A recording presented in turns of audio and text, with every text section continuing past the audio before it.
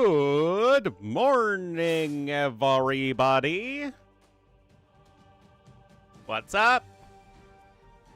It's your boy. I hope I haven't missed too much with KOTD.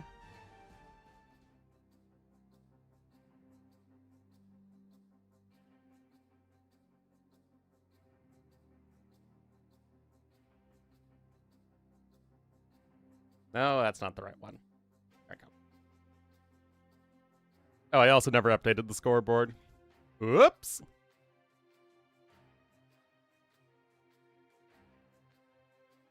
Hello, hello, hello.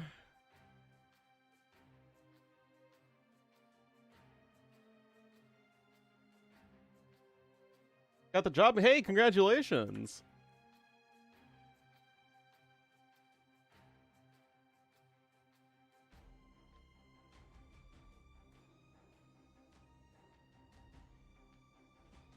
There you go.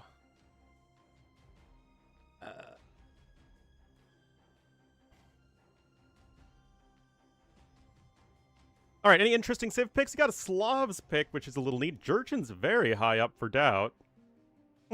Italian's also pretty high up for Vivi. Everything else is pretty normal looking.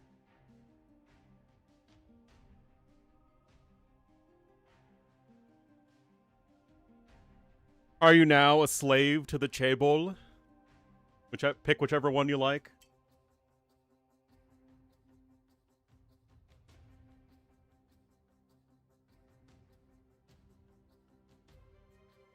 Oh, there you go. Even better.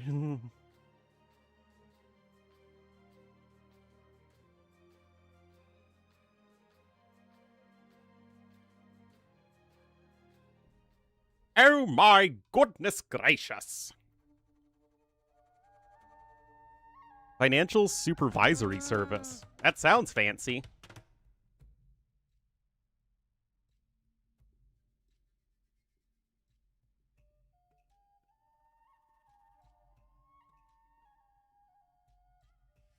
Sounds above my pay grade, that's for sure. I mean, come on, it's only been a couple days. Although it feels like I've missed a ton. Alright, guys, here we are. Game number 1. I thought this would be a pretty fun series. Doubt versus Vivi. Our only South American Civ for now. We'll have Doubt in the red as the Incas to the north. And to the south in the blue as the Magyars. It will be Vivi. Alrighty. So it seems like people have, like, semi-mixed reactions on the inclusion of the new civs. I don't know. I think they're neat.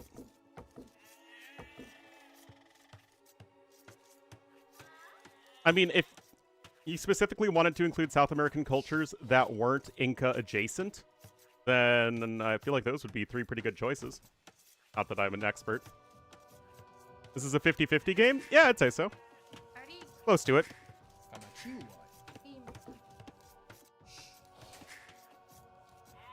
Anyway, Magyars here for Vivi, of course, going to be very strong Arabia Civ. Not quite Tetons, but still going to be overall very good.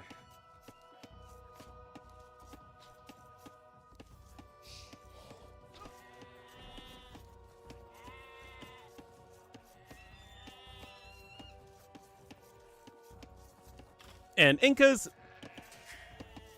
I don't know. I always feel like Incas always have a solid chance. They really don't have many bad matchups.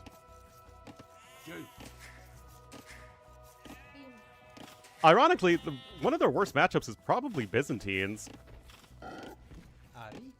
Just because they're going to have a hard time like actually getting the killing blow in, and Byzantines are still better late game. That said, Byzantines could get swapped with Eagle Warriors, so I mean, it's not like it's a hopeless matchup at all. Anyway, just 2 on wood here, so could be looking for a very quick uptime for Vivi.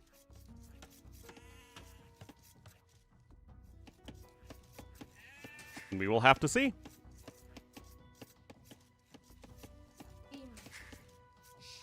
As far as the maps go, wall-ish ish. Kind of wall yourself into the corner. You could do...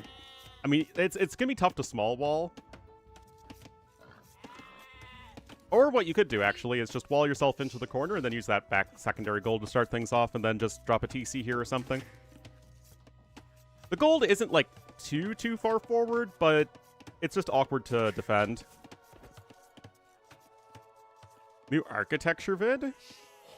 New architecture vid. When did we last get a new architecture set? Oh, you mean the new castles and stuff.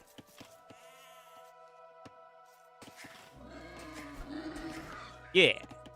Anyway, wall over here. See, this is one of those maps that's really hard to wall in early game, and like this is super ugly to defend in Feudal Age, but once you kind of get to Castle Age, it's totally fine. And you have a little bit more space with which to work.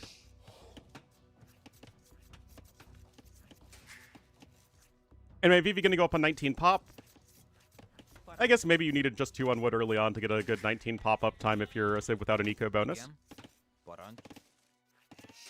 Anyway, Vivi's going to be totally fine. You need to go up pretty fast if you want to be able to open scouts against an American Civ, and I'm sure that's exactly what Vivi wants to do. Meanwhile, Dap just going to go up 1 population later. He's got 2 vills going over to gold. Boom going to be coming in. Does he have enough food? And yep, he's all good. But yeah, going to be for a Men-at-Arms opening almost certainly. As the Mouflon enters. The Mouflon cometh. Alright. So, you can see Vivi scouting over here. He will find the barracks. And also, he sees the rugs, and the rugs mean the TC is right nearby. Okay. Rugs mean civilization. It's a well-known fact.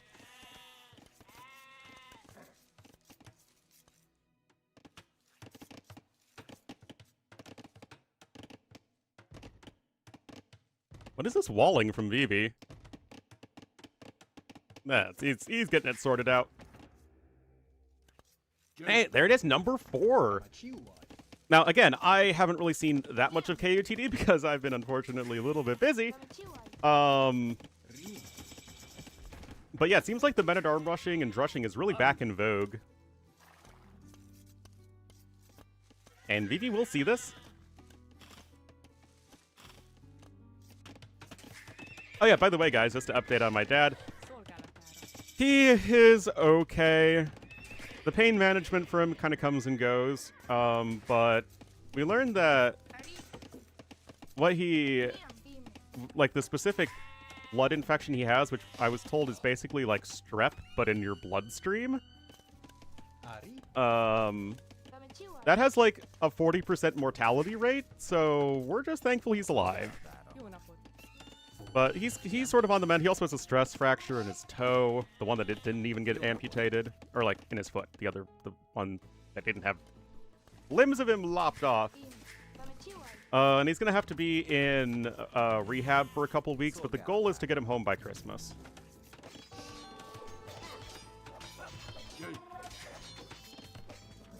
That is the goal. And we seem to think that, you know, as long as his pain is being properly managed and people aren't, like, giving him the wrong pain medications or just not giving it to him, then, you know, make some headway.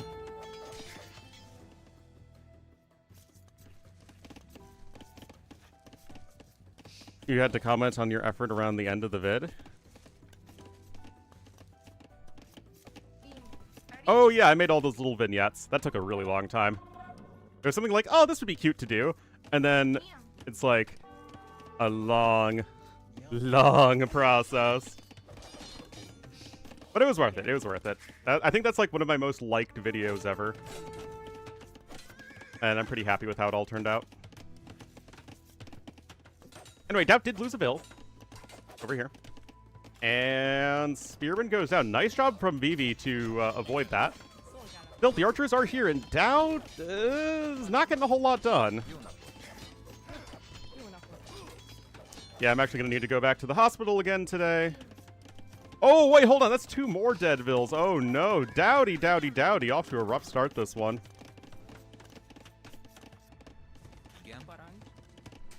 But yeah, I had to do like a bunch of other stuff yesterday, so I wasn't able to make it down to the hospital. And apparently, my mom's like, "Yeah, you're gonna need to come down today. Your father's not gonna be okay with you not being there for 2 days in a row."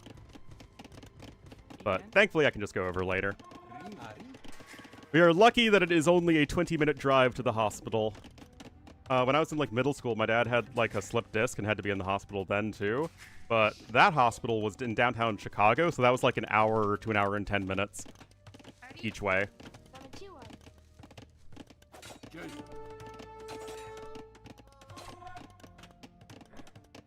Anyway, some light spearman poking, but a 3-villager lead for Vivi entirely off of his own villager kills. No horse collar, because he did still go up on 19 pop, did get the archery range down quickly, so you're not really able to get that lovely horse collar upgrade that you want to get whenever you're going scouts, but that is okay. Not stream cheating? I guess we will never know. I'm not really concerned. A brutal? Yeah, no, my dad's had a lot of health issues his whole life. Which is why I am just lucky to be healthy myself. Relatively.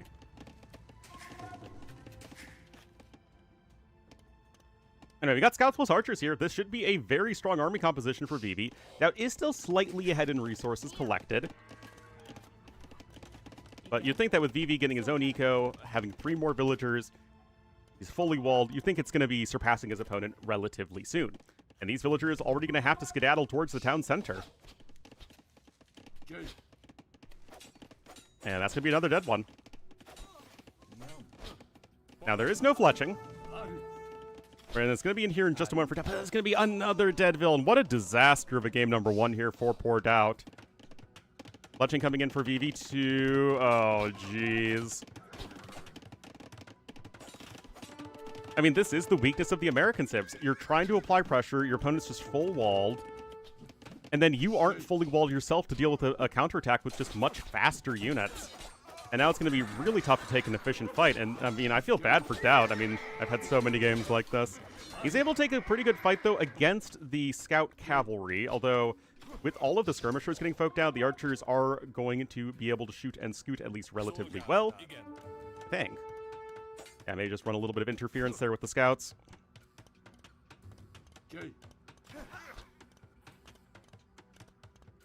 Market on the way for Doubt, but obviously, like, he's nowhere near Castle Age. Neither is Vivi, to be fair. Got some more reinforcements coming in. And, of course, that free forging is a big help. Still, Doubt's sort of clawing back the KD, but now, as I mentioned, the villager advantage here for Vivi is really going to be kicking in.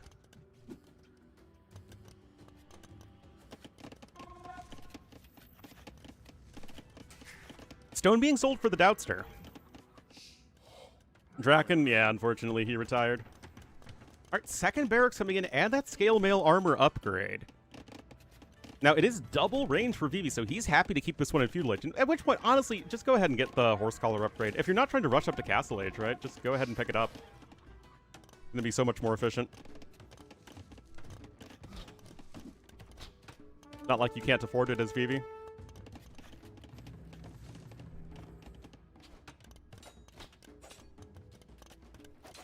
Alright, here we go. The skirmishers are going to be able to dive bomb the archers, but are the scouts going to be able to kill them first with forging versus no +1 defense on those skirmy bros? But it looks like Doubt able to take a good enough fight. Honestly, these men-at-arms are doing work, especially with that extra armor upgrade. It really does matter. And that was a very, very good fight for Doubt, who is almost caught up in the overall KD. He's probably even ahead in res destroyed. Indeed, he is by a little bit. That said, Vivi going to be able to click up to Castle Age.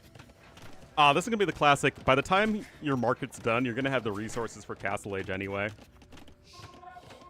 A tale as old as time. Yep. I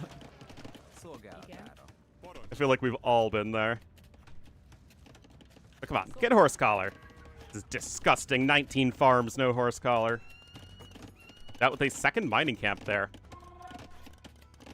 But yeah, honestly, it might have been better for Doubt to go for that back gold and just sort of like waltz the TC so he could be a bit safer against the enemy cavalry.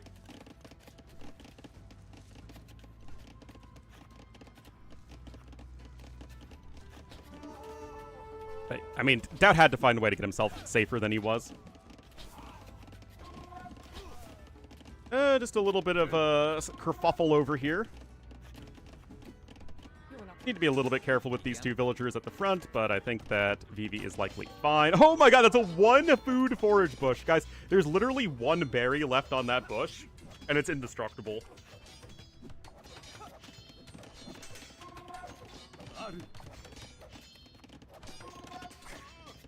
Oh, here we go. Range number 3. There's our Scholar, finally.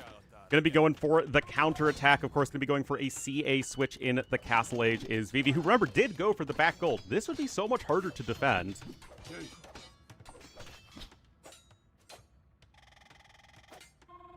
I mean, he'll pick up Crossbowman first as well, but that shouldn't be too much of an issue. Doubt himself is on his way up, but a minute slower.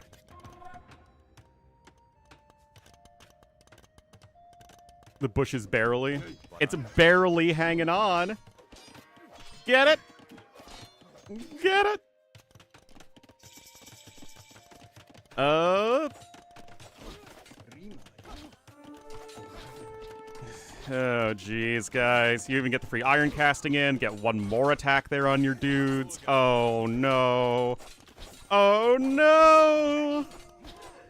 Oh, you don't even get the extra armor in yet. Oh, no. Guys. I mean, at least Bodkin isn't in, right? Eagles don't get their Castle Age boost. And you should be just going CA behind this. Indeed, you are. Oh, jeez.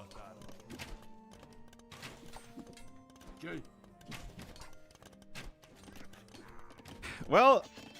Oh, okay. Oh, never mind. No Vills died. Yeah, I guess those units broke in, but there just weren't enough of them left. And one single knight is going to be enough to clean up all those guys.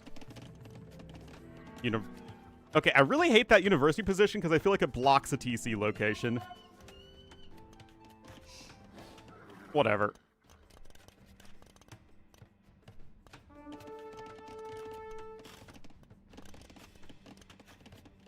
Whatever.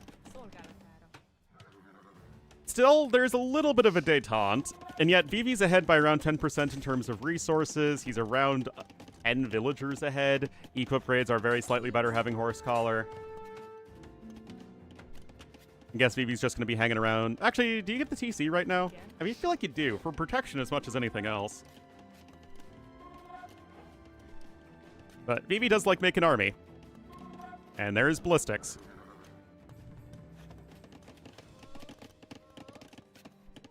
I love that he's being active with his scout cavalry.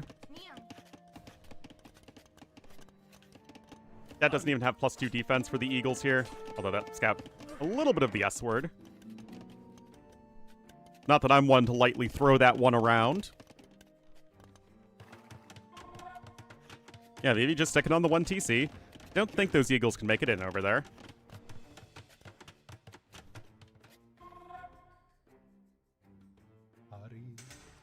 Gonna try and pick up some relics to help maybe catch up a little bit on the income. More eco upgrades now coming in for Vivi. Obviously, that monk's having a bad day.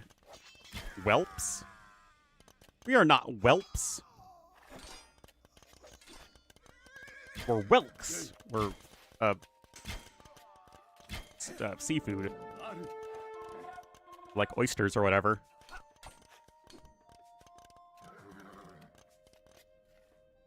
I mean, it's Magyar CA. Like, this is an acceptable CA civ.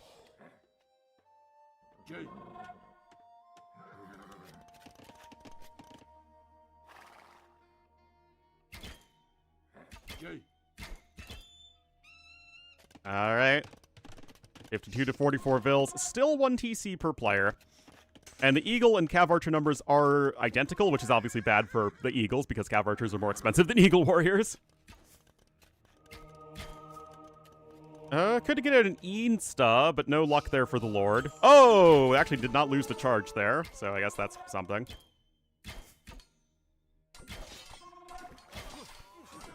Now, the Eagles do have +2 defense now, but I just don't think this is going to be a good enough army, as we should have Vivi continue to take very efficient fights, and that is exactly what appears to be the case here. CA upgrades are quite solid, only missing +2 defense and thumb ring.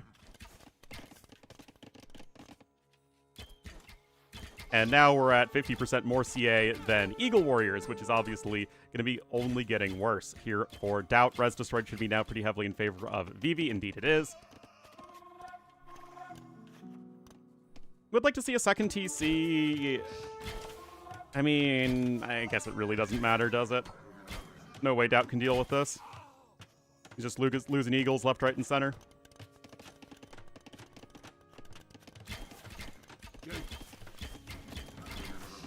Orthrax, but yeah. Oh, that's cute. Converted Cav Archer. Not going to be enough, but it's cute. Oh, even getting Leather Archer armor. Yeah, just go for it, man. And Doubt going to immediately tap out as Vivi takes game number 1 off the back of very strong Feudal Age play. Killed 5 villagers of Doubt in Feudal Age, and I think that Doubt just did not set himself up well enough defensively to withstand the Magyar aggression. And of course, he himself just ran into small full walls. Hey, Renru RSA for the 41 months. Thank you so much, Renru. I really appreciate it.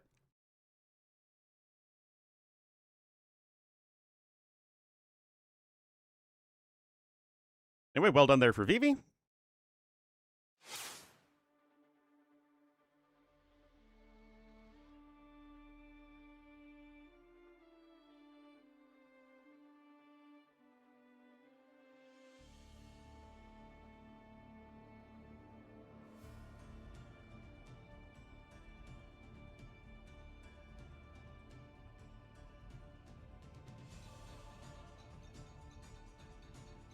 I got to 41 months. I don't either, man. I just kind of keep doing this.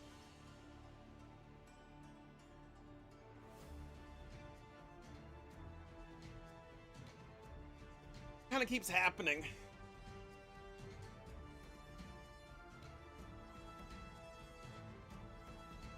Recovered? I mean, he looked good in that game. I don't think I saw his round of 30 or round of 64 match. It's pretty wild that these guys are facing in the round of 32, but that's just kind of a reflection of their seeding these days. Yeah, VV 3-1 over Z40, and Doubt 3-1 over Doomster.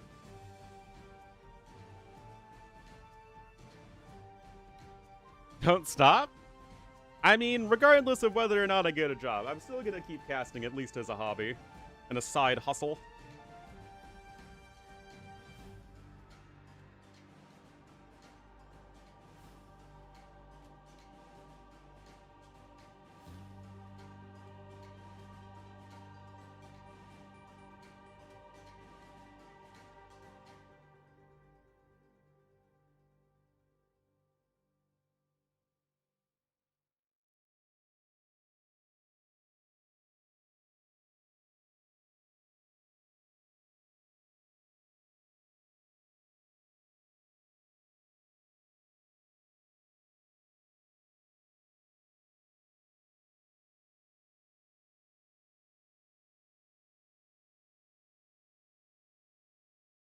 All right, looks like we're back in the lobby.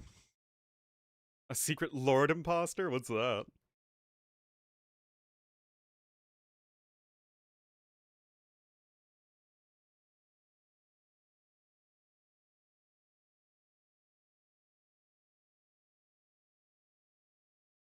Doubt, because it is Doubt versus Vivi. What are you talking about? User team looking. I don't think anyone will, to be honest.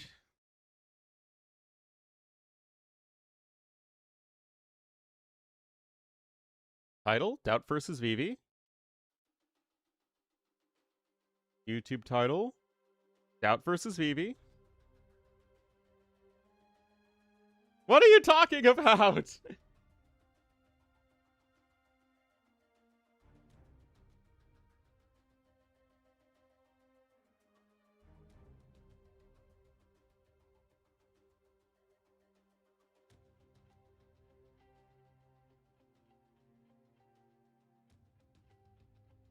Well, no.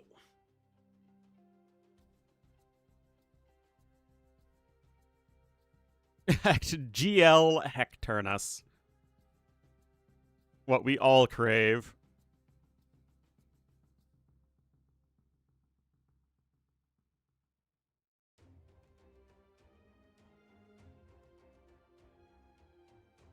Yeah, I feel like the chances of the GL players re-signing with Gamer Legion are fairly low, from what I've heard. A little shout out, that would be delightful, wouldn't it?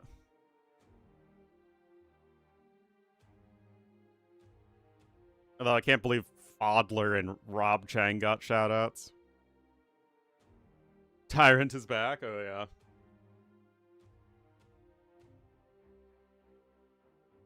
GL, I don't think the players have a very good relationship with the organization right now, from what I've heard. The rumblings.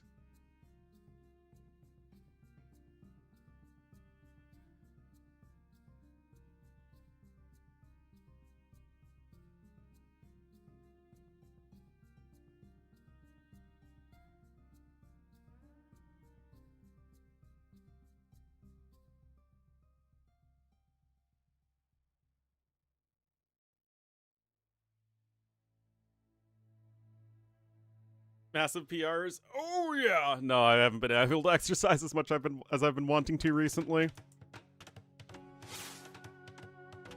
Haven't been on any dates in over a month.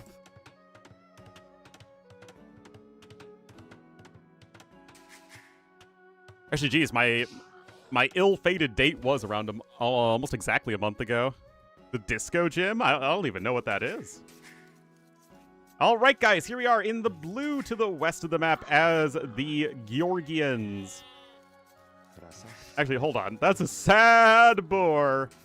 That's a sad boar that Doubt's gonna need to figure out how to lure. Let's see. Very tiny woodlines. Tricep, shoulder, and tits. Well. Guess we need to be doing that.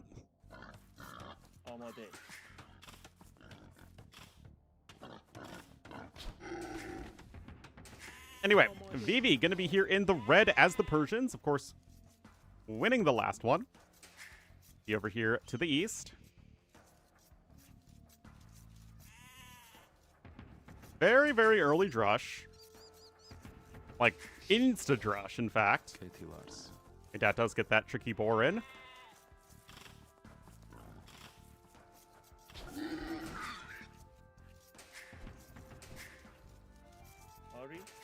Insta. I did not see that series.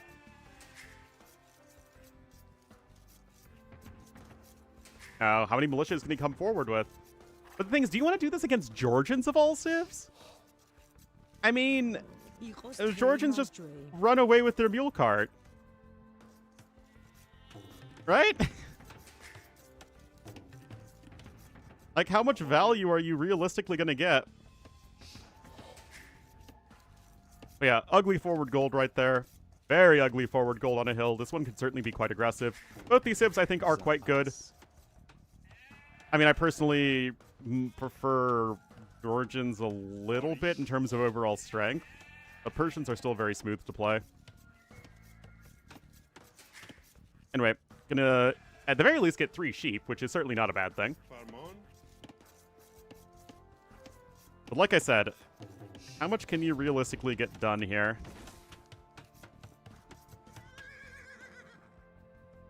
Might even find a 4th sheeper. Indeed, he does. The Droosh. Oh my goodness.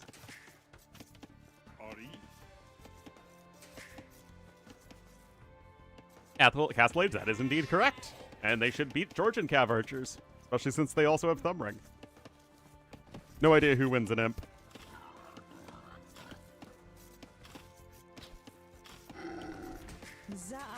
Zaars. Anyway, this is exactly what I was talking about, guys. I mean, like, yeah, it's great that you stole 4 sheep. I mean, again, you've got sheep for days. Guys, it's like when you're playing Catan and you have, like, a 6 and an 8. right next to each other on sheep, and you build a settlement there, and you're just like rolling in the sheep like you're New Zealand. Well, I guess you can go after that house. Doubt is accruing a little bit of idle time, though. Exactly. You get the sheep port.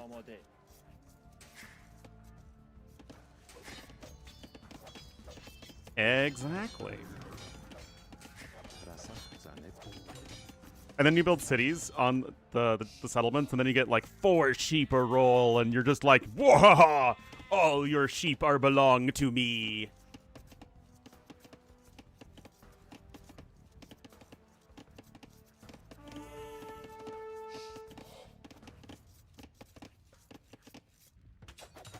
Ah, okay. The bandits, yeah. Always a struggle. Alright. You can see there what Vivi's trying to do is to keep the Vils away from the gate, and there you go. Nicely done. If the militia went to the gate, the villager would have followed, and they probably could have gotten some more repairing done. So that was a cute little move there from Vivi. Anyway, Doubt's on his way up to Feudal Age on 17 pop, actually. But this is still pretty ugly. There's the barracks trying to be rushed up, but he has nowhere near the wood necessary to go for a stable afterwards.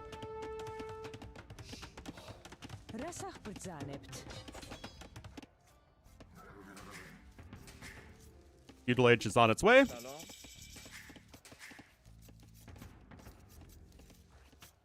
I mean, it's fast, but like, to what end?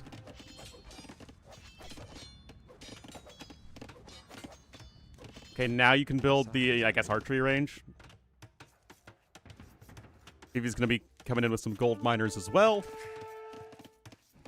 Only just now walling, so you could argue that Vivi probably could have been walling a bit sooner.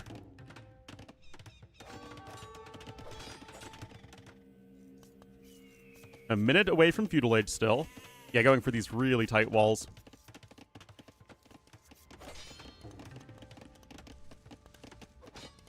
Oh, attacking him over the diagonal. Rip. No more militia queued up, by the way. Just gonna be sticking with the 2.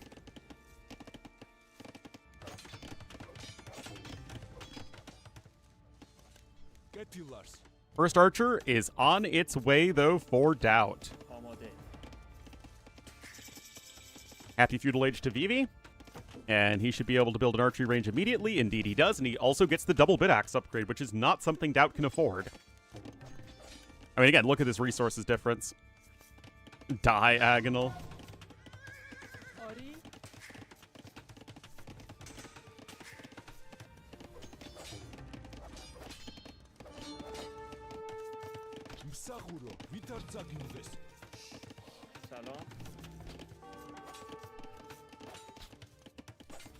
All right.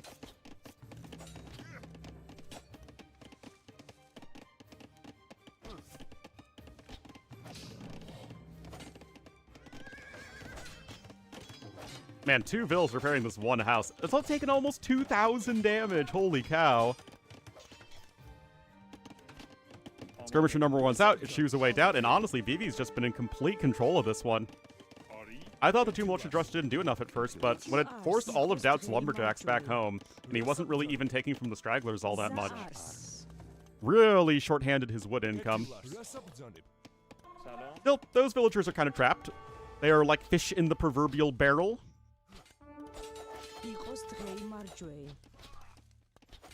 Looks like all those units are going to die here, finally. It's 1 archer, I think. The Doubt's retreating. And Vivi continuing to lay down those farms. Gonna go back. Yeah.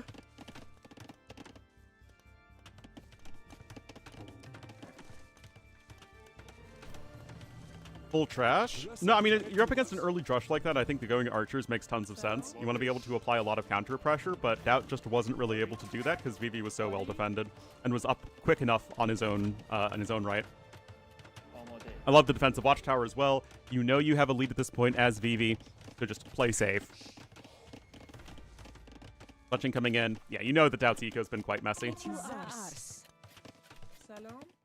He's also been having to take quite heavily from his forage bushes, so those are right about to expire. Whereas you still have another almost 400 food left on those guys.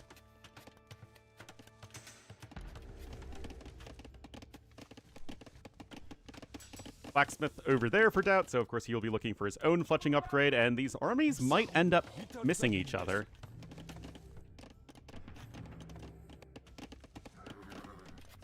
I was like, man, this is a pretty early wheelbarrow. Oh yeah, he got housed. Duh. The best time to ever get wheelbarrows, always when you're housed.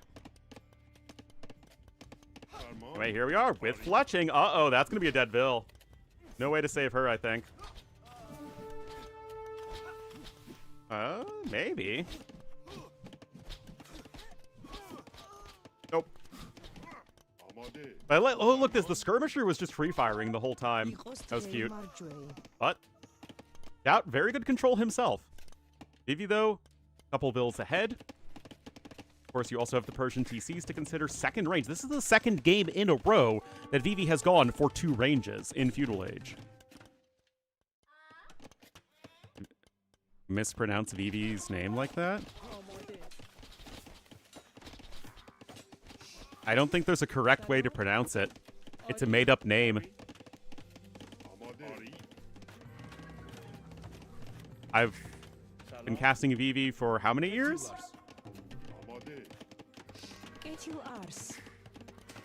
8? 8 years?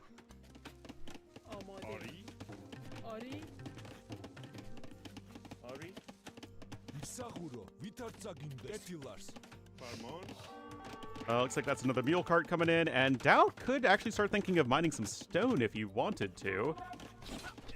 Manaspa are very good in this matchup. Gets a nice kill there. His name is 66. For the order that you must execute. That's kind of an ugly lumber camp, but I guess it is close to your tower.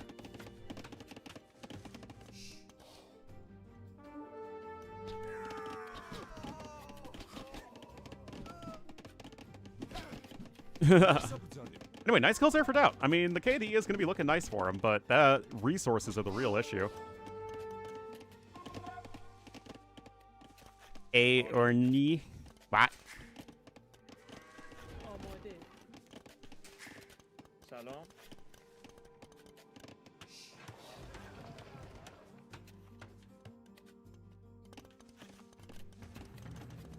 Oh, hello, Stavros. Hope you're doing well, my man. Been a while. Anyway, Vivi. There you go. Honestly, just nothing too fancy from him so far, but that doesn't mean he's playing poorly. Right? I mean, he's just good, solid AoE too. Definitely a bit of a more aggressive bent, but it's not like he's doing anything too revolutionary. He's just doing a great job of exploiting Doubt in the early game with some good Feudal Age pressure. Veve? Hey guys, I'm casting Veve today.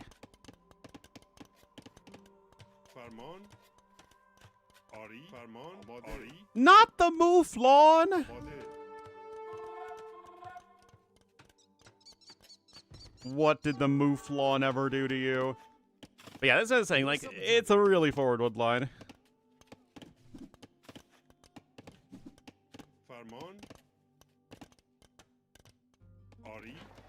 Yep, Stavros command is still there. Although I haven't seen 426 in a very long time.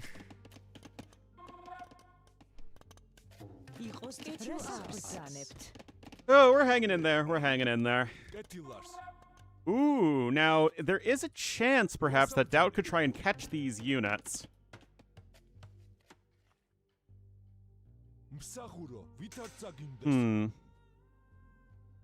As we are, by the way, devolving into Skyrim v Skyrim because that's, again, peak Age of Empires. Crossbowman Bodkin coming in, Elite Skirmisher as well. Also, long distance mining with 1 Vil. I mean, I guess it'll get the job done, especially since you don't have a market. Celts and Slavs. I mean, Celts and Slavs are fun and fair and balanced civs, so naturally we never see them. And keep in mind, by the way, guys, that Vivi, despite taking some early losses, is still on 2 archery ranges. So his unit production is and has been better than has Doubt's.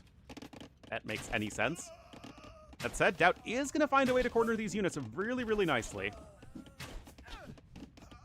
Vivi going to do the best he can to, you know, be efficient, and honestly, working within the minimum range there of the skirmishers. Again, there's skirmishers with crossbow with Bodkin.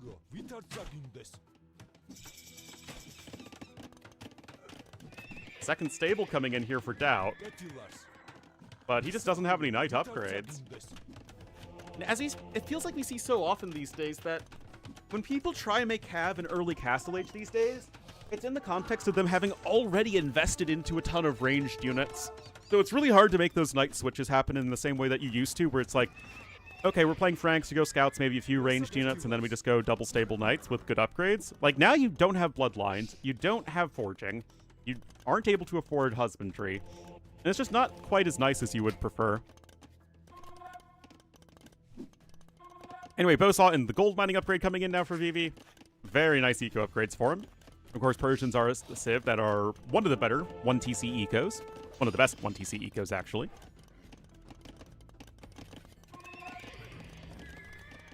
And as things stand, it is basically a smattering of ranged units. Now going to be Cav Archers. Lingyan Cup. Well, remember that in Lingyan Cup, Vivi was the lowest rated player against the very, very best players. Whereas here, he's facing Doubt, which is a much more even match.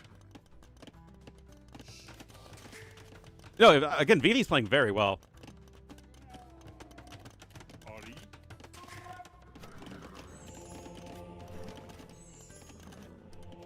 Like, Doubt is like, what, a top 20, 24 player these days? Vivi also, again, around that top 20, 24 range. And relatively speaking, Vivi's going to be better, I would say, at least more comfortable on Arabia than on the hybrid or water maps that Doubt's probably going to be much more comfortable on. I guess you could say that Doubt is basically the same relative skill level on all map types, and Vivi is going to be still a bit more tilted towards those open and aggressive maps. Qualified? Well, yeah, but again, that's a completely different setting. That's a tournament with only, what, 10 people or something like that? This is just the top 32 of KOTD. Anyway, just some skirms here at the front. There was one relic picked up for Doubt, which is always nifty, but the Cav Archers are going to start to pepper away at those units. And I think it should be enough here to take a very nice decisive engagement, although most of the front line does go down here for Vivi. Meanwhile, one relic in here for Vivi as well. Third TC coming in for Doubt, though. So, I mean, he's going to get his eco set up. But of course, he's going to need those fortified churches to help bolster his economy. He's almost 2,000 resources behind, which is obviously really ugly. Again, the big thing you have going for you as Georgians is that you're a much better late game civ than our Persians. The big thing that Persians have over you is gunpowder, which is nice for sure, but basically everything else is better for Georgians. I mean, Savars are super nice, but they're also very expensive, and Monospa are much cheaper. Monospa are, what, 45 gold? Versus the Savars 75? Anyway, that Siege Workshop's probably going to get denied. Maybe not. Persian monks, or the punks, are in town.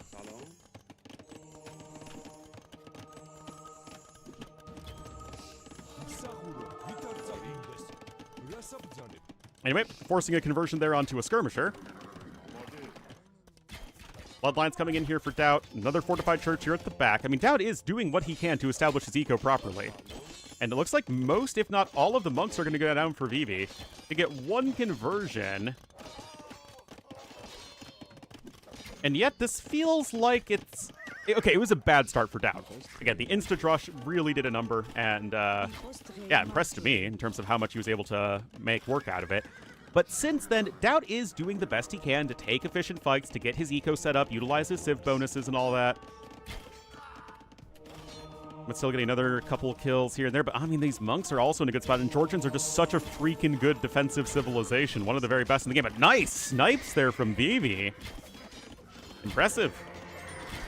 There is +2 defense, actually, and on these CA. So the Fortified Church isn't doing as much damage. And yet all those CA are, I think, going to get cleaned up.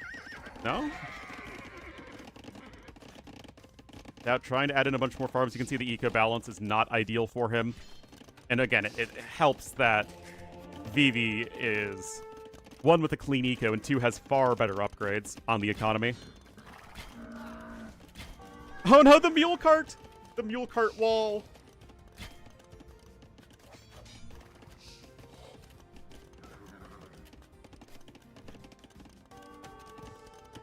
Is the difference? Absolutely. Mangonel also here at the front. Design cool. Yeah, I mean, Persians are a civ that took a long time to get right. Like Koreans. But I think Persians are... If they need any balance changes at all, it's a little bit of an early game nerf on hybrid maps. Yeah, I mean, it's certainly going to be a castle drop, ideally, eventually. 11 bills on stone. But it's not like it's a castle drop that is like an all-in castle drop or anything, or like he's not going to try and go for the war elephants, as much as that would make me happy. No, this is just, it's a way to solidify his map control. 85 gold? Yeah, that wasn't the best. That was not the best. My point is, though, that yes, it took some iterating, but Persians feel flavorful and fun to play, and, you know, a core part of Age of Empires. While still having, you know, the war elephants and the TC bonus.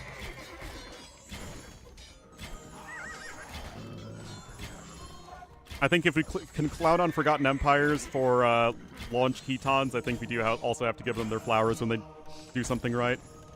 Or well, I guess. Anyway, guys, now we have the stone. I mean... In my ideal world, the second you get 650 stone, the castle comes down, but this is fine.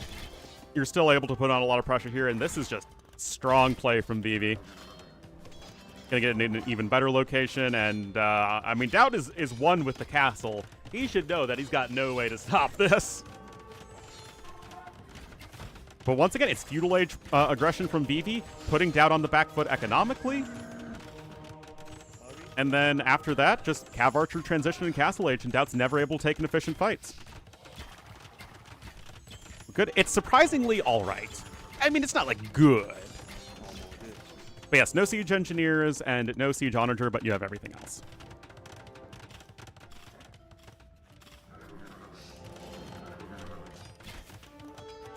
Yep.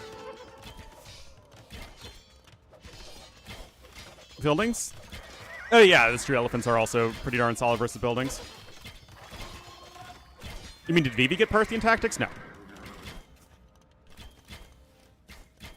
A good one to pick up eventually, but not something you need to prioritize at the moment. It's pretty expensive for a Castle Age upgrade. For instance, Leather Archer Armor is 150 food, 150 gold, and Parthian tactics is 200 food, 250 gold. But yeah, that's what I was saying, Stavros, that, like, because players are investing so much these days into the ranged play in Feudal Age, that players, if they're trying to go Knights in Castle Age, they just don't have the eco, typically, to get those important early Castle Age Knight upgrades that you would have in ye old days of the meta, as in a few years ago. And we got another castle coming in. This ram has been doing so much work. Actually, no, that's the second ram. The Rams in general have been doing so much work, and GG called, and I mean, Doubt didn't play poorly. He's not playing poorly, but he really is getting caught off guard by Vivi's Feudal Age aggression. In the first game, it was just Vivi taking way too efficient of fights, and then getting a little bit ahead economically. This game, the fights were like, okay, but Doubt's eco just ended up getting idled so much that Vivi got a huge eco advantage. Yapping? I mean, that is my job. That's like 100% of my job, actually, is to yap.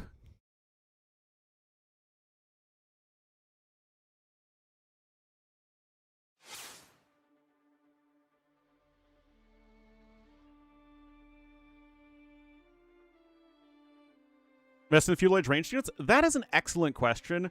First pick Civ for each player, by the way. Yeah, very fast. O2. There's a few reasons for this. One is that pathfinding, up until pretty recently, was very bad for melee units, and then they just end up getting stuck. Although that's not as much the case now.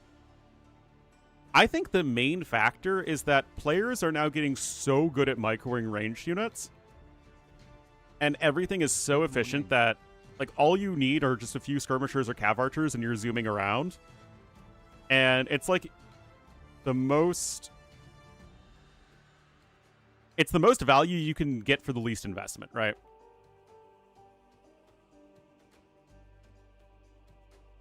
Missing that 20%? I mean, I'm really bad at encouraging people to sub and donate. That said, thank you, Finbib, with the 4 months. Good morning to you as well.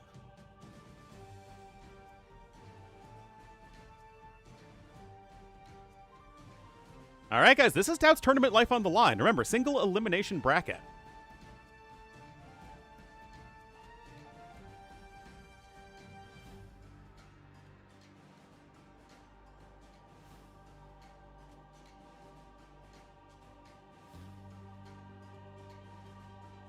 Let's see what he's going to roll with. Like, what civ would you go for down 0-2 tournament life on the line? Out of these ones. Oh, I also forgot to do the game 1 civs. So, yeah. Personally, I would have preferred a smaller tournament with double elimination. But, honestly...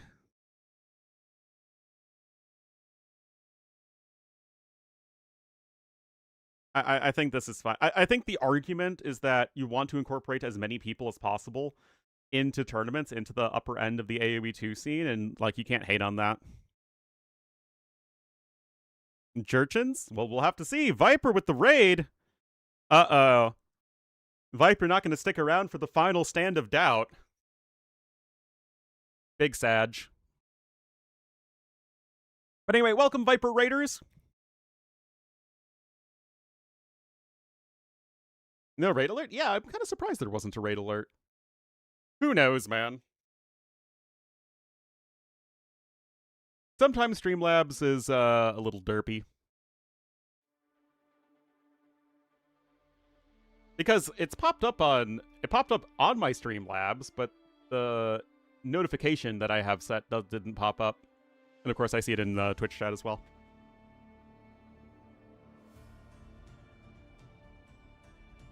Anyway, if I'm in Doubt's position, tournament life on the line, I would want to go with a civ that either has a really good eco like Vikings or a civ that's super flexible like Malians.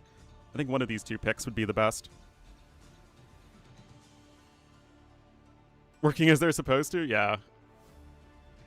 Always a wild one. Anyway, thank you so much to everyone who is going to stick around here from Viper's stream. I just want to see this game go longer, series go longer, but I've been very, very impressed. And then Sableton with the 5 bomb. Thank you so much. Thank you so much. And welcome to the Wolfpack. Matroid, Konhonoi, Powmat, Rainstorm, and Alsu. Welcome to the Wolfpack, and enjoy the beauty, glory, and majesty of Ornlu, a Wolf and Friends. Watch another watch player rip. Yeah, really appreciate it, guys. As a lot of you know, I'm going through some tough times right now, but I appreciate the support. And why are you looking stressed? He thinks something is happening.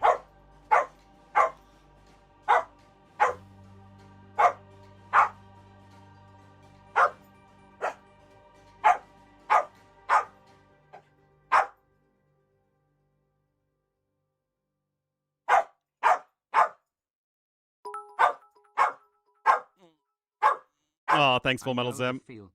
Keep up the hard work. It's screaming to the wall. I know. All right, I'm gonna get coffee. Let's see if that appeases the corgi. Oh my goodness.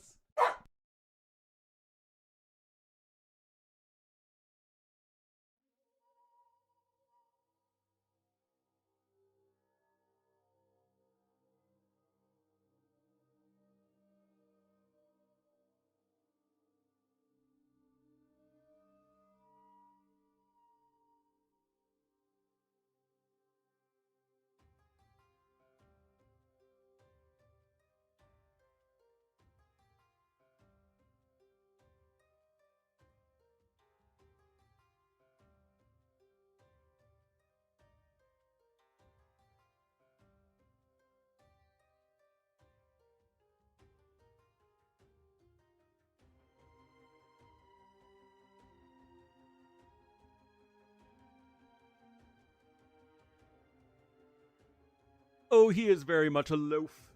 He's a loafing around. All right. 55 seconds, guys, and we will get into game number 3.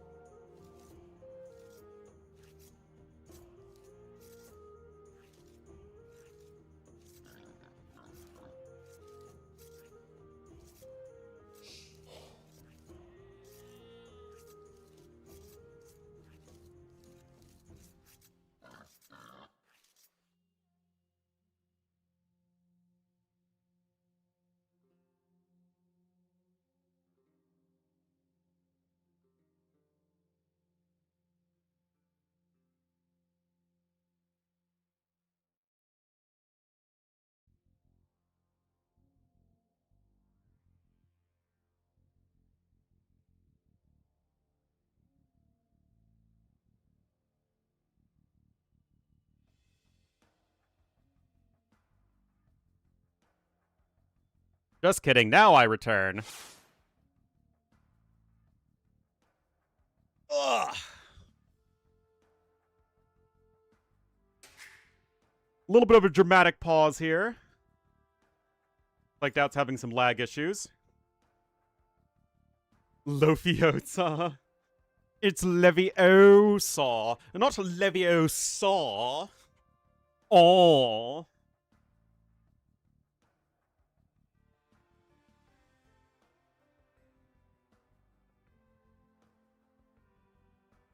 Leave for a coffee break? Well, when's the best time to leave for a coffee break is right between games.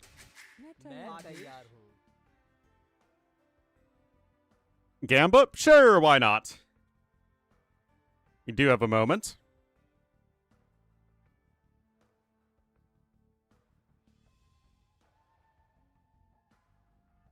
Who will win the next game?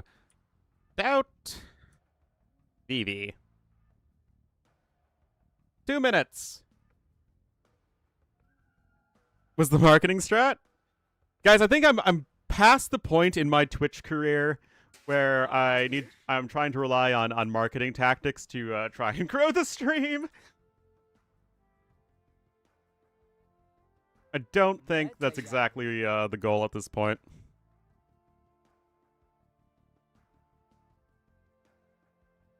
Anyway, just taking a quick look at the map. Hopefully we don't have to restart.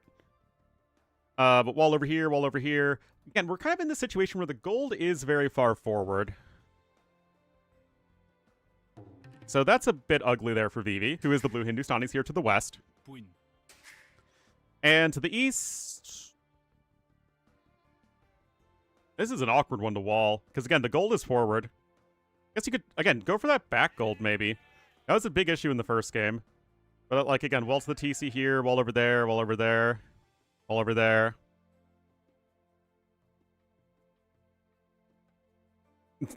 Don't have TikTok attention span? Maybe.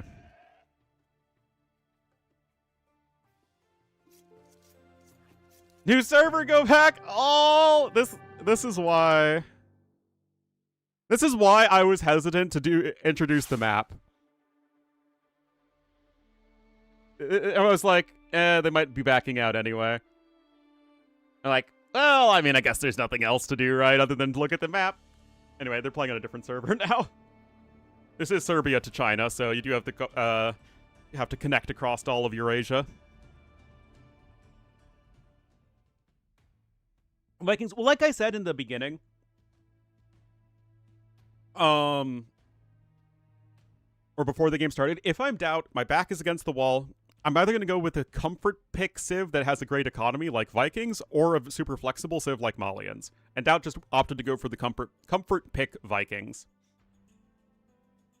And Vikings are still like a perfectly solid Arabia civ. Would I put them in A tier? I think so. I think I still have my tier list up. I started State of the Civs, but I haven't like actually gotten to like making the tier list thingy yet.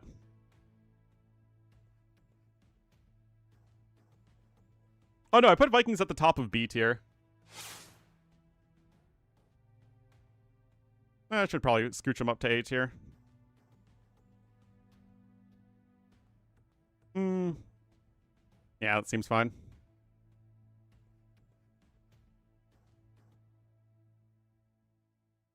At least the thing with my tier list is that, like, I will change my mind on specific rankings, like, every day. But, yeah. I think this is where we're sitting right now.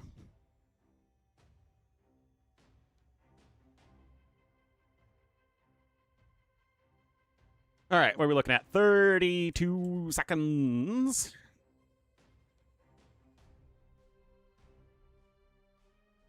And, of course, we've seen both Poles and Bohemians. I think that just is more of a indicator of how balanced the meta is, or I guess the civs are. But like, we also haven't seen Britons. But I still think Britons are like okay.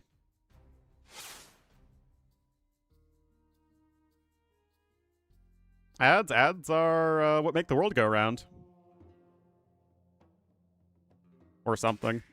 I don't know. Twitch ads suck. Anyway, welcome everybody here to game number 3, take 2. Vivi, one game away from the round of 16. You'll be in the blue as the Hindustanis to the southwest of the map, and to the northeast in the red as the Vikings. It will be doubt. The Lord himself, back against the wall, is going to be rolling with the Vikings. And look at this.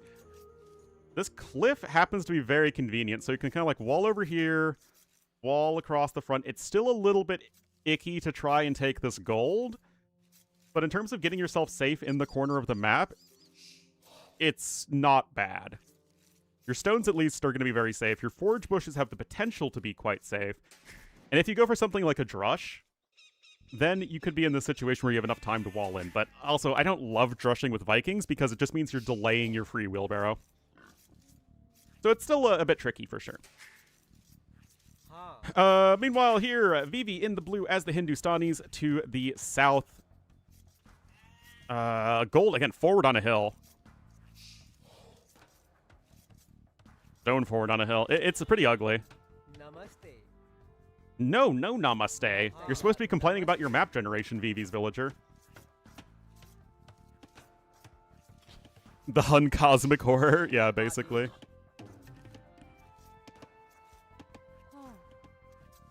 Yeah, there's a reason when I was doing my History of the Civs videos, I found the sound files for the original Civ jingles from AOC and just put them into the video, because it's like, it's pure nostalgia bait. I don't even care. YouTube or Twitch? I don't know if I've ever bought anything that's been directly advertised to me. Or like, because of an advertisement. But considering how much companies shell out for marketing, then we have to imagine there's some return on investment. Does Viking Cavalier? Well, I wouldn't be so cavalier with that sort of army composition, Drunk Lord.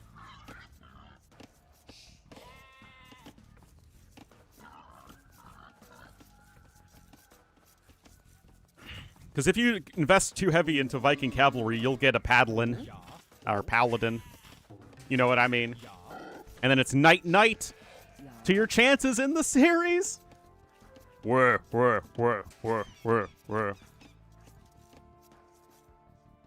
Arbs and skirms. To be fair, it doesn't matter what your civ designation is. Every civ is skirms and cav archers.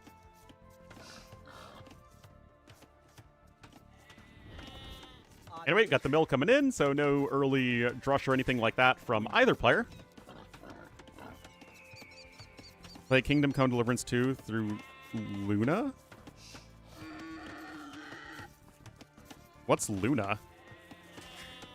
I mean, Luna's a flooring company near me, but I don't think that's what you're talking about. But they are getting buff. Gambeson's is getting a cost reduction. Wow, I didn't even know that.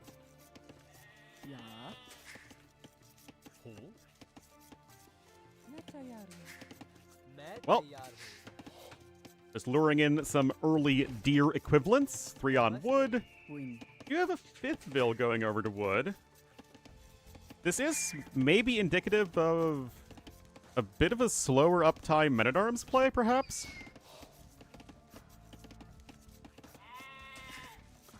Won't change much? Well, the issue is that, like, all of the ranged units are so freaking microable that just kind of makes them insane these days. A fire stick? I think that's just called a torch, Diff Tom. But, I mean, you can call it what you want. Anyway, early walls coming in here from Vivi. I mean, he could open scouts, skirmishers, whatever. I mean, he's not going on gold, so he's not going archers. But, yeah, indeed, it looked like Doubt was opening Men-at-Arms, and that does appear to be the case, although still with a pretty quick uptime. Down with modern tech. Does that mean I'm not down with modern tech? Also, Doubt's housed. And with only 1 Vil building the house, I mean, that's going to slow you down a lot.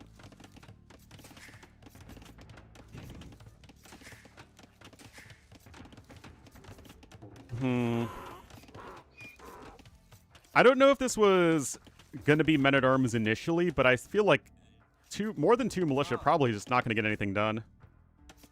What's the best civ to get Loom at the start of Feudal? Really, any civ that can just go up super fast. So, Mongols are the classic example, but also Khmer and Georgians.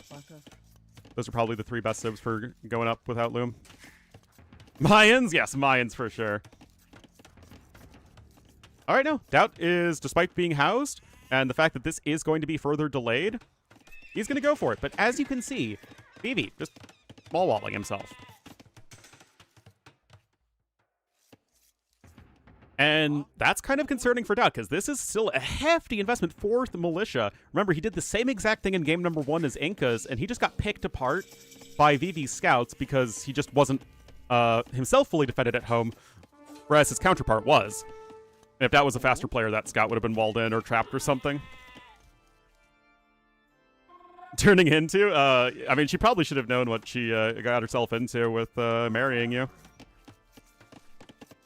Basically no idle time. I mean, only legends can have that level of AoE 2 skill.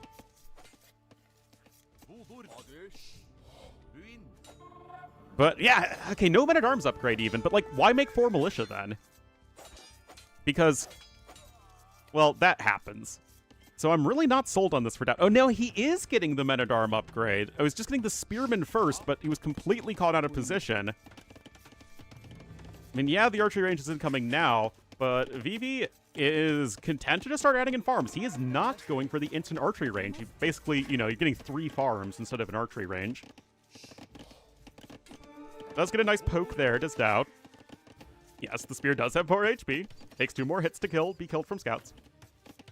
Okay, there's the archery range. S-word? Yeah, a little bit.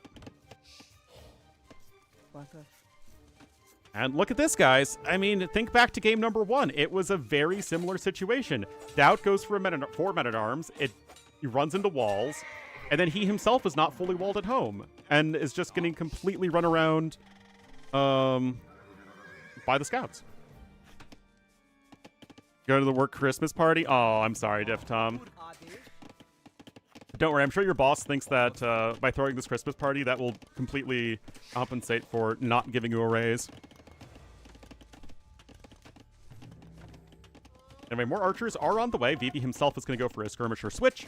And so we're going to be in that situation where, on the one hand, Vikings are getting a lot more resources coming in because of the free wheelbarrow, but you also have fewer resources going out as the Hindustanis with all of the food you're saving on your villagers.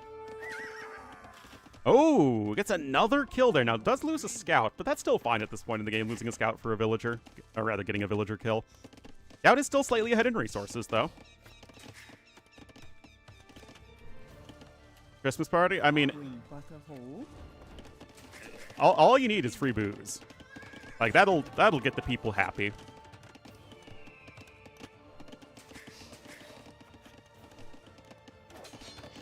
But, I mean, guys, aren't you guys getting some deja vu? Doubt thwacking away on a wall while he's just getting his base run around by enemy scouts? Who do I hope will win? I really don't care. I just want to see the better player win. I think storyline-wise, there'd be a deep run from BV and a deep run from Doubt would be similarly exciting. Fully full walled? Yes. Oh, you mean this? Yes, this is surprisingly fully walled. Much booze and good food. That is quite true.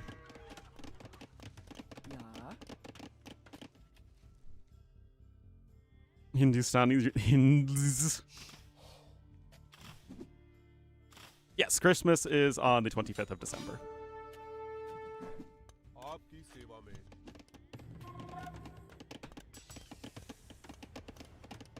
Anyway, Blacksmith coming in here for Doubt. No fletching in yet for either player, as Vivi doesn't even have a Blacksmith of his own, but Vivi's kind of slow-rolling his army build-up compared to the earlier games when he went with like 2 archery ranges pretty quickly. This is a much more passive Vivi. In this late feudal age time frame, I would love to see his villagers be a bit more efficiently spread out. But yeah, he's got the watchtower preemptively to protect this gold income. He's gotten his farms down much faster.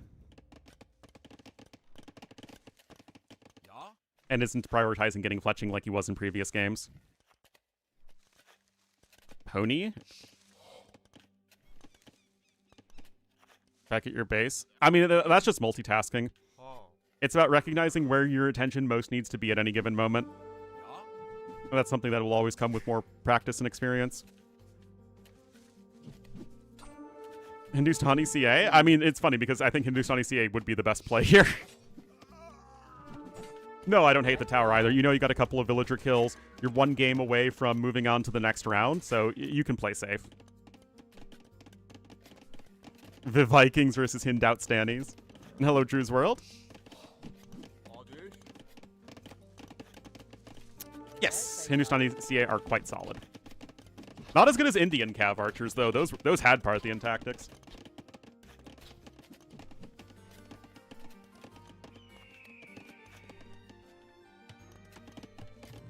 And there's the second archery range coming in. Horse collar as well here for BB. I mean, all VV is doing is basically playing a perhaps slightly more aggressive version of your typical meta. Very normal army compositions, focusing on skirms and cav archers. I mean, I guess maybe, again, a bit more of a focus on scouts and aggression than, say, a generic top 20 AoE 2 player. But, like, this isn't crazy VV forwarding, towers everywhere, anything like that. I mean, this is just good, solid AoE 2 play. Yeah, Parthian tactics on elephant archers was and is very silly. Shooting while retreating. Parthian tactics is, or the Parthian shot, rather, is shooting over your back shoulder. Which, yes, allowed you to shoot while retreating. A few more on gold. Depends on what he's doing in Castle Age. If he's just going skirms, then no. If he wants to switch into cav archers, yes. Or, well, I think that is the walling that makes the most sense, but it's just tough to get going. Oh, wait, does that not see the cliff? Oh, wait, hold on. That's VV's POV. Oh, that doesn't see it either. Ripperino. Ripperino. Anyway, Bodkin coming in here for VV Elite Skirmisher as well, and there is absolutely no pressure on him at the moment. Got the 2 early villager kills. Yeah, he's slightly behind in resources, but remember, he's also saved a bunch of resources. And that is supposed to be the big advantage for Vikings, right, is that economy. Now coming forward with some men-at-arms. I don't know if he made any more. It doesn't really matter. Didn't get any upgrades for them. A Parthian exit. Is that like an Irish goodbye?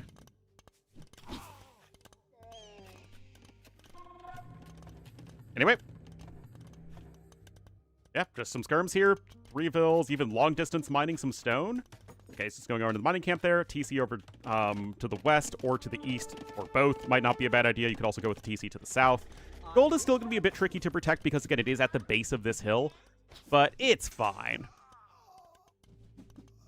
Better games not full walling early and just treating it like I had a bad map, keeping walls close to your resources. Because in the current meta, with how fast everybody is going up, that is usually not a bad idea.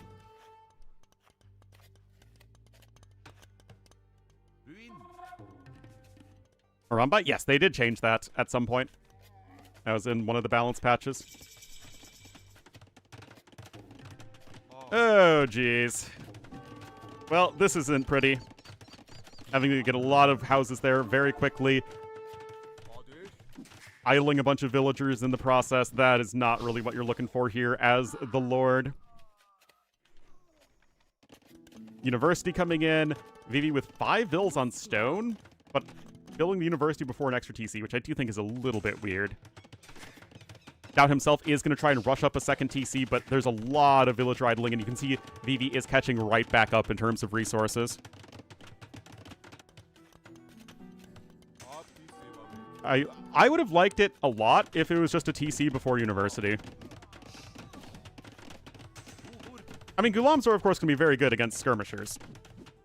But, okay, yeah.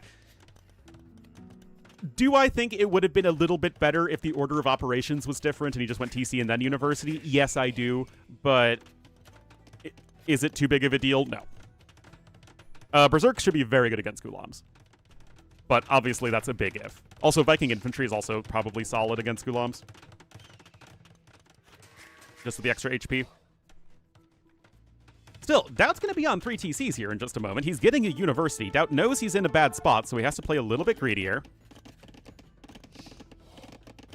I mean, again, Hindustanis are going to have a way better late game than Vikings. I don't think that's, there's much conversation needed on that. Yeah, Shiitagni is significantly better at +2 range than at +1 range. And my Ballistics is now in, you get 1 extra villager kill. And this is where the issue from Doubt comes up in that he doesn't have very good wood lines. He really wishes he had, like, another one over here in the back.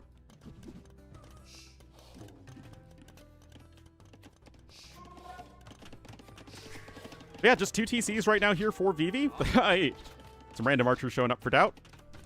There's going to be a defensive Mangonel here in just a moment, though. Monastery now on its way here for our blue player. That villager is having a very foolish idea. Wheelbro just now coming in for Vivi. Obviously, Doubt does get that free hand cart, and he's at least keeping pace right now. Wait, hold on. All of those lumberjacks are going to mine stone. What? Alrighty. Doubt actually taking from these deer way in the back of his base.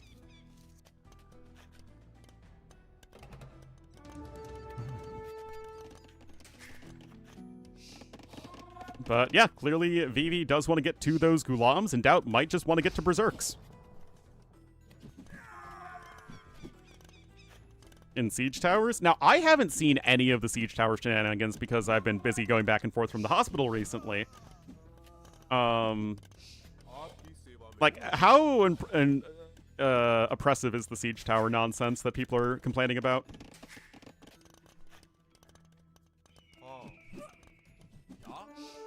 Yeah, like I said, I just haven't seen it. Cast judgment upon it. Yeah, both players working towards a castle. Nullifies monks and mango pushes? Interesting. But yeah, I mean, it's going to be... Well, did they change it so you can't convert siege towers from range anymore, right? You have to convert it like rams at point-blank range. And aren't, like, Fire Lancers bugged so that they don't properly have their reload time reset? Full Fire Lancers? That's wild. Anyway. Here comes a castle from the Lord. It will come in. It's actually not going to be a Doubt Castle whatsoever because he's actually properly getting the castle up safely in a good location with a lot of ills. And that's actually 2 mangonels getting thrown away for free. Now, this castle is still, I think, going to come in for Vivi, but...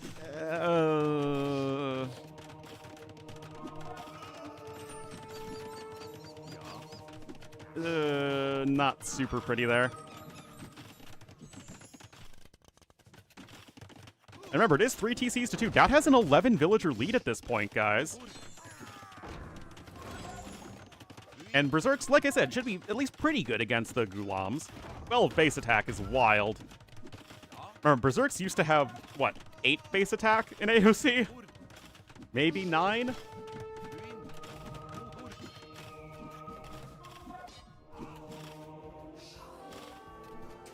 No, I think it was 9. Yeah, Samurai had 8. Road Raiders had 8. But, like, that's just not how AoE works. AoE works that everything does at least 1 damage. Yeah, Dad did fall off the cliff. It is objectively funny. Throwing? I mean, it was just a huge mistake in terms of positioning when it comes to just losing those 2 mangonels for free. Now, he does have 2 more mangonels, but this isn't as nice as he would like, for sure. He's getting a 3rd TC in a pretty awkward spot, but that's just KOTD Arabia for you. Move slower when garrison. Well, oh, that could work.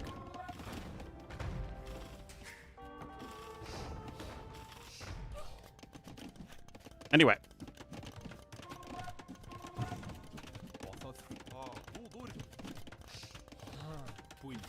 Well, the thing is, Doubt's food income has been heavily disrupted by all of this pressure. He is adding in farms at the back, which is exactly what he needs to do. Siege Workshop coming in as well. But he can't really get to Imp without selling his stone. Okay, here's the Siege Tower coming in. Yeah, of course. Like I said, I've been stuck going to and from the hospital these days, so I haven't been able to cast as much of the tournament as I would like. But I'm glad to be here, at least today, with you guys.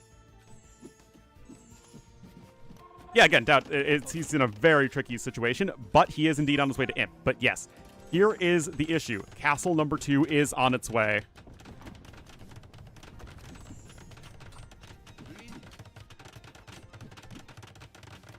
Anyway, zoomy zoom zoom!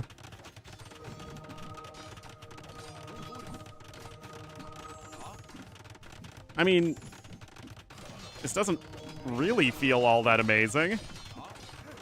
Okay, it's actually focusing down the Siege Tower for some reason, so those Berserks are doing a ton of work. Like I said, Berserks are going to be good against Ghulams anyway. They just have more attack, more armor. No. And the clouds have parted! The light shines on this game! Yeah, it was really, actually beautiful Vil targeting from Doubt. Do you feel blessed? Because I know I feel blessed.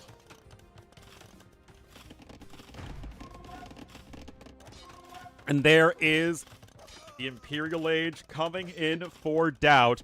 Vivi just now going to switch into his CA, but I really think he just didn't have a very good plan going into Castle Age. He played way too conservative, and then just tried to go forward with the castle instead of just expanding his eco. It's like you went skirms, but you didn't go skirms plus economy. You just went skirms kind of to go skirms.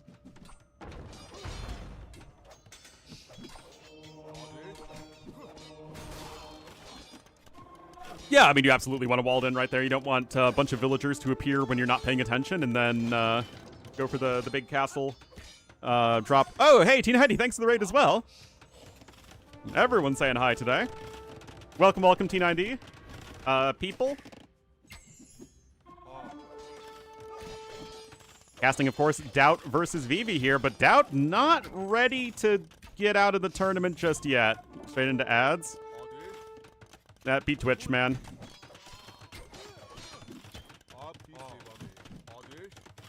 Make it make sense. I sure can't. Anyway, Imp is still coming in, but we have both the faster Imp for Doubt and the Castle Deny, and those two things together are likely going to be enough to take this game and bring us to that game number 4.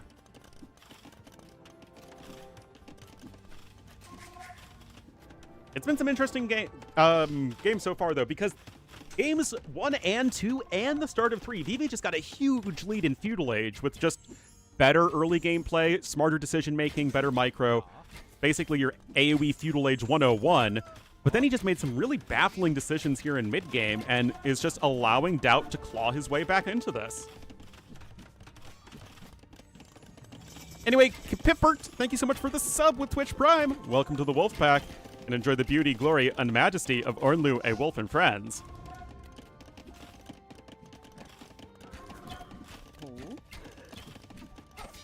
And yeah, Imperial Age is now in for Doubt, of course, getting Bracer. I guess he'll get Chemistry after Ballistics. Getting Arson, he does have 18 Berserks, to be fair. Can run around with those guys. They're still going to be pretty good rating units. Now, Vivi is about ready to click up to Imp, so it's not like Vivi is dead. Yeah, in general, Hindustanis are significantly better in late game than are the Vikings.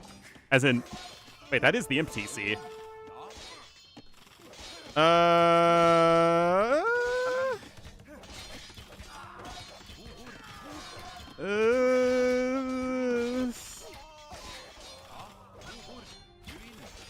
No. A little concerning, but no. Vivi's still losing several vills, though, and he's getting a bunch idled, so it's not really, like, that bad for Doubt. Prime Day. Thank you, Sifrail. Thank you so much for the 2 months. Really appreciate it. Yeah. Imp is still incoming, but the trebuchets are here. Now, Doubt did lose a lot of his army, so the populations are, if anything, slightly in favor of Vivi at the moment. And Vivi still has the far better late game civ, so Doubt, I mean, he did lose a lot of Berserks there to get some villager kills, but arguably not quite enough. Handcart just now coming in for Vivi as well. Of course, Doubt's eco upgrades are going to be a bit better. Relic situation, also 5 relics for Vivi, because KUTD Arabia sometimes has 7 relics for some reason. And there is Elite Berserk coming in. Doubt doing a very good job of preserving his castles at this point, and of course he'll resecure the stone once this castle goes down. I guess his castle's getting a little bit lower in HP, but he can repair that one. It affects Arbs and Longboats, the Titannus. Anyway, Elite Berserk is in, and we can see the new Berserk skin, or I guess new-ish Berserk skin, with their extra animal pelts. And there we go. That castle is going to fall. Vivi obviously isn't resigning yet, and if he didn't resign earlier, he's not going to resign now.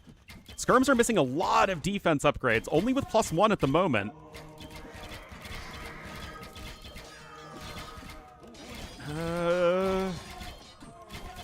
Got some random cav units here to at least be something of interference for the enemy skirmishers. And Vivi gonna try and claw his way back. He does have a fairly significant score deficit. Doubt is really stuck for wood income at the moment. He has 15 villagers on wood.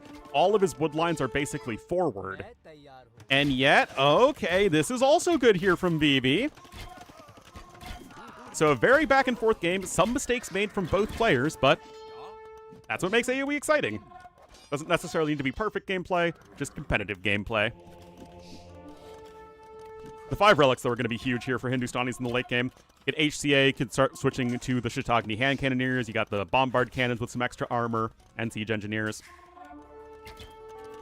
And that could still be very tough for Doubt to try and close out this one, as Vivi still, in general, has better map control anyway. He's taking that neutral gold at the moment. No castles, though, means that he is more susceptible to raids. That said, Vikings don't have good cavalry units to raid with. They're kind of reliant on Berserks, which are, like, they're okay raiding units, but not, like, as good as having strong Hussars or a good cavalry unique unit. Anyway, all those Berserks get mowed down once again. Doubt, yes, but Vivi can't comfortably switch into them. He's got a bombard cannon on the way, but the issue with going hand cannons at the moment is that, one, he doesn't have a castle to research Shatagni, which is obviously a super important upgrade, and 2, it's still Arabia, right? It's still an open map. Doubt is trying to send units all over the place, so having the mobility of cav archers is still extremely helpful.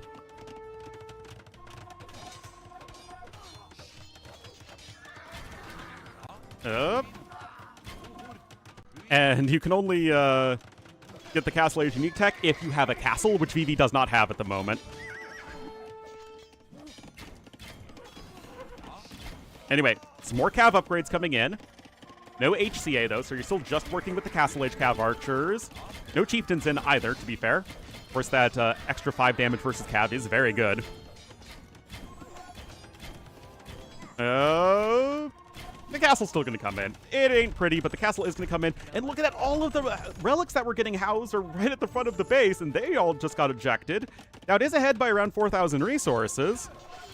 And now Doubt himself is going to be establishing a castle to the right. 3 tiles of stone there to take.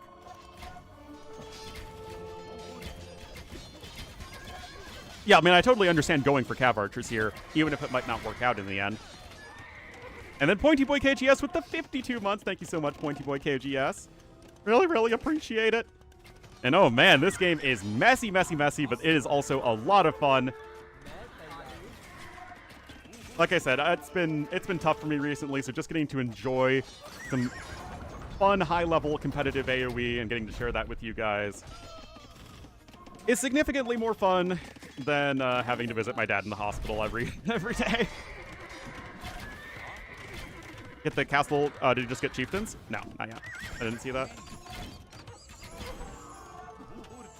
BBC denied? Yeah, but I don't think one bombard cannon makes all that much of a difference. +4 defenses here on the skirmishers. Able to wall off those Castle Age Cav archers very effectively. Corgi Antics, we had the Corgi on earlier.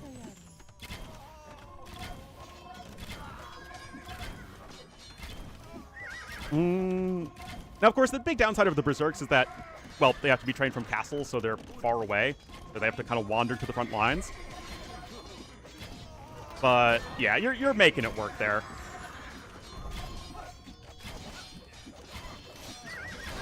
No unique text for either player yet. And these poor relics, man. Just as soon as you try and pick up the relics, the monastery gets destroyed. And there it is, guys. Doubt ain't done yet with KOTD. And that was a fun one. Look at that. Was that 8% more efficient in economy? And with his back against the wall, down in the early game, Doubt, he did Doubt things, right? He got to Castle Age. He added those extra TCs very quickly. He defended. He just sort of hung in there. He got to Imperial Age at that much, much better time and was able to just slowly push his way back out across the map. He got to his ideal army composition. He knew exactly what his win conditions were. And yes, he did Doubt a castle, which obviously helps. Although even if this castle did go up, Doubt, I still think it was in a better spot. But yeah, that was a classic Doubt win. Good stuff.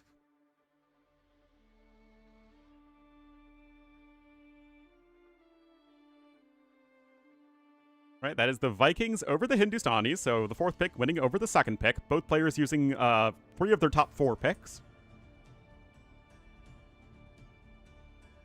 And we'll just have to see what's next, guys. By the way, there are 2 more sets today, I think. I think we're rounding out to the round of 32. We have Heart versus Dragonstar, which is probably going to be pretty one-sided. And then Dark versus Running, which might be interesting.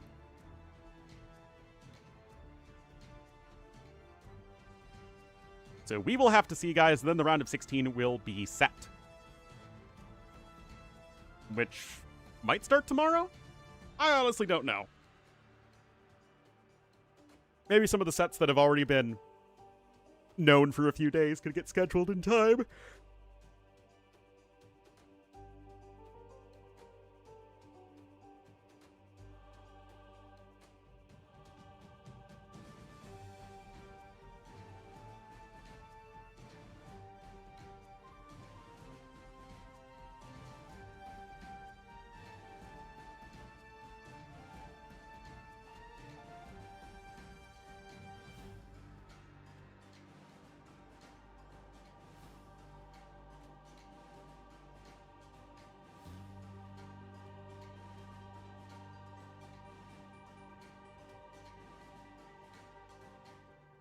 All right, Doubt's in the lobby. We'll have to see. There we go, Vivi as well. And I mean, at this point, it's really hard to say. I mean, all of these civs are like low A tier to mid B tier, except for Burgundians and Slavs, I think are definitely a fair bit lower. Which, to be fair, if it goes to Game 5, you're playing one of these civs. I think. Oh, wait, no, you don't even have to. Yeah, there's only 2 more games. You dropped a lot of civs. Yeah, I think you're going Italians and Japanese no matter what. But I don't think there's a ton of space. I think Malians and Gujaras are low A tier, Jurchens and Celts are high B tier. Matchup spread, I mean, there's so many different matchup possibilities. We'll just kind of have to see. I don't think you can really predict one way or the other, and we failed to download match content. Awesome. I have to restart the game.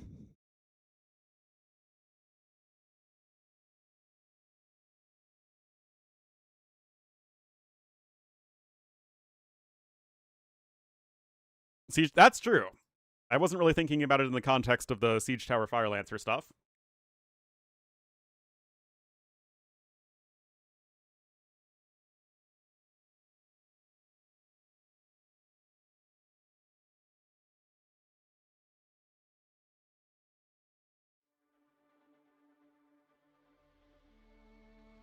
We got the J matchup.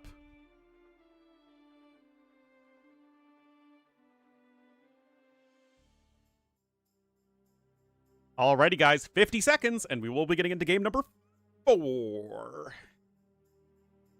They're watching other sets in the tourney. Probably watching the sets of their opponents.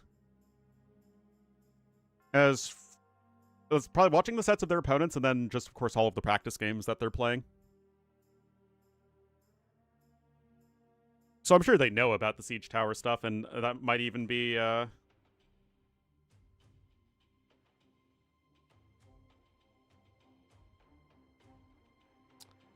losing my mind. Completely lost my train of thought. Oh my god.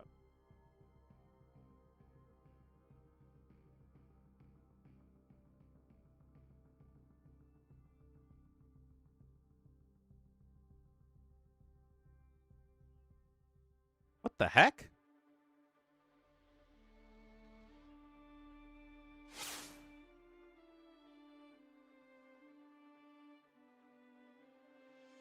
File error 23?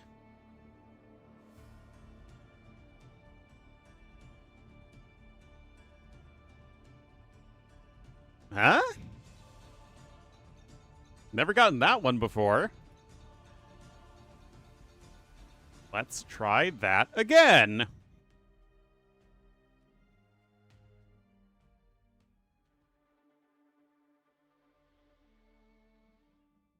Is there an update?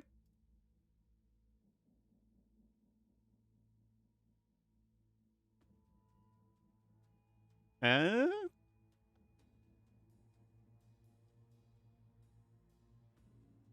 Well, there wouldn't be an update. Is file not...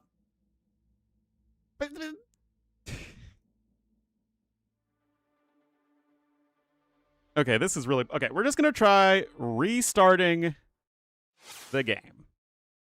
I apologize for the delay.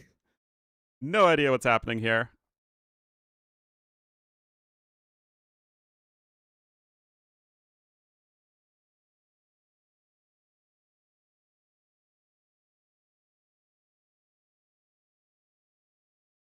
Yeah, but it has to exist, right? Because I've been casting all the other sets.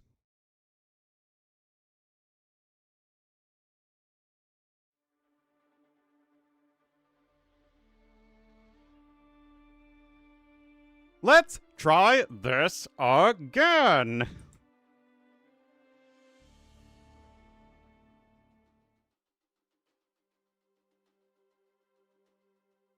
Yeah.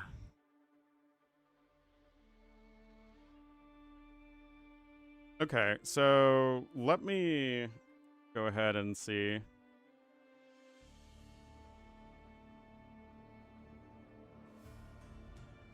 Okay. Users. Me. App data. Local.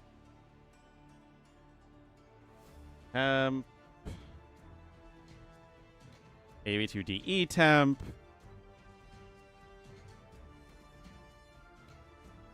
Oh, I don't even have a folder that says resources. What?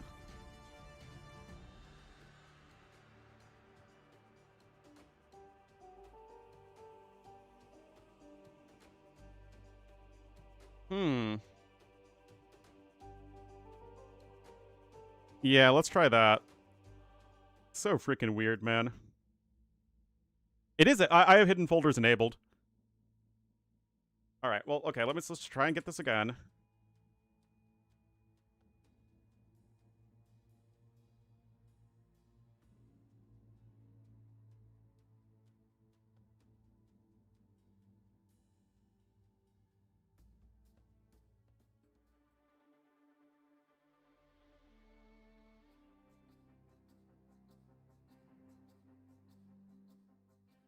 Okay, I'll restart my freaking game.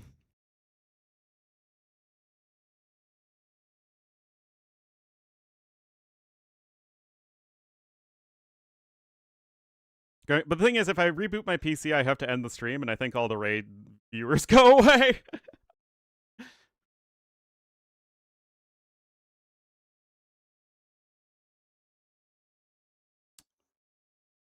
Oh boy. I'm sorry, guys. I've never had this particular error before. Obviously, we've had plenty of errors with AoE too. Okay, let's see if I can find it in a regular game. If I just like look at regular maps. Whoa.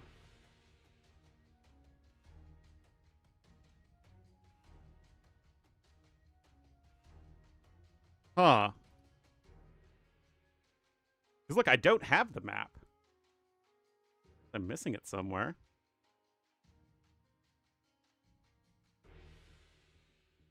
This is also why I try and keep my mods and my extra maps folder as empty as possible. Huh.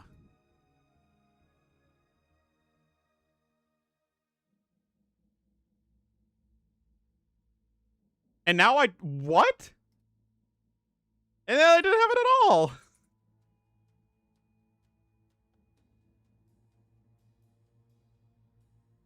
King of the Desert 6, official map.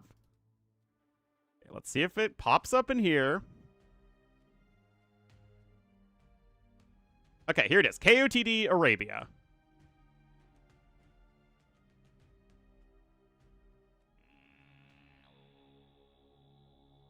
Okay, obviously I can load in here in single player.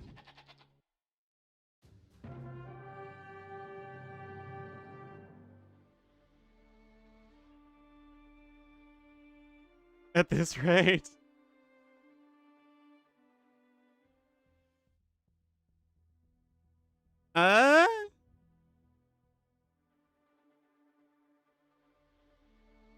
Oh, okay, hold on. Okay, look at this, guys. It's not KOTD Arabia, it's KOTD 6 Arabia. Maybe I need to rename the file.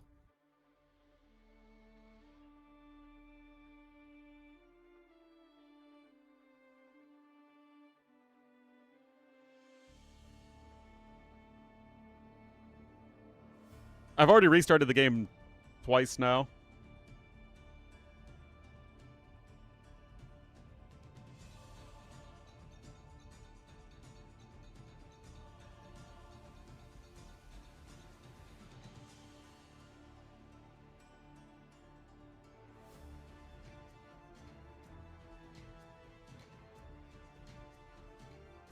I've done that already.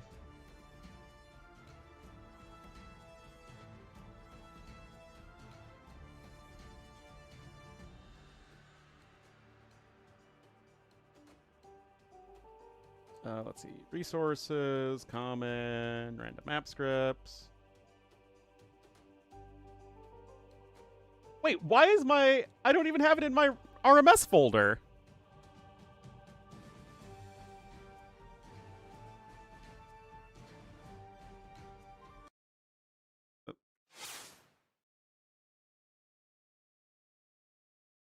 Jeez.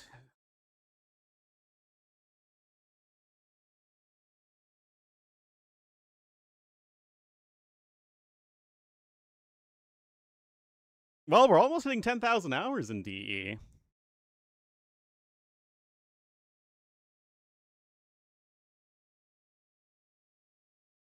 $666 viewers. Oh no!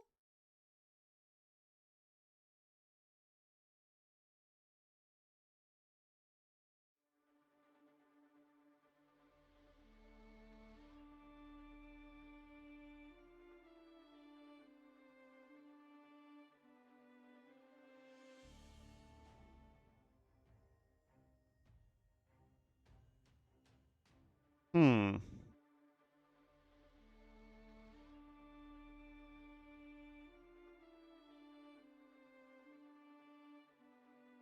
Reboot Windows? I mean, I might have to.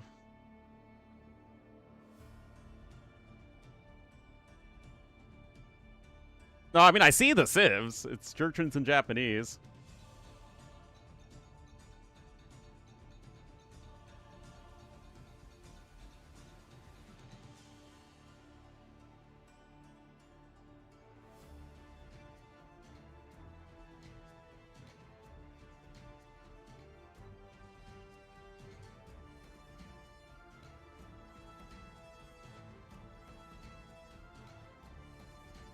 Okay, what's the folder that's trying to use again?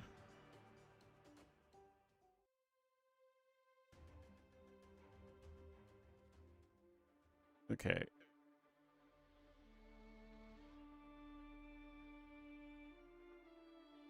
App data local temp AoE2 DE temp.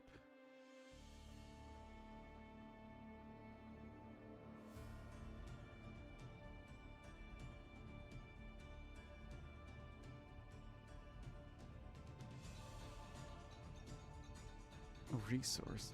I don't have a resources folder.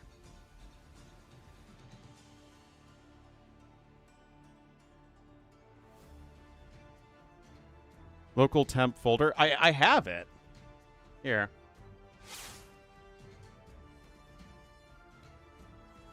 See, I don't have a resources subfolder here. Because we've gotten all the way down to temp. I just have images and mods, both of which are empty as far as I can see.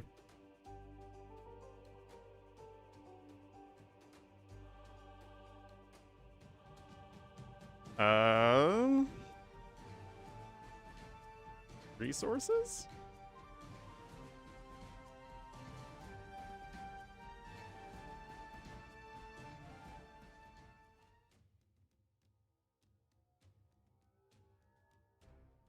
Nope.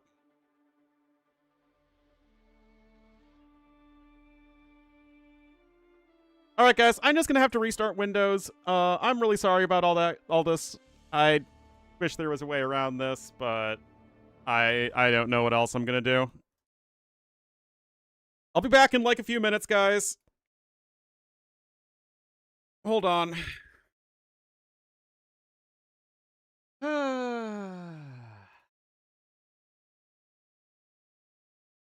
Hello.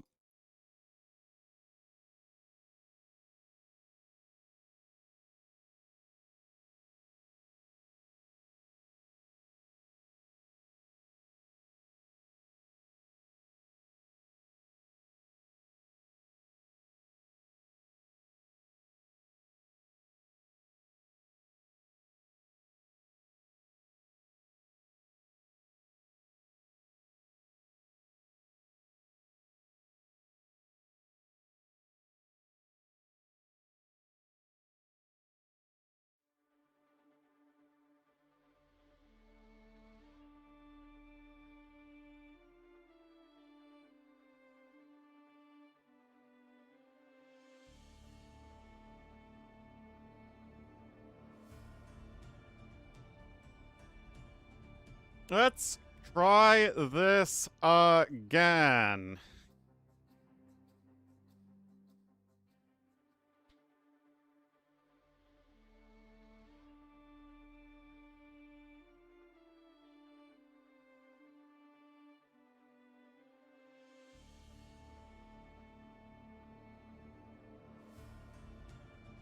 Okay, we're gonna try something else. What if I try and find it in-game?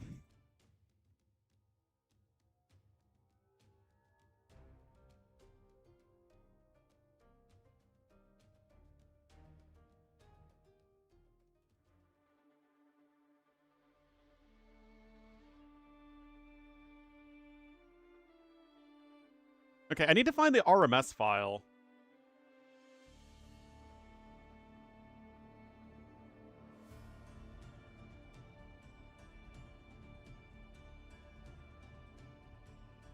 Which is in a different folder completely.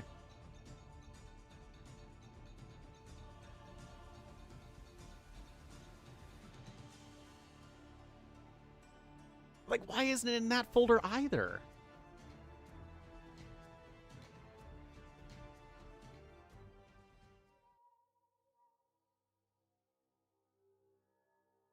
Wait.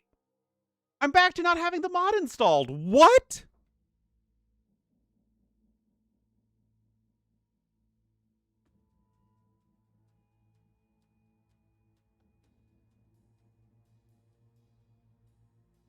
King of the Desert 6, official map.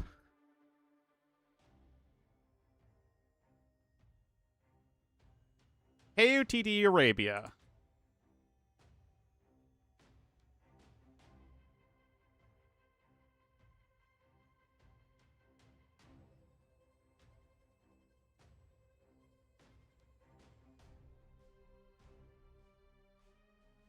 But, like, okay.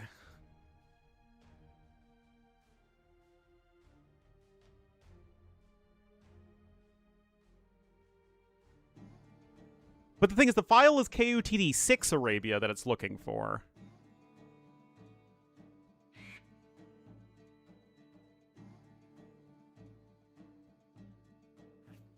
But what's really weird is it's not appearing in my RMS scripts folder.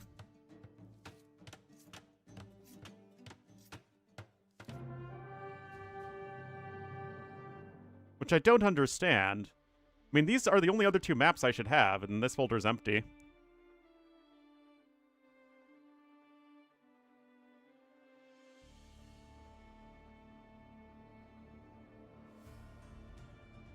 Because I just can't find the map script at all.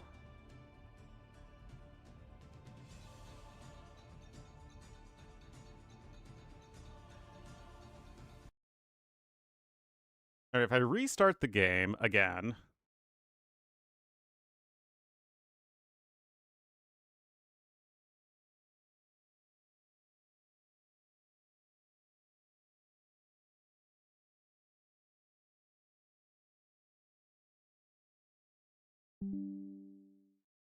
Set up Windows backup.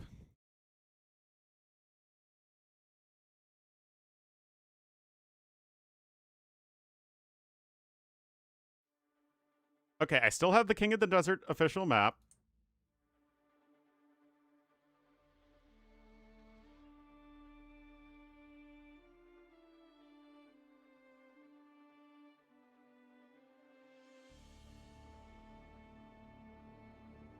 All right. Let's try and go into the other one. Users, Matthew, app data, local, amp, AV2D. Again, still, okay. Like, I can create a folder that says resources. Wait, what are the other ones? I don't care at all about AoE4. Honestly, I really don't care about it. The Age of Empires franchise other than AoE2.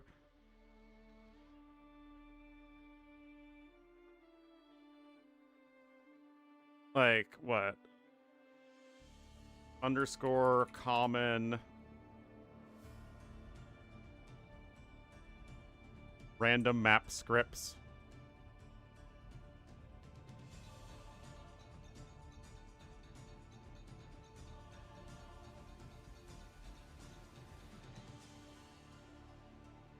But like, if I can't find the map file in the first place,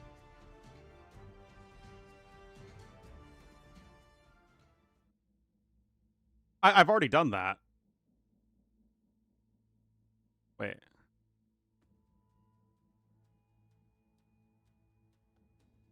Oh, here it is.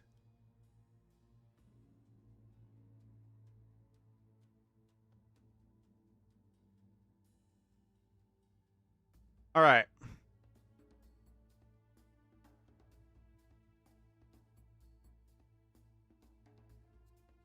I'm gonna copy this.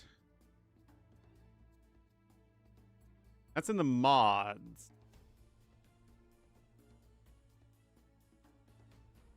Huh.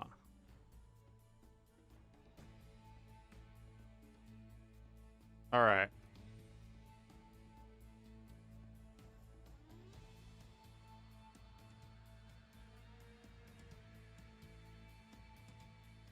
We're literally trying to reverse engineer this, guys.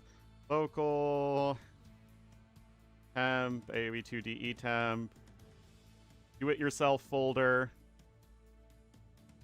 And we're going to rename this to AOTD. Is that how it's formatted?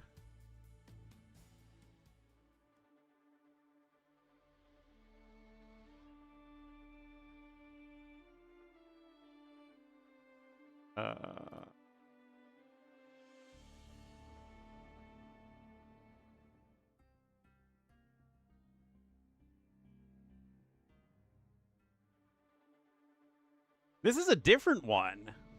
Oh, it's KOTD6.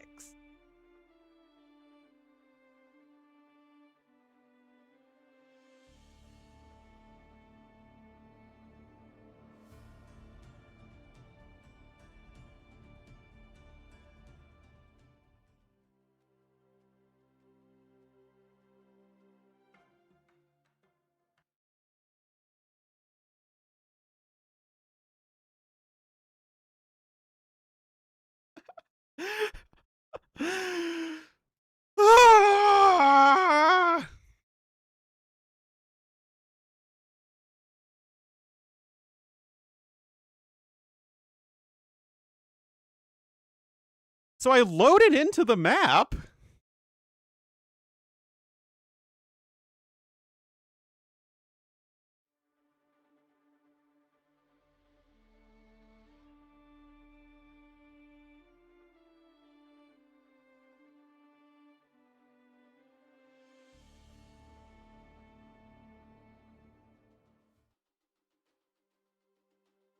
Are they using a different version of the map?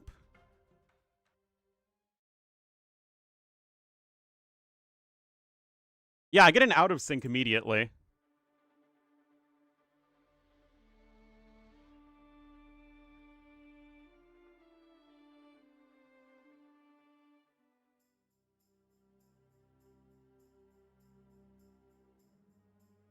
My question is, why is it looking in a different folder in the first place?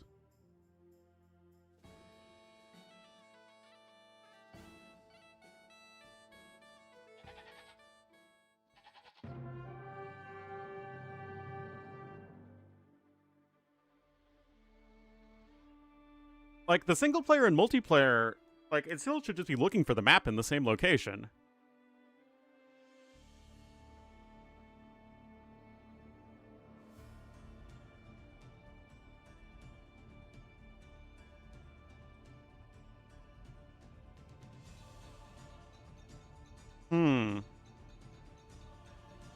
Alright, so let's see this time. If it's with my other... If it's now with my other RMS files.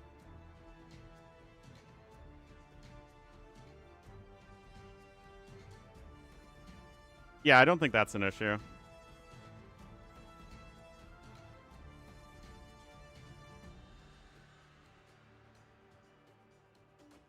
Here we go. Yeah, see, it's not here with the RMS scripts. Maybe, what if we put it in the RMS scripts as well?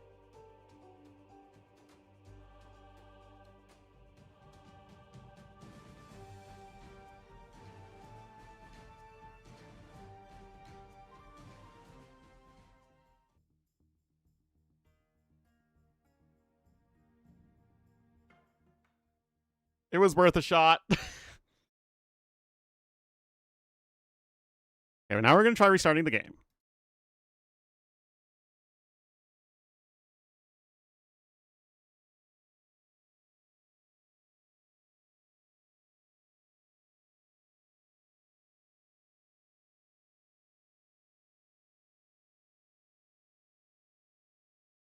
First time by Vivi? I have no idea who hosted it.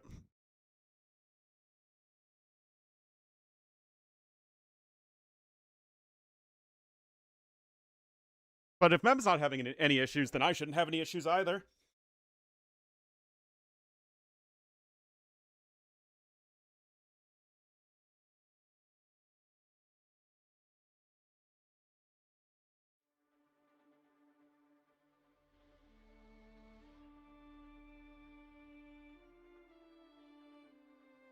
No, I have Windows 11.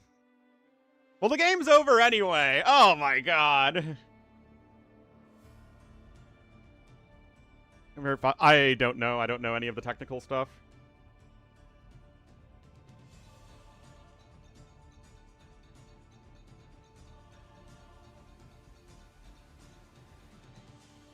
Does anyone know who won that game, guys?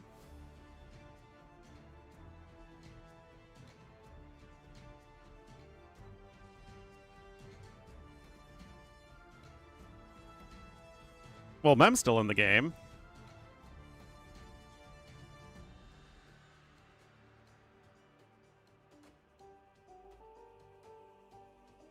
Yeah, Doubt's like 50 pop ahead.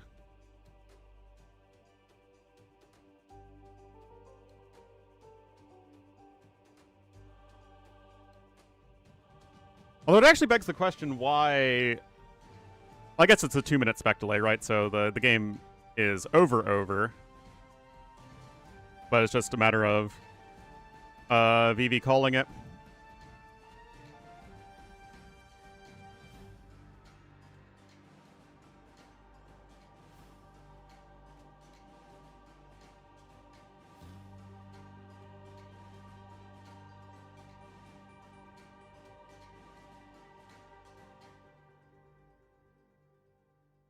I mean, there's like nothing here for Vivi at all.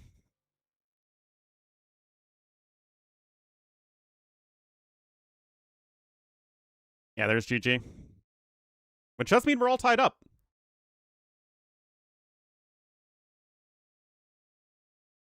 And it looks like Doubt's the host of the lobby.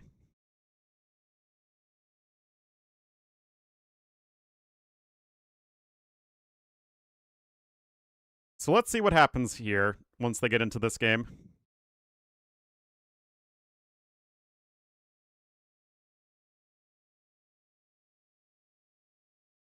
The Arabia one? Yeah, alright.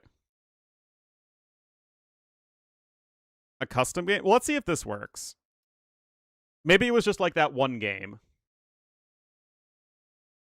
Because it works in single player, obviously. I don't know about multiplayer. Alright, that was what? Persians and Magyars winning. Hindustanis and Japanese losing. And that was Georgians and Incas losing. And Vikings and Jurchens winning. So, one of these 3 civs and one of these 3 civs. Probably Italians as they're the number 1-3 pick. Personally, I like Malians the most out of these remaining civs for Doubt, but I think they're all fairly close in power level. If I could actually do some casting, that would be nice. If I could do my job!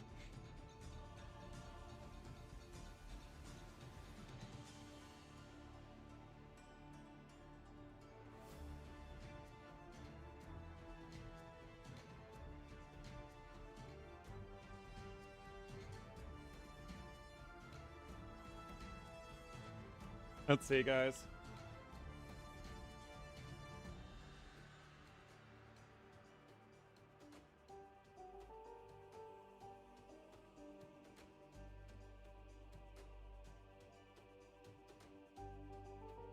I mean, Game 5 would be super exciting, you know?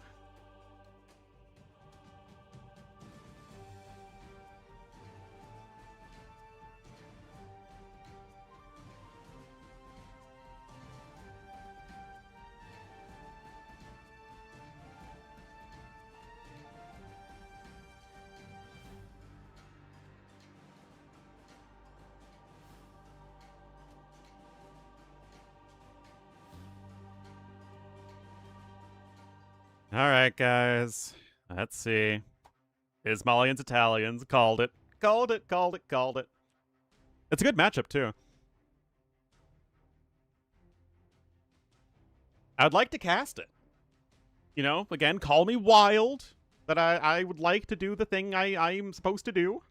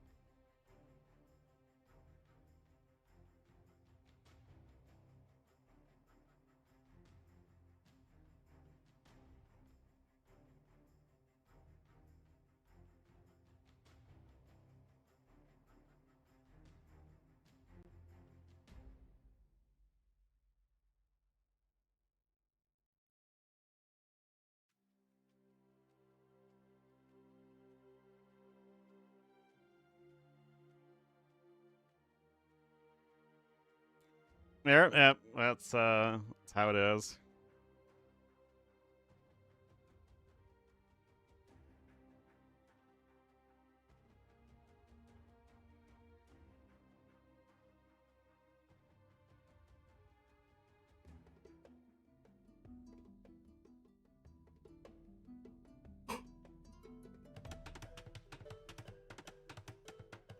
Oh my god!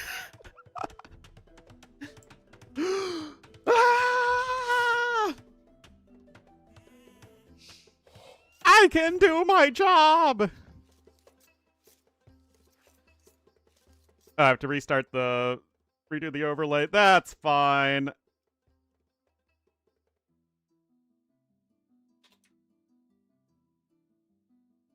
Oh my goodness. What if nothing I did mattered there whatsoever and it was just a matter of that one game being buggy for some reason? Regardless, guys, we get to cast this, and that's the most important thing. We can all see this game and enjoy it together, hopefully. It's going to be Doubt here, trying to reverse sweep Vivi. He's going to be in the red as the Malians to the north, and to the southeast in the blue as the Italians. He was up 2-0, but his tournament life is now on the line. It is the Vivster. All right. Pretty easily wallable map I'm seeing right away, although he does have the forward golden stone. This is other gold. Oh, here it is. I guess you could try and wall there in the back. This would be fully walled if you just do that. Might be an idea. For Doubt, he does have back gold and stone. Forge bushes are pretty ugly, though. And still kind of like wall to the TC. Yeah, this is pretty bad. Oh, yeah, for sure. For sure. Just 2-on-1 here for Doubt. Now, Malians are a civ that we haven't seen much of, but I still think that they're underrated. They're super flexible. You can go for the drush, you can go for the men-at-arms rush and feel good about that. You can go for scouts opening, or like you just can do so much above average. That, like, yeah, you're not the best civ in post-imp, but Persians aren't the best civ in post-imp, and Malians are a much more flexible civ in the mid-game than Persians are. Although Persian, like, mid-feudal age, Persians are still better. Yeah, big fan of Malians. Let's see how Doubt does with them. Italians, just to me, are always, like, the middle-of-the-road civ. They have enough bonuses to not be, like, completely irrelevant on Arabia, and their tech tree is very good. But you just don't have enough overwhelming power in any one aspect to really be a good top contender. But still, we're looking at two flexible civs. Italians are definitely still going to be better in the late game. Malians going to be much more flexible and strong economically in the early to mid game. How's it going? Well, it was a bit of a disaster for the last, like, 25 minutes, but it looks like we've sorted things out. Na bena.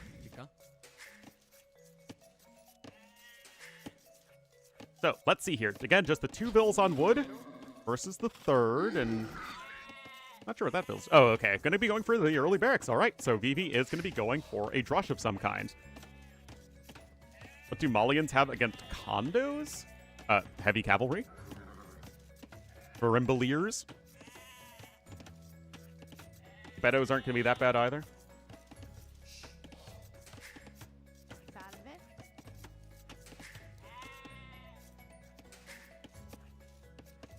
Meanwhile, Doubt's going to be looking to go for an 18 pop uptime. Malians are, of course, a pretty fast civ, so no problems here doing this. There you go. And will Doubt be seeing... Oh! Well, he will be absconding with a couple sheepers. That's why I always look for my sheep before I lure in my deer. But maybe that's just me. Anyway, he'll see the house, but he does miss the barracks, which means that he will likely miss the incoming Metadarm rush, actually. Okay, so this is just for a very quick Metadarm rush. But this time, there won't be a delay from being housed. That happened to Doubt? Like game 3, I think?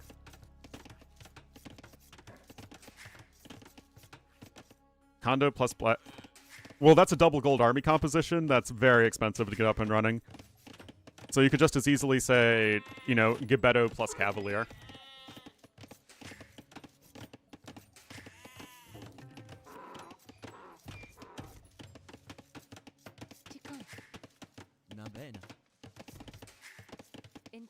But I mean, in general, yes, Italians are a bit of a better late game civ. You look at these very small walls right here for Doubt. And it looks like he will simply be opening with some scooter bugs. Hello, Gigrati.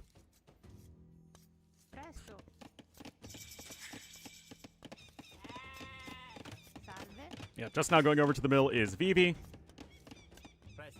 But Doubt's missing this completely.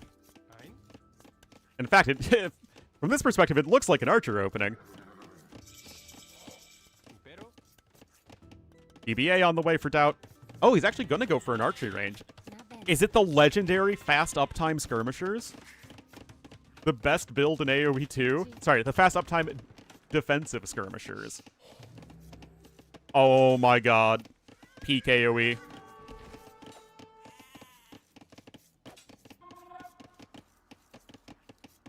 It's perfect. It's glorious.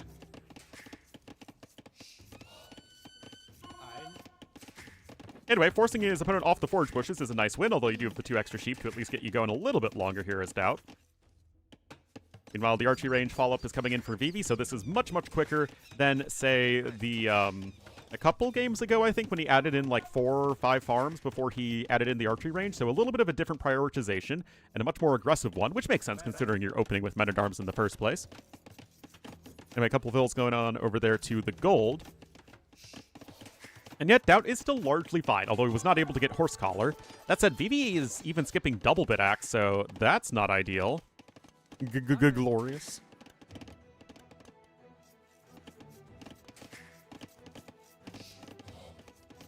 There's the blacksmith coming in here for the Doubtster. Gonna be running out of his sheep in just a moment, though, and Doubt has 0 farms seeded. Got the 4th one coming in for Vivi, and of course he's also able to take from his forge bushes, so his eco will be much more, I guess, streamlined.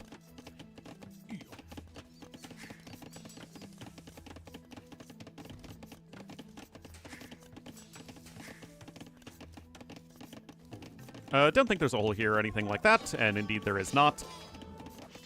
Doubt actually meanders its way in here for Vivi. Got Fletching now on the way for Doubt, but again, he is gonna need to go ahead and get over to the forge bushes once again very, very soon.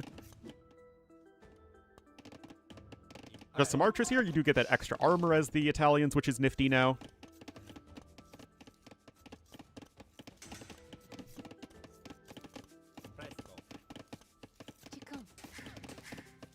And still no double bit axe for Vivi. That is going to be very good for Doubt going here into this late feudal age. Mid to late feudal age, whatever you want to call it. Metadarm does survive there. Scout is prioritizing the archer, which is exactly what you should be doing. Good on land, but even better. Oh, yeah, basically. Italians are still a They're a pretty darn top-tier civ for water maps, a very good civ for hybrid maps, a middling-ish civ for land maps or open land maps and open land map team games. Decent flank. Actually, pretty good flank. And then a above-average close map land civ. So Italians are just a good all-around civ.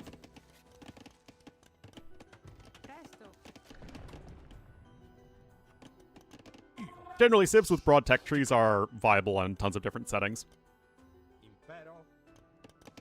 Although they're probably still at their weakest on, the most open and aggressive maps. In Arabia, it's not like the most open and aggressive map, but it's still in that ballpark. Which is why I'd put like Italians as a mid B tier civ and Malians as a low A tier civ. But again, like, it's not that much of a chasm.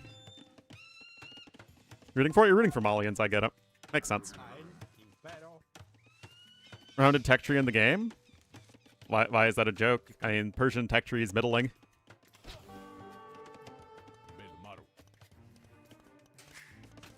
Anyway, like I said earlier, you got those farms going a lot sooner here as Vivi, so that's at least going well for him. Res collected are very even, although you do have the nice discount as the Malians, and you're getting the better gold income.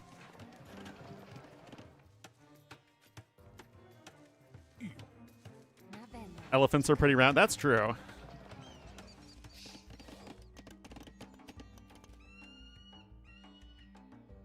More, undersold him? I mean, he would be getting top 16 if he advances against Vivi.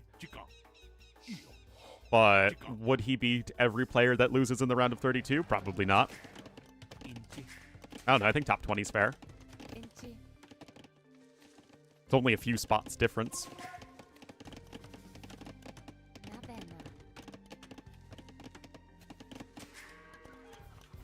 Anyway, Castle Edge is on the way for Doubt. At the very least, Vivi only has 1 second idle TC time. And the defensive watchtower in here for Vivi as well. He can click up in right now. There we go. I can click up. 680 food, 170 gold. Stronghold Frenzy. Especially these days, I don't know how much stock to put in A-tier tournaments. Or, I don't know, like even smaller tournaments like that. I just really don't know.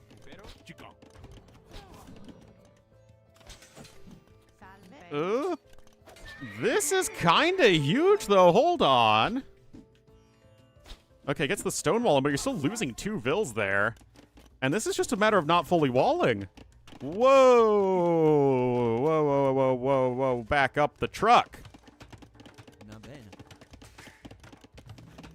I mean, Doubt did much better in game number 3 with his defenses. Whoa, giant little animated things showing up. B-Town Pro, thanks for the 1,000 bits. Really, really appreciate it. Again, sorry about all the difficulties. I know we lost most of the people watching. But thank you so much to everyone who's coming back. Dang, we were at like, what, 600 viewers and then dropped down to 180 because I had to restart the stream. You gotta do what you gotta do, though.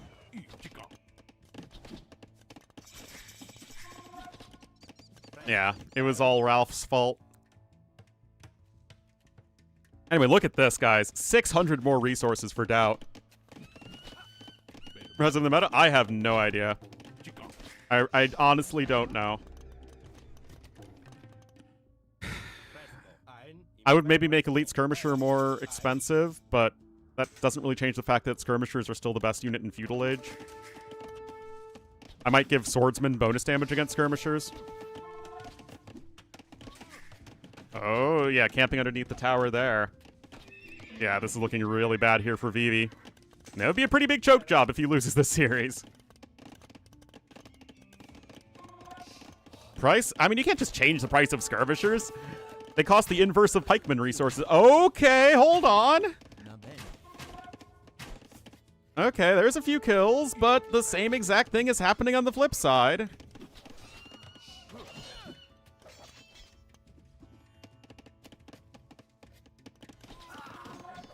But, like, changing Skirmishers just feels so weird. Like, the unit was fine for so long.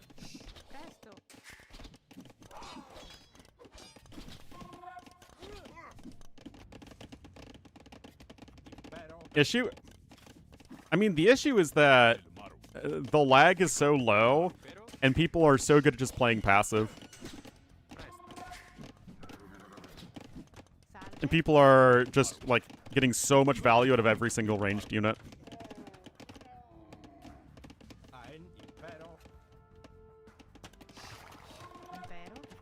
Never catch them? Yeah, I would also probably buff up the swordsman's line's movement speed to 1, so they're very slightly faster than archers and skirmishers by default. Archer's stronger? Yeah, that's it. Anyway, build numbers are even. Both players just have double bit axe as their only upgrade, but those skirmishers, they have +2/+2. And that university's in, but you haven't been able to afford ballistics because your economy's been a complete mess here as Vivi. Who has a score lead for some reason. No idea why, honestly. Doubt's eco balance is a disaster, though. He has very little gold income, but that doesn't matter, because Doubt's making the best unit in Age of Empires. Doubt's actually at 6 villagers killed, and he's just not able to clean up all this stuff right now. Having to go over to wood right there. Where's the scorpion? Okay, it's trundling on back.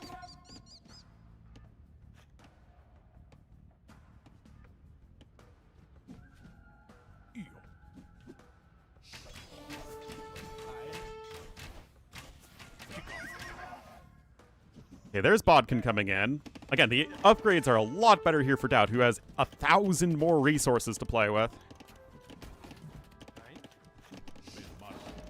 Oh yeah, you cannot lose that Scorpion, not in the slightest. And you cannot lose that Vil either, really. Uh-oh. Oh, now Doubt's taking some much, much better fights. He's got ballistics. No ballistics at all in here for Vivi. And really everything just took a huge turn because he wasn't fully walled. Versus all cav? Again, that's not how AoE works. There's no multipliers when it comes to damage like that. It's all incremental numbers.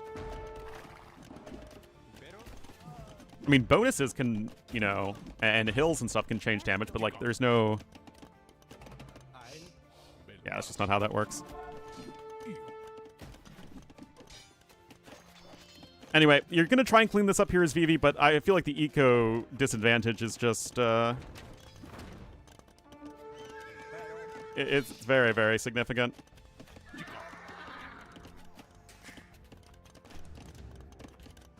Gonna have another Mangonel coming in, but you have to get a lot of damage onto Doubt, who's gonna be on 3 TCs in just a moment with 9 Vils on stone.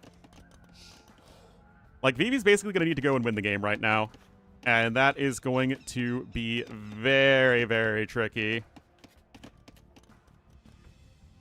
Yep, it's the only one in the game. Okay, defensive Mangonel coming in, but, like, again, you don't need to just, like, win this fight as Vivi. You need to win it super hard. He literally has wasted University at this point. 12 villagers killed.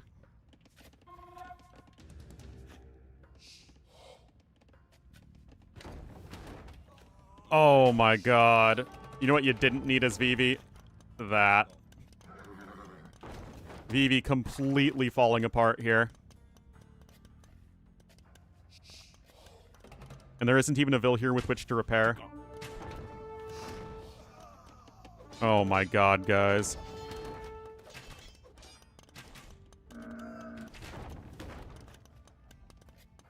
This is honestly really painful.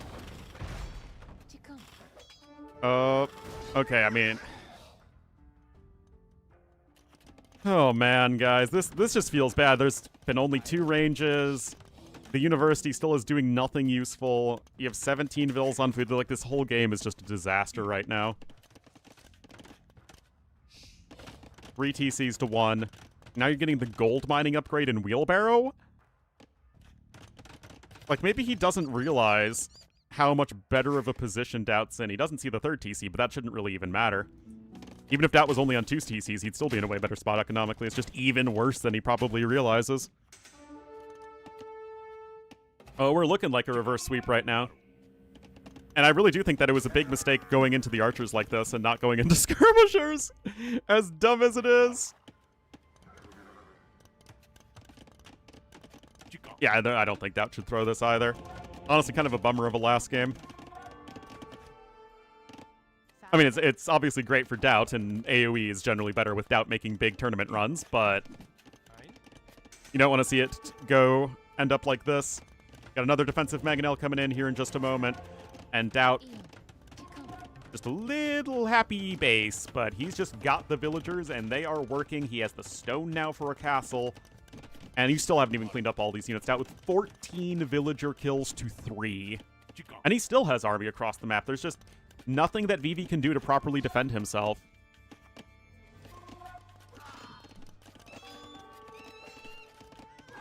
Skirms do deal 1 damage to men-at-arms.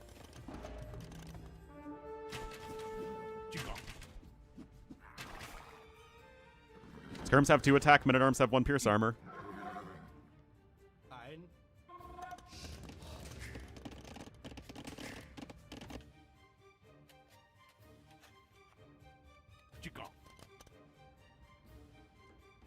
I mean, yeah, just look at this eco difference. I really don't know. Oh, is Vivi going to try and thimp it? I mean, he is Italians. You're going to lose that Scorpion, though, man.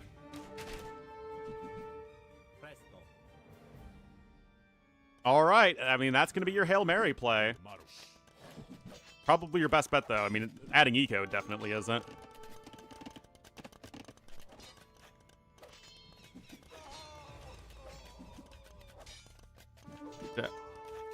Because if a unit is balanced by having low accuracy, it's generally extremely unfun. Oh.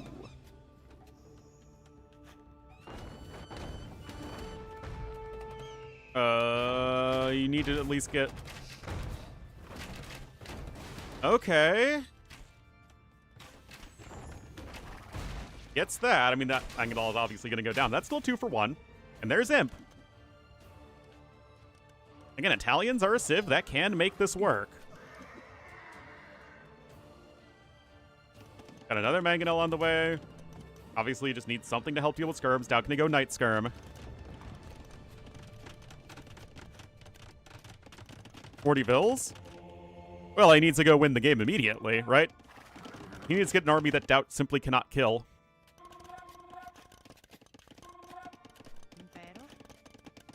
I mean, Doubt's very far away from Imp, guys. Like, he's going Night Skirm. Going Night Skirm is not good for your Imperial Age time. Again, I still heavily favor Doubt to win this game, but is Vivi giving himself his best possible opportunity? Yes, he is.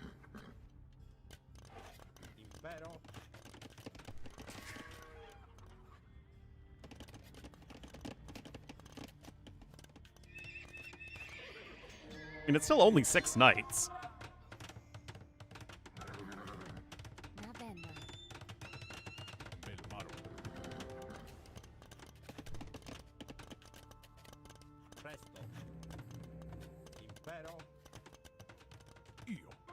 Oh, it happens when you leave. That's what happens when you leave early.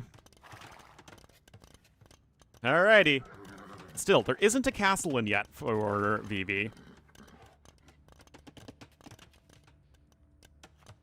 Oh. What are you doing? You can't just send Vills out onto the map with 0 map control like this. And it's gonna work. This shouldn't work. In no world should this be allowed. Guys, don't do this.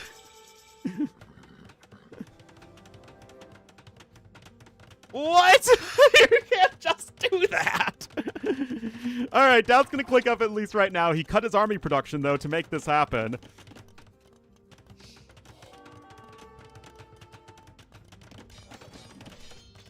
Doubt going for another counterattack. Double the villager count. Not to play AoE. I'm not wrong, though. Obviously, you got nothing to stop this.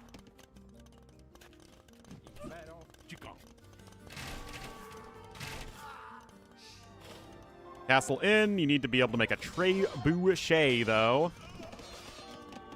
Nerd Ornlu, yeah. And here's the thing as well. What's Stout's gold situation like? He's got 3 tiles of gold right there, but he doesn't have... oh, no, he's mining gold right there. Okay, no, Doubt's fine. I think Doubt's totally fine. Oh, Vivi lost the Mangonel here, too. Oh, jeez. Oh, this could also be a disaster.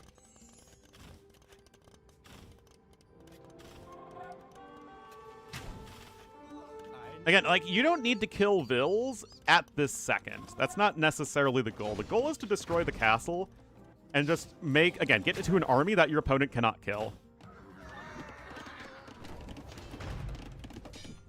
But this counterattack is perfect from Doubt, and Vivi not recognizing it. Good old quick researching masonry, let's go!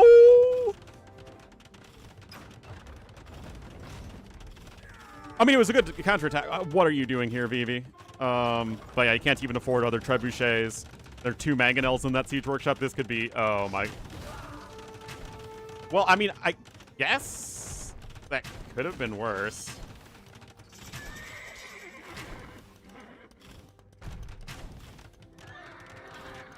Wait, what is 1 Genoese crossbowman? You need trebs! And he also had to completely stop his archer production because, again, his eco is a mess. But Doubt looking to make the reverse sweep happen. And, again, all the power in the world to him for that. He is not somebody who's going to shy away just because he's down 0-2. At least not against such someone like Vivi.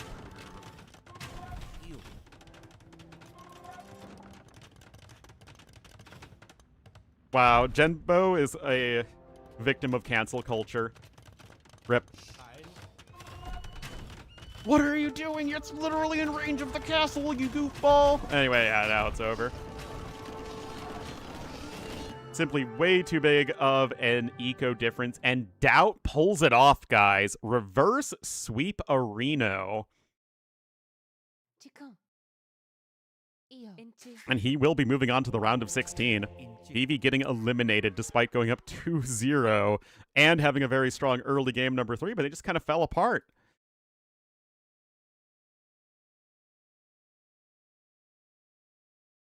Just some questionable decisions leading to some not being able to take good fights or get his eco going.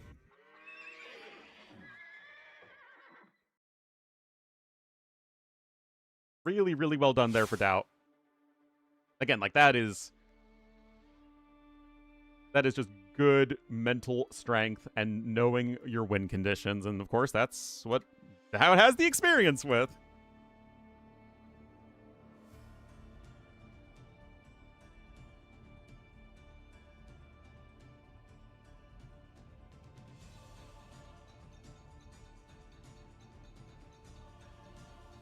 Good stuff. And now we're already getting into the lobby of the next one, so awesome stuff there.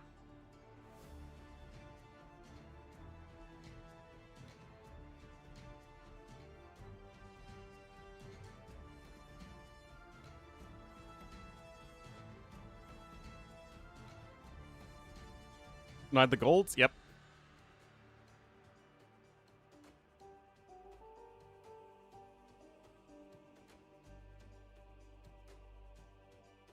Alright, let's set this up.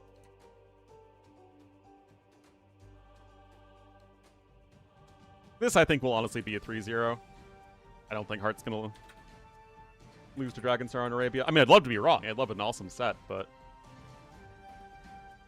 I would be surprised if Heart didn't make it very deep in this tournament.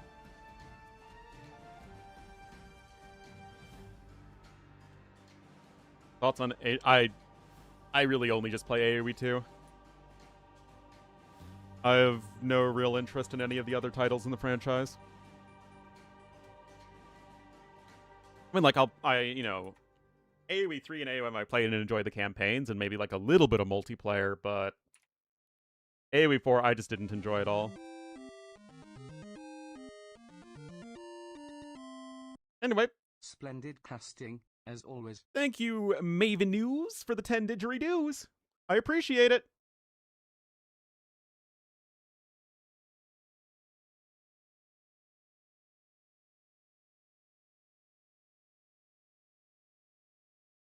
Is that a Falconet?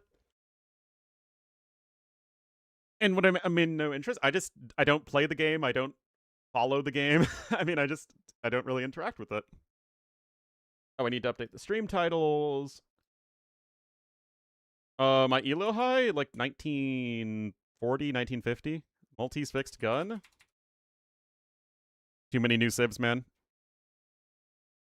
Oh man, the old elo has been declining. I haven't been playing at all.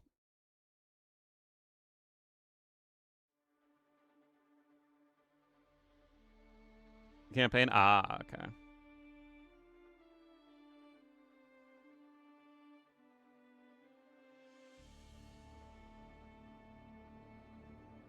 Alright.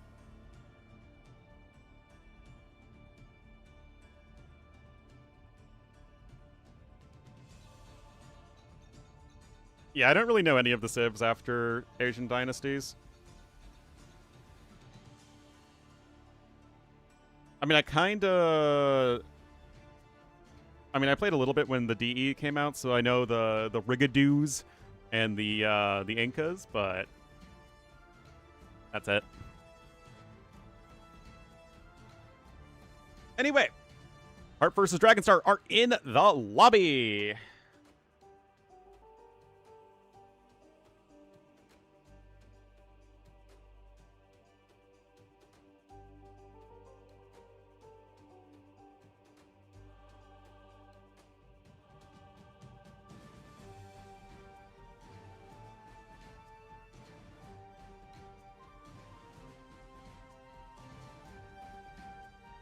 All right, I'll take a quick break, actually, guys. I'll be right back. And hopefully we'll get into Heart versus Dragonstar in just a moment.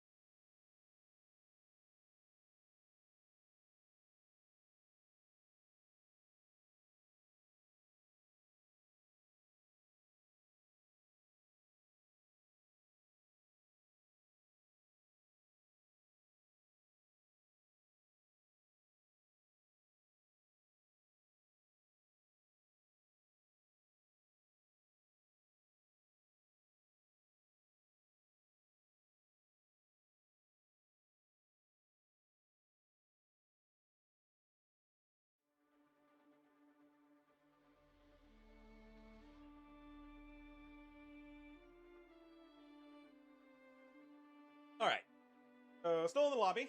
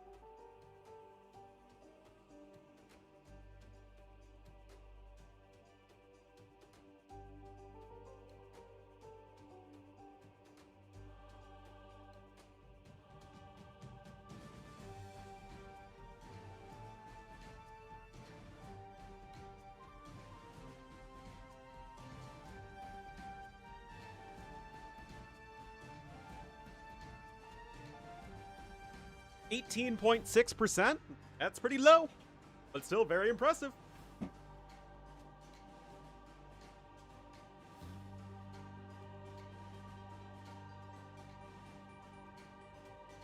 $57.43.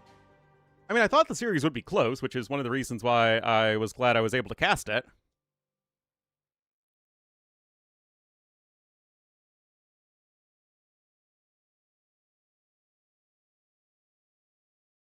Don't know what they're waiting for.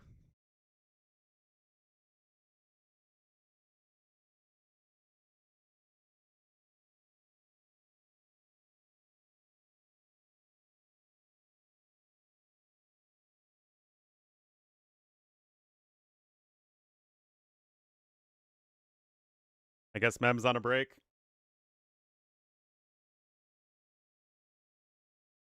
Dr. Agenstar to polish the stethoscope? Yeah.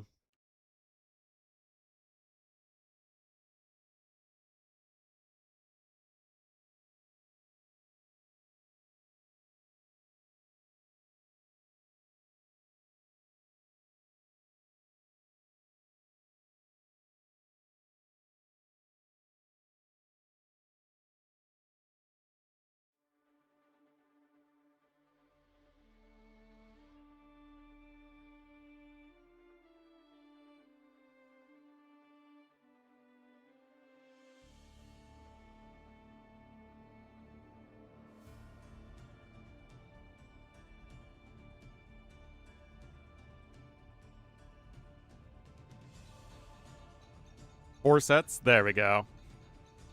Oh, Duat's my favorite player. Everybody loves Duat.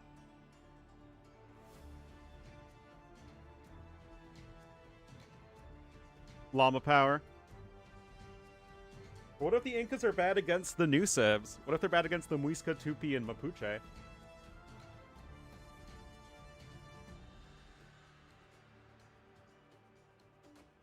But honestly, I'm a little concerned that the Muisca campaign is just going to be all Muisca mirror matchups, and the Tupi campaign is going to be all Tupi mirror matchups,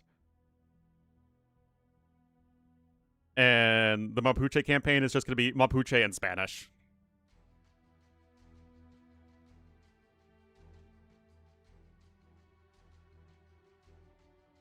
With range units, especially. I mean, that's always been the case. Anyway, they have started the game. Tupiki. Well, you don't want it to end up like the Pachacuti campaign, right? Because that one wasn't the best.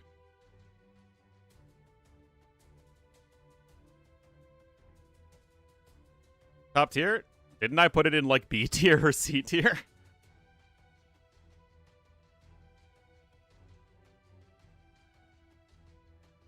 But that's also just the immersive experience.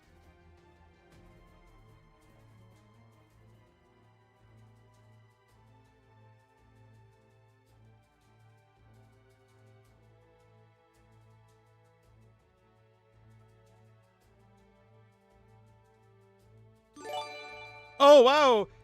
Chris Morgan's coming in with the sub and then with the 5 bomb. Thank you so much. Thank you, thank you, thank you. Really appreciate it. And welcome to the Wolfpack, Full Metal Zim, Sean DeWolf, Azure Emblem, Eel Evan, and Paddlefoot. Enjoy the beauty, glory, and majesty of Ornlu, a wolf. And heart disconnected. Awesome.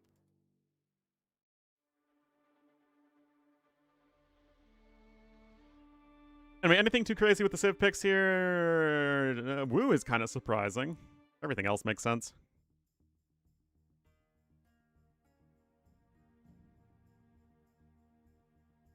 Navi Soda. Impossible, man.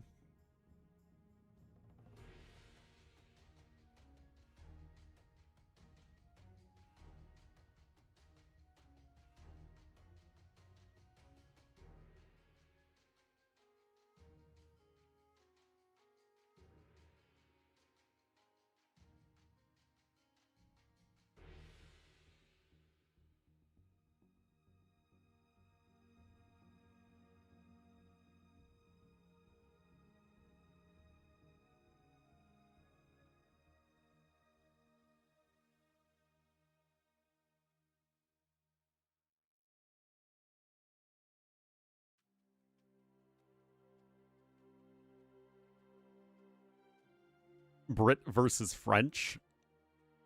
Britons and Franks are not very popular, so I'm going to go with no.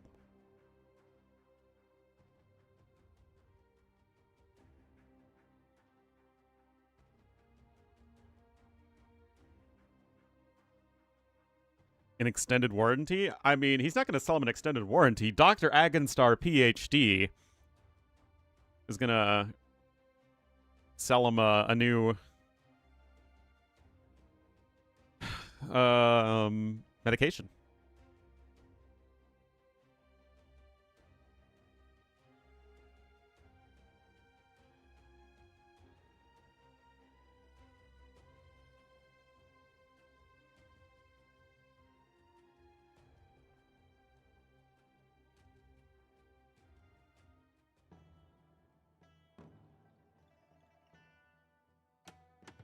All right. Let me just set up the board of scoring, and we will get here into the second series of the day.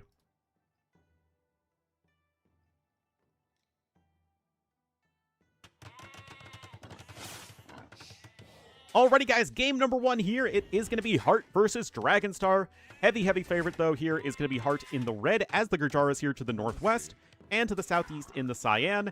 As the shoe, it will be Dragonstar. All right. So, I mean, Heart's just a more well-rounded player, right? Better micro, better macro. He's much faster. Dragonstar can strategically throw a lot of wrenches at you. And, you know, he's going to be very smart in terms of how he approaches the game. That said, can he keep up with Heart? I think that's going to be the big question. To work on the Heart. Exactly. That said, interesting matchup here, right? Because you have Shu, who are a new Civ, but they're still a pretty basic Civ.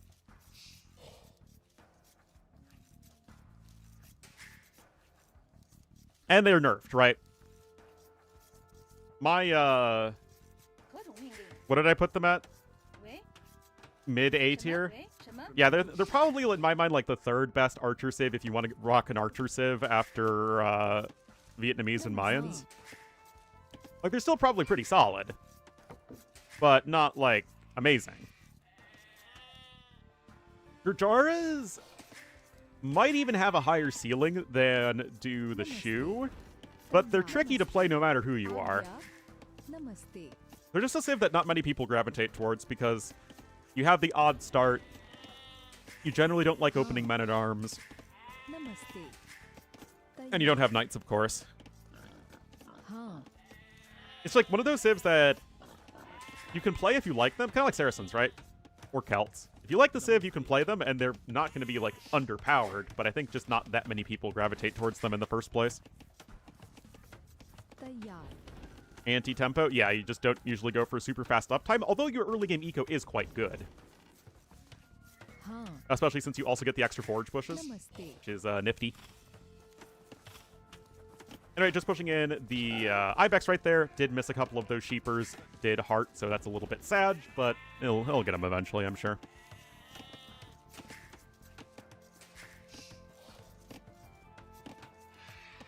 Practicing with it. What is it in this case?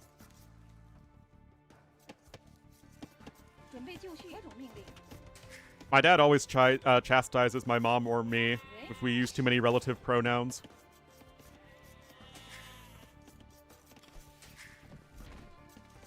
Liu Bei? I mean, we could.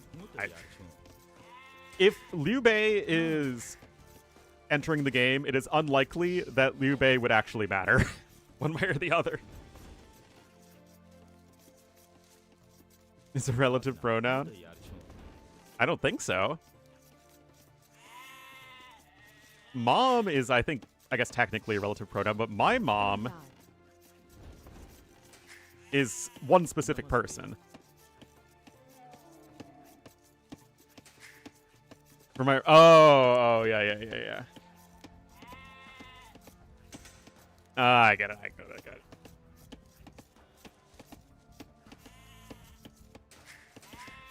Anyway, feudal age on the way here for Heart. But yes, Gurjars are a very good civ.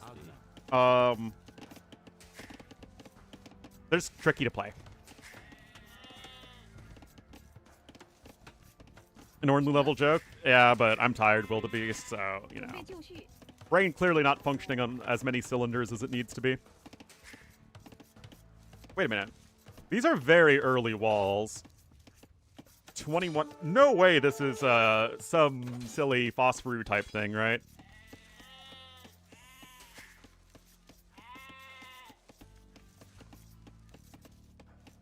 Hold on.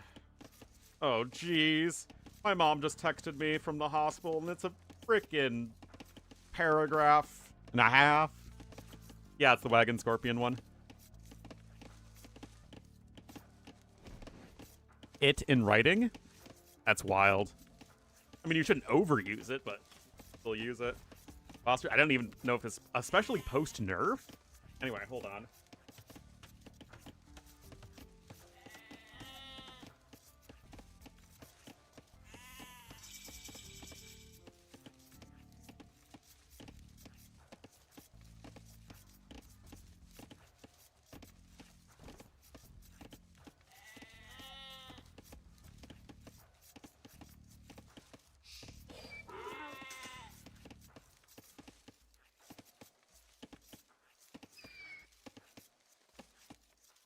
Oh boy, my dad's in a ton of pain.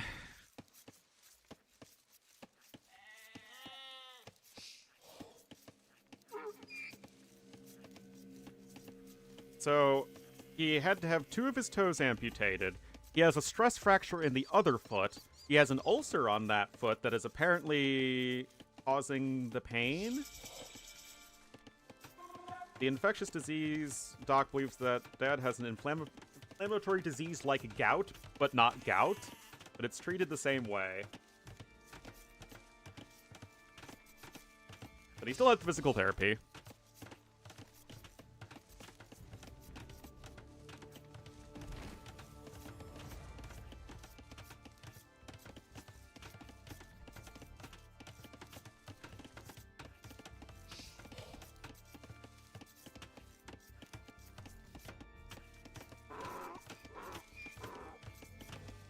I mean, yeah, because my dad was on, like, a ton of pain meds, but was still in a lot of pain, so maybe that will help.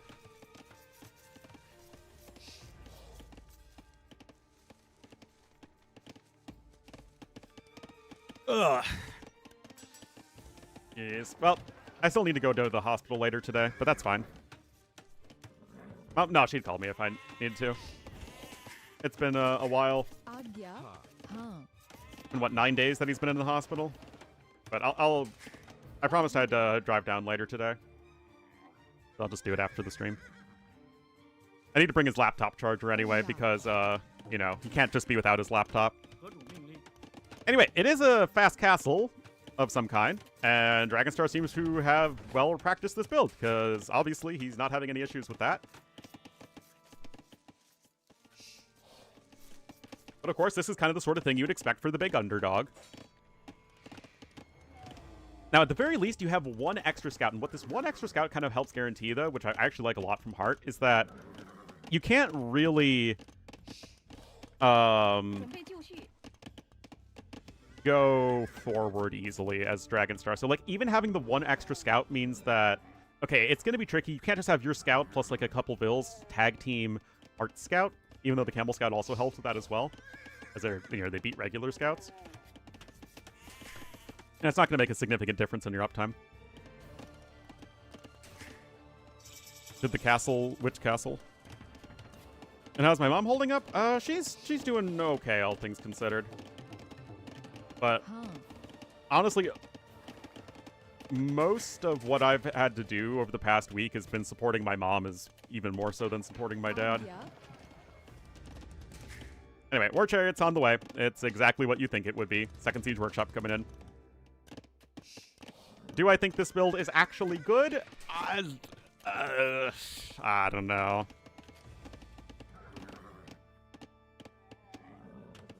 But yeah, like, my mom has to be there for all the doctors because he's getting, like, you know, a different doctor visit every, like, hour or so. And of course, my dad is like uncooperative because he's in pain and is apparently extremely grouchy and not the most pleasant to be around.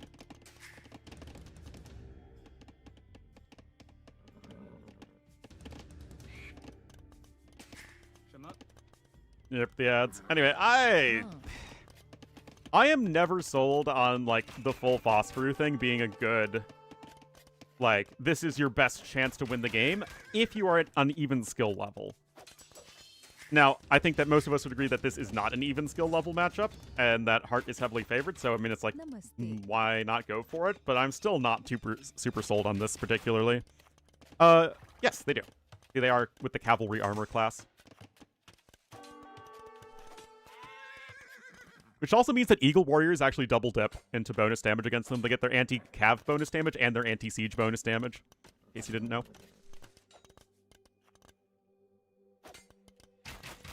Okay, so you already have 2 siege work. You're not building a 3rd siege workshop, right? That would be ridiculous. It has to be for a monastery or something, right?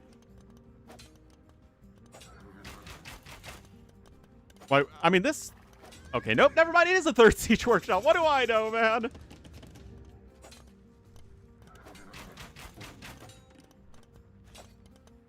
Well, like, yeah, this is the Shu version of the Phosphorus. Although it's not like, again, Dragonstar is purely all-in because he's still training Vils. And again, that's the difference between Phosphorus and the other such builds.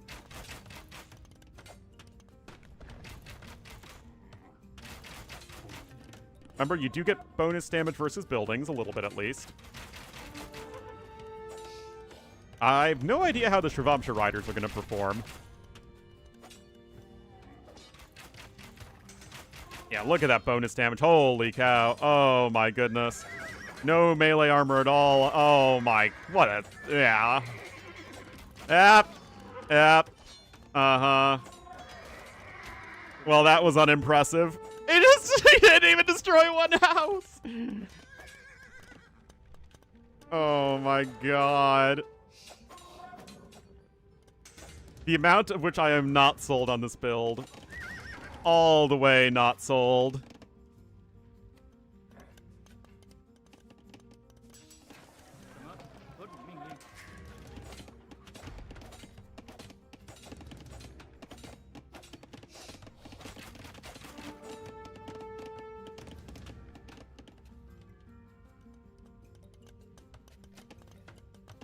Shoewag.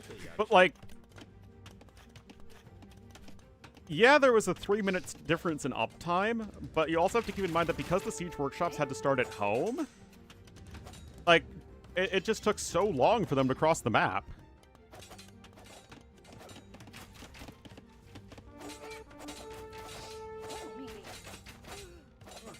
Anyway, Shrivamsha Rider is doing Shrivamsha Rider things. They're looking fine. That's even on Barrage mode, right? Which isn't that the worst one.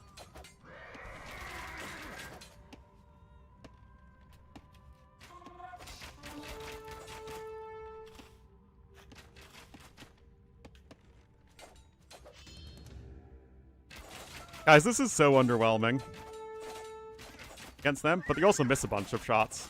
Like, it's super inaccurate, right? Like, again, I don't really know. I don't do these sorts of builds. It's not really how I enjoy the game.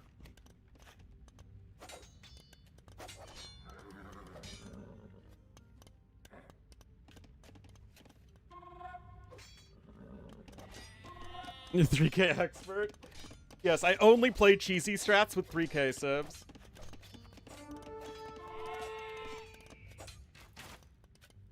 Enjoy the game? That's also the case.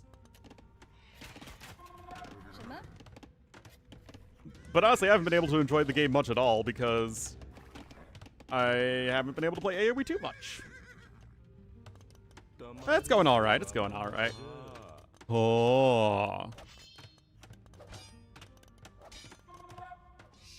To shoe up. Oh yeah, they do a little bit of pass-through damage, which is nice. Which also means that one shot should be able to invalidate multiple shields, or at least, you know, take a charge off multiple shields. But yeah, you don't need... okay, that could have been bad if the Mangonel Factory, aka the Siege Workshop, was denied, but obviously it wasn't.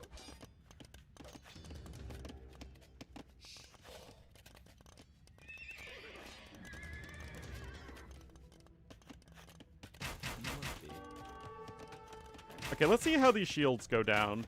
Yeah, a lot of the shields are kind of getting ripped off together. So in that sense, the war chariots can do all right. Oh, hey, this is a thing. Oh, my God. This is so bad. Such a silly unit.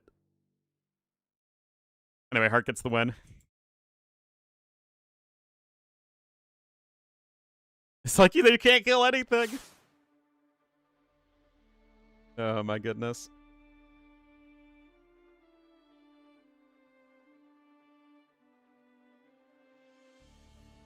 All right, that is the Gurjaras over the Shu. So 4th pick over the 3rd pick. Still pretty even in the draft priority. And... Oh, yeah, I think I forgot to even close out the earlier prediction. I don't even know who won that exact game, but Doubt won the series, so he gets it. But, like, early Castle Age is supposed to be war chariots at their best.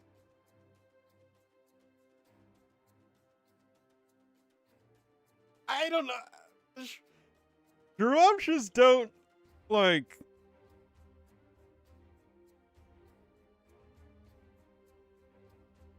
Because, again, you can hit multiple Shravamsha shields with one arrow, and obviously they fire a bunch of arrows in rapid succession.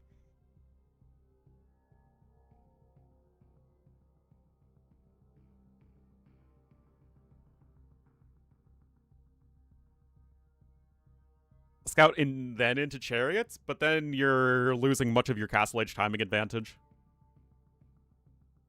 Because it, you know, as people were saying, the siege... the mangoes just obliterate the unit, as do Castle Age Cav units.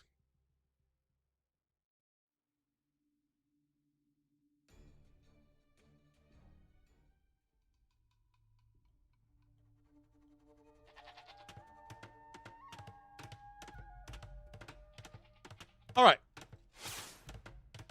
Game number 2. A very historical matchup.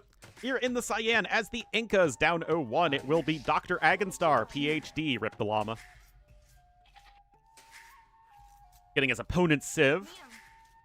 And getting the Civ that would probably be used to represent India if we're in AOC. It will be Hart in the red as the Persians.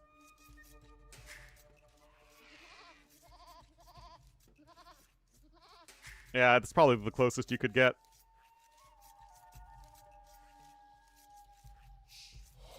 And Persians still work for, like, the Ghaznavids and stuff. Salam. The damage... Yeah, I'm just not sold on the unit. I have no idea what I'm going to be doing with the 3 Kingdom Civs for State of the Civs. Like, just no idea.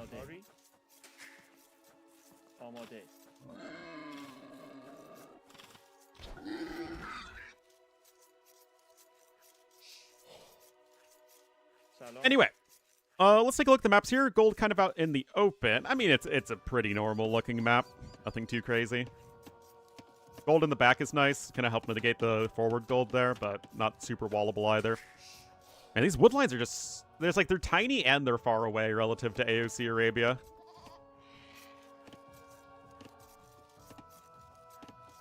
It's like these... They literally build their TC in the single worst location on the map possible. And I kind of like wall over here, wall to the TC. It's a pretty average map here for Dragonstar. As far as the Civ matchup goes, again, I think it's pretty even. What did I put? Inca's low A tier. Persians mid to high A tier.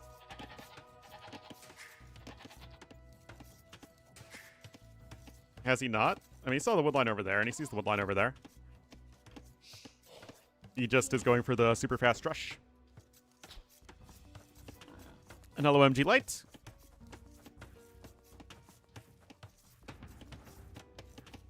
Whoa, hold on. What's better than 1 instant drush?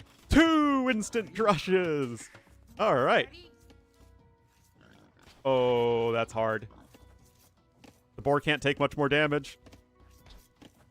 Oh, what a mess. What a mess. Got it figured out, though. Still, the rush is faster for Hart. I mean, that is kind of what Persians do. And actually, 4 villagers long distance luring the Ibex. Because look at this, guys. Oops. That's Gaia's POV. Scout is already forward here. 2 militia for each player. Good start to that fight for Hart, though. Eagle's coming out.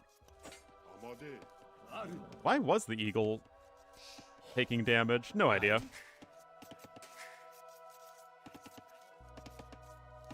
I don't think there was a lame.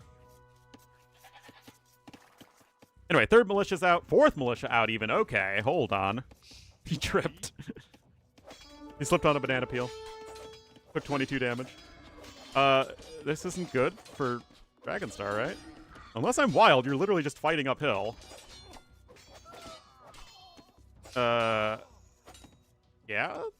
I mean, I guess it kind of balances out, but you still invested more into this.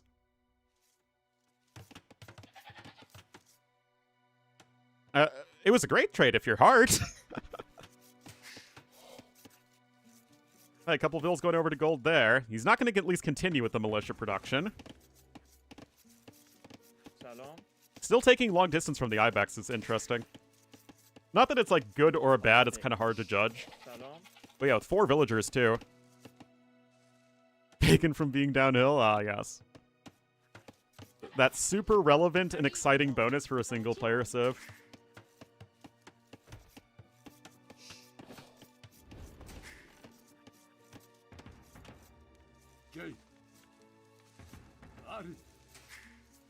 Alright. Art going to be looking to go up on 23 villagers, which after a drush like that, 2 militia, it's like a villager later than normal, but you can also get away with that with Persian. So yeah, that seems alright. Although, yeah, he's going to need to make 1 more build because of the long distance luring. Or just hunting, I guess. But that's going to be alright. It's not like Dragonstar is going to be fast up either, so I think this is, yeah, totally fine here if you're Hart. And yeah, you can just queue up Tutelage. Still very open, though, although I like that Hart's kind of working in this direction to wall off the more exposed parts of his base. We don't want Hart to unnecessarily expose himself in front of his opponent. And that'd be a lawsuit waiting to happen. Anyway, oh, hold on. That's 2 militia here. Dragonstar did make 1 more. No, he did actually just make 2 more militia, but yeah, that's fine. AoE 2. Well, again, I don't think the Chronicles stuff was ever designed to come to ranked.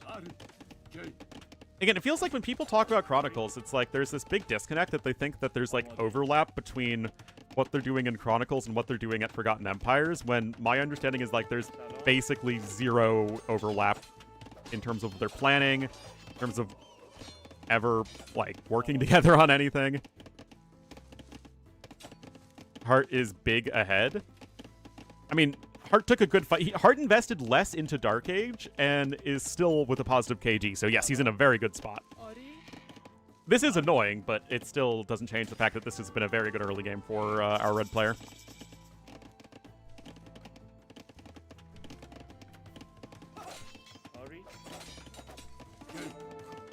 Hart fat? I'm not calling Hart fat. What? Hart has only, what is it? HDL? I know LDL is the bad one. You know, the bad cholesterol for your heart.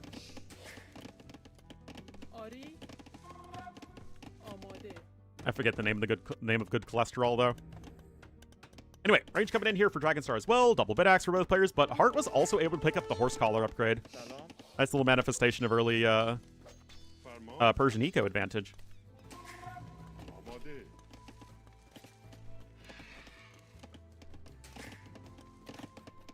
I mean, he would probably prefer to have a second lumber camp in, but yeah, it's still totally fine here. You could probably start thinking about, okay, I was wondering if you'd go for the blacksmith already. Yeah, that's what I thought. It is HDL. Is good cholesterol.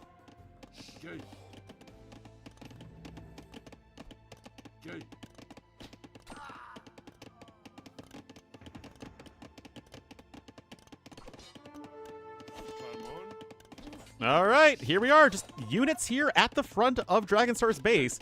Art's saying, you know what? You gotta out-micro me here. Hello, Malamadre.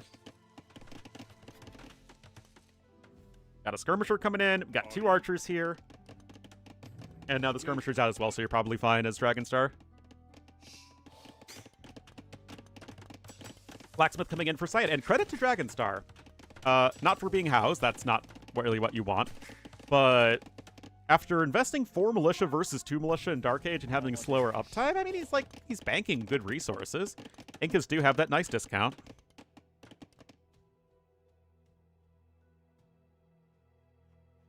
Just clog up stuff? Oh, that makes sense.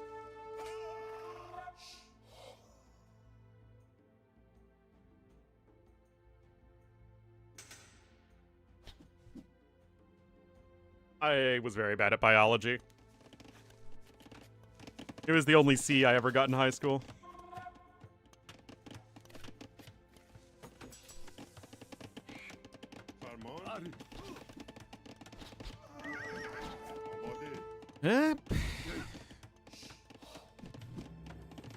Chemistry? I mean, our chemistry was taught so poorly that somehow I got, like, a B+ in it or something. I'm not good at it.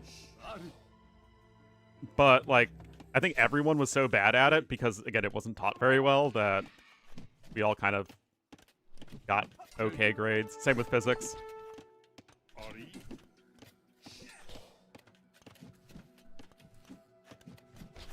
I was more of a history and language arts guy. C tier, yep.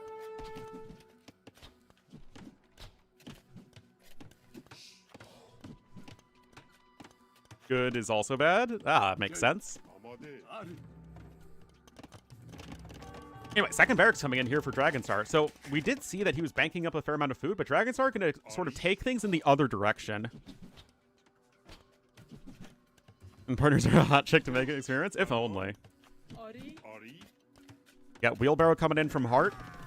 But still, he's only on the 1 range to 2 ranges and 2 barracks. So honestly, despite Dragonstar having a negative KD and being behind in resources, he has a big army production advantage, and he needs to try and use it. But I'm not sure if backing up here is the right call. But yeah, I mean, I guess too much of anything is bad for you. Like in Futurama when Bender is making dinner. That salt! That dish isn't too salty. I gave you 10% less than the lethal dose. Oh no, I shouldn't have had seconds.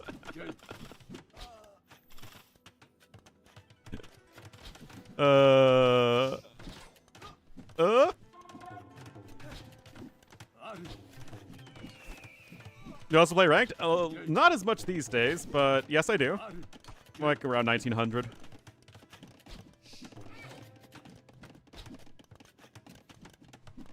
Lied to? Never.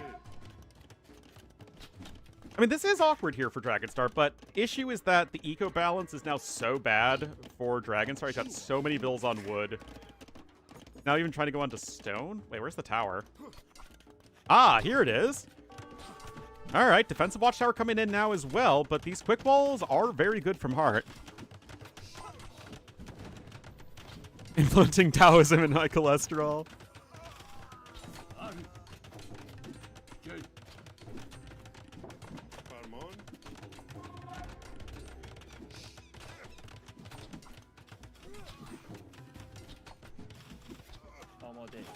Is this like, the evilness of Muslim math?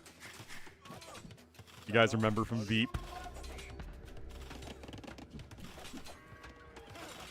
Yeah, I mean, Hart's defense here has been spectacular. Especially with, again, he had only 1 archery range worth of production versus 2 ranges and 2 barracks for Eagle Warriors.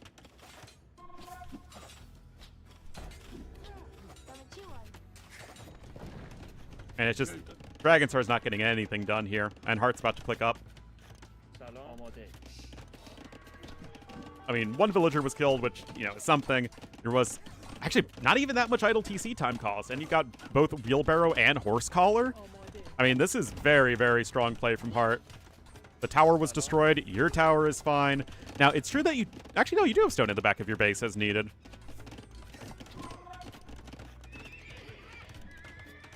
And having to buy the stone for another tower. Great hits there with the skirmishers, though, against the archers.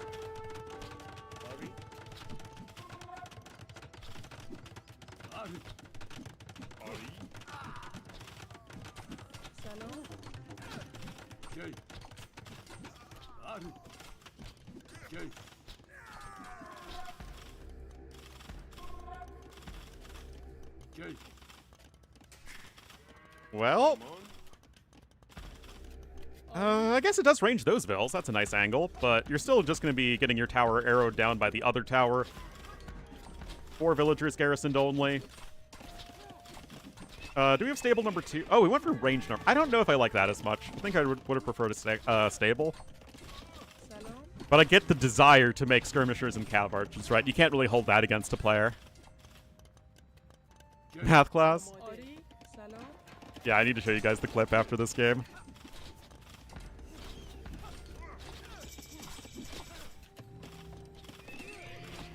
Alright, Castle Age is on the way for Dragonstar. But obviously... Actually, the resources collected are pretty close. That said, not having horse collar with all of these farms is really painful. And it's Cav Archer time. Of course. You have some knights coming in, though.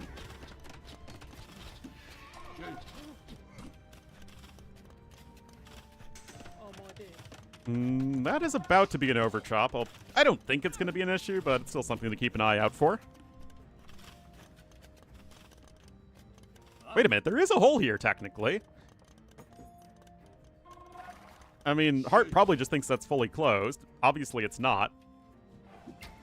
Ooh, Skirmisher's in a really nice position over here. Wow. Oh, that's pretty.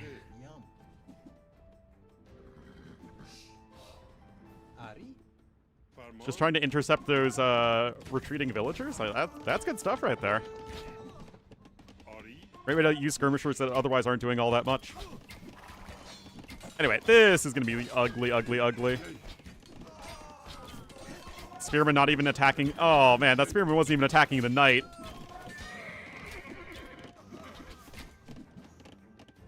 I mean, is that even good for Dragonstar? It doesn't really feel like it. He's on 3 barracks.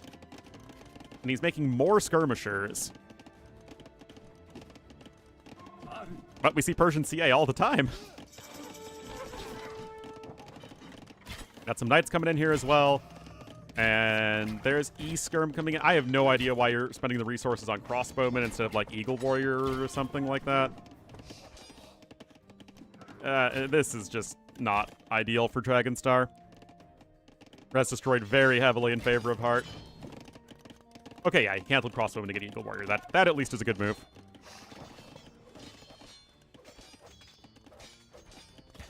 Meanwhile, second TC coming up. Nice and safe. You know where your opponent's army is located, and it is not in your own base. I would, of course, recommend more than one villager building the town center, but, you know, that's just me.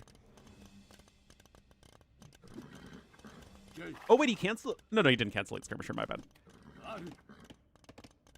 Yeah, Eagles and Skirmishers, you do get a discount on both units as the Incas, which is very helpful. But you need to make sure you're defended at home, right? You don't want to be beaten by the mobility advantage that Persians will just naturally have by using mounted units against you. And of course, that's an ugly wood line to try and defend against those CA.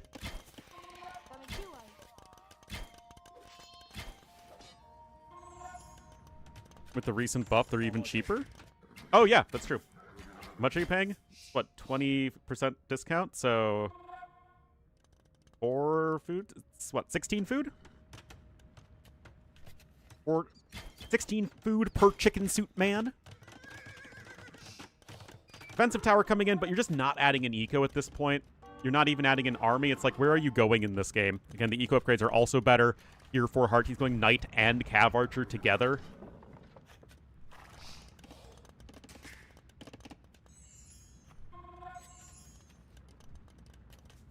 Inca survived this? I mean, I have no idea, honestly. It just feels like you're way too far behind in the first place. You just haven't taken good fights.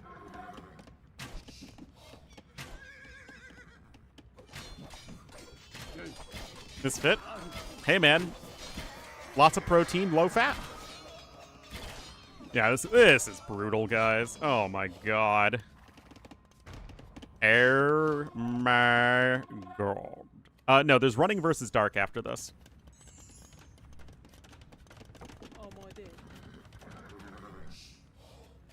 Running into the darkness. Oh, hey, this is also a thing that's happening.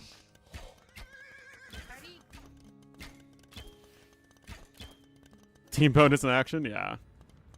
After this? Yeah, medical malpractice this here. Stomp? Well, I mean, I thought it would be a complete stomp, to be honest. What have been the best matches so far? I saw that, what was it, Lucho versus Andy?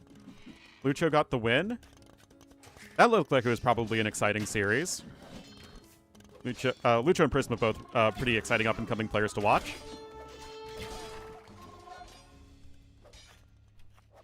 Last 2 days. Well, that's good, because most of the sets I've been casting have been really bad. But, like, I've been seeing the, Lewis Links. I did cast that one. Yes, I did cast that one.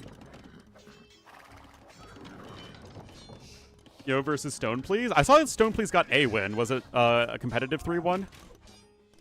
Offside? I mean, not fully open, but, you know. Pretty open.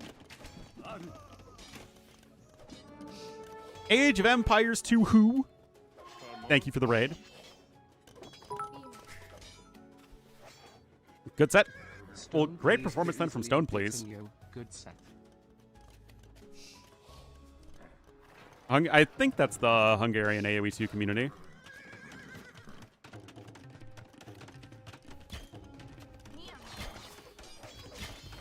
We did see Magyars in the previous set be successful, so there we go.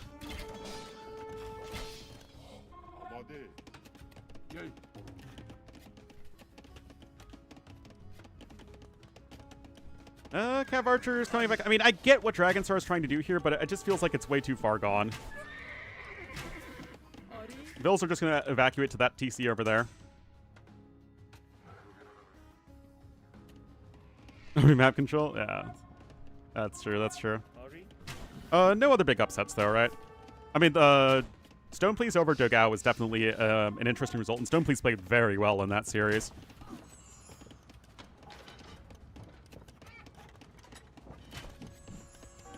Again, this isn't bad at all, and this is a lot of idling, actually, from Hart. Just having to marshal his forces here in the back, but all these units are going to die anyway. And your army is just so much worse. But, like, this is... Okay, this is not insignificant. I kind of was honestly hoping Hart would do a bit of a better job getting his ecos resituated, but... I mean, look at this. Got a Universidad coming in, and the thing is, you're still killing your opponent's army, right? And it's just, you're not just killing him, it's not even close. You're still 10% ahead in resources, you've still got the better army. Trying to go archers and eagles, but, nah.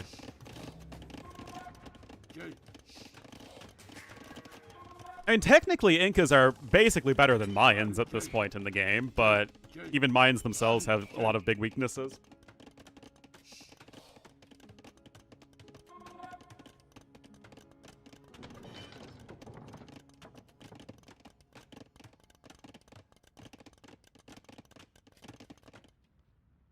Is El Dorado? Yeah, but that's not until Imperial Age. Cotton armor? Is that what it's going to be called?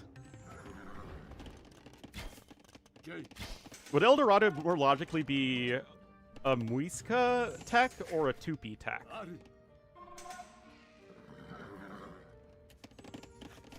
Anyway, we're on 3 TCs as Persians, 3rd TC only just now planted here for Dragonstar. I mean, 20 villager lead, double the army value. Again, this is a good counterattack. The Muisca. El Dorado? I mean, I get it. It doesn't make sense. But I'm always going to have nostalgia for it. Yeah, Tupi is Brazil. Basically, Muisca's Colombia, Tupi is Brazil, and Mapuche is Chile, Argentina, and Incas are Peru and Bolivia, and maybe Ecuador. Anyway, there you go. Just could not take efficient fights, and the economy of heart was simply too powerful. I have no idea. I'm very curious to see what the DLC is going to be all about. Camel? Okay, the camel was a bit of a weird one. Not gonna lie.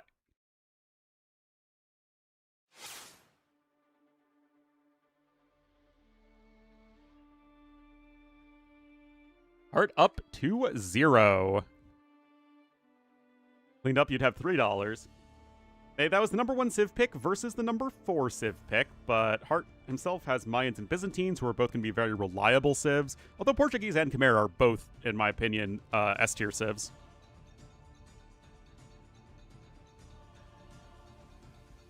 Portuguese are kind of like Malians, but better.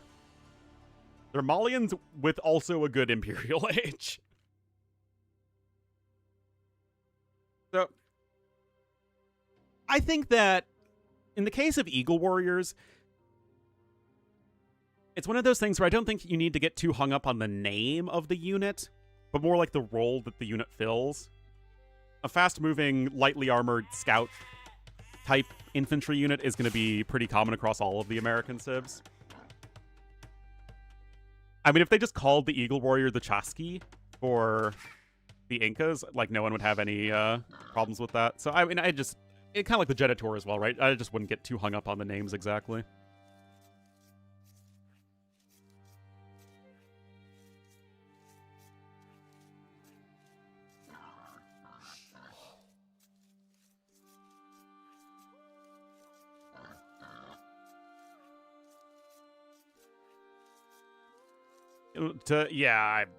I wouldn't be too concerned about all that. I think those are going to be replaced anyway. I said so at the time, and I still think so. Anyway, we're here. Game number 3. Tournament life on the line. We will have Dragonstar in the cyan as the Portuguese to the south, and to the northeast in the red. Looking good so far. It will be Hart as the Byzantines.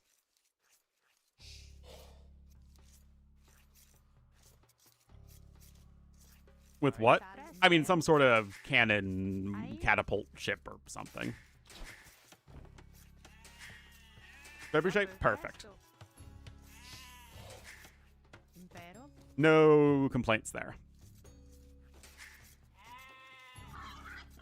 All right, so gold at the front, forage bushes at the front. Not ideal here for Dragonstar at all, although I guess the back of his base is easy to defend, which is something, I guess. For Hart, wall over here on the side. Gold is like on a hill, which is really unfortunate, but it's at least at the back. You mean the Peloton ship? I don't know what putting a Peloton on a ship would do for you.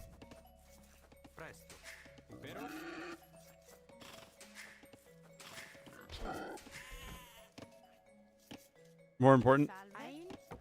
Yeah, I mean, the thing is, if you change all the villagers to match the, the regional architecture set, then you're in a situation where either the units are basically indistinguishable from one another, in which case it's like, what's the point of doing it in the first place?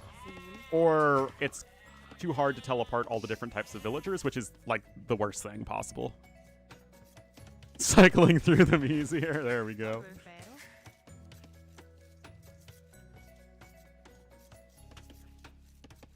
Anyway, just the 2 vills on wood here for Hart. And I love the Byzantines pick here, right? You're just giving yourself a good, solid option against literally anything your opponent is going to go for. Get yourself the dib there.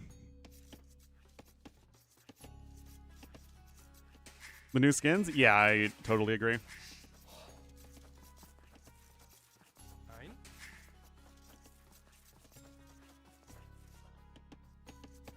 Male vills. Well, the Crampets are visually smaller as well.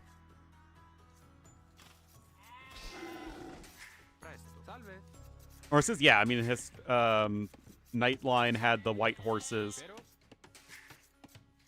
The light cav type units had brown horses, and the cav archers had black horses. In case you guys didn't notice that.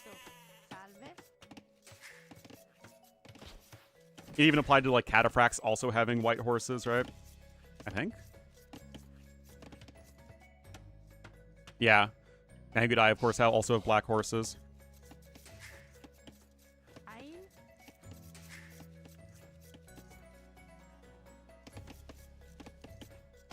Harkins had brown horses.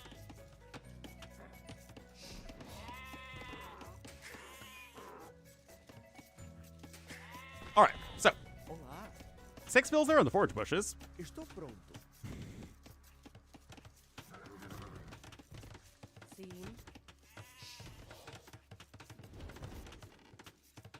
Quais as vossas ordens? Sim. Oh, okay. He's gonna Phosphorus again. Impero? Or like, I mean, he didn't technically Phosphorus in game number 1. It was just Fast Castle.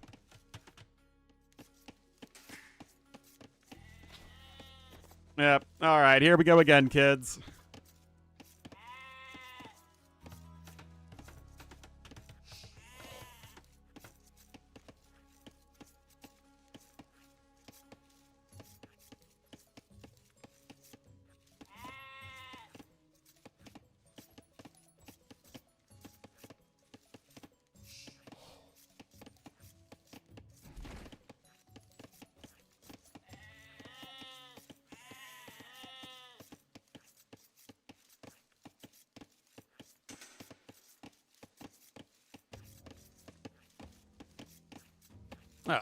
The Phosphorus strat? Yeah, you're just going to drop a castle right here.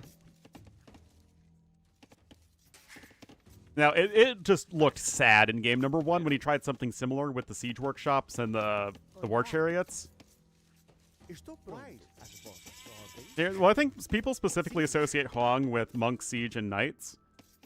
And the Phosphorus thing is specifically castle drop into unique unit. Estou pronto. Anyway, Heart's gonna see it coming.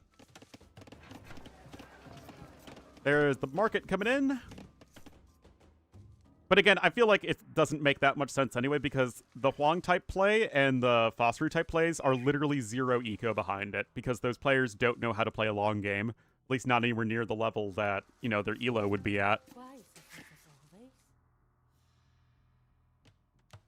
ordens? Whereas, like, all of these players will still continue some sort of eco behind it.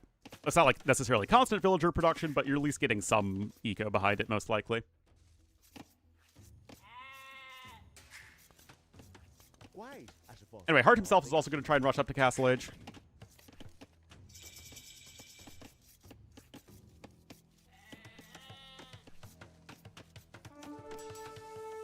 With the push for unique units. Well, I mean, Orking Guns are going to be pretty good. They're not the best at this build. That would be, in my opinion, the Ratha and the War Wagon. I think Bengalis are the best and Koreans are the second best. Olá. But the Organ Guns, my concern is just that what's going to happen is Heart's going to be fully walled, and then Dragonstar can't do anything, and then Heart gets to Castle Age and just kills him. But we'll have to see. The good doctor is on his way up to the Castle Age. A couple more bills are coming in to mine some stone. What's Dragonstar's scout seeing? Where is his scout? I guess underneath his TC. Shouldn't he be seeing exactly what his opponent is doing to try and react to it? I mean, I guess he didn't see any military buildings here, but I feel like, don't you want your scout cavalry seeing exactly what your opponent is up to?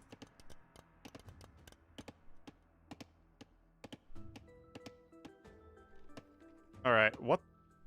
No way.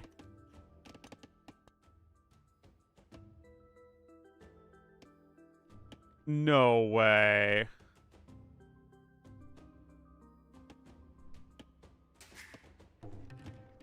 Guys, what?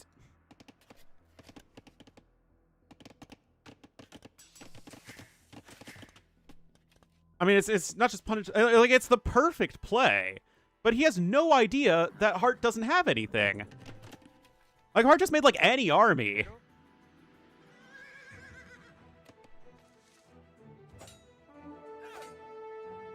Oh, yeah, absolutely. Oh, my God. This is gonna work, isn't it? I think it will. I don't think you can stop it.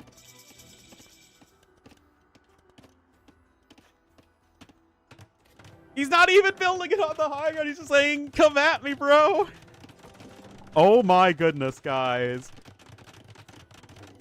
What is this? Literally nothing you can do to stop this. All the vills going off stone, now going on over to wood, except for that random vill. But okay, he needs wood. This is kind of a problem, guys. No. Thank you, Flogi, for the 26 months. Commercial? None. So, None. yes. All right. Now you can spend wood on the organ guns. Obviously, tons and tons of resources now being spent on the defenses. And you are making it to Castle Age.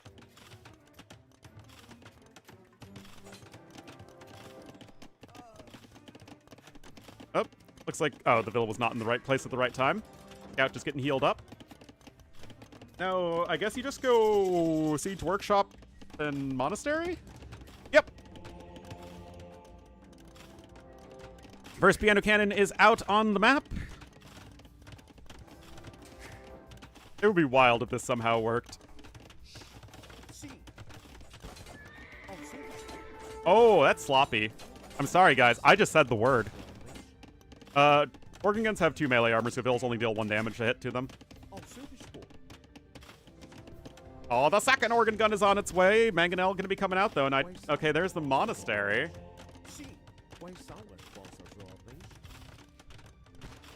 Heavy C? No. In the Arabia prize pool jar.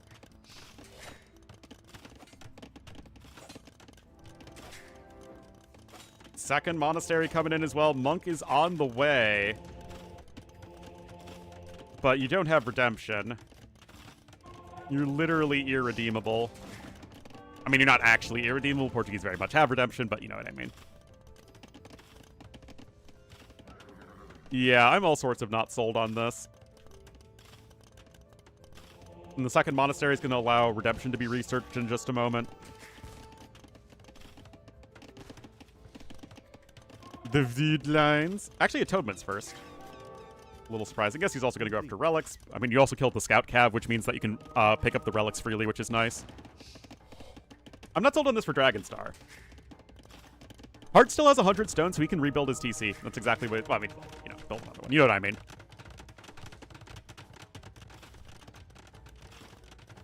I think Hart's fine. Redemption is coming in. Disaster, it is not sudden disaster. If this is sudden disaster, the game's looking very different.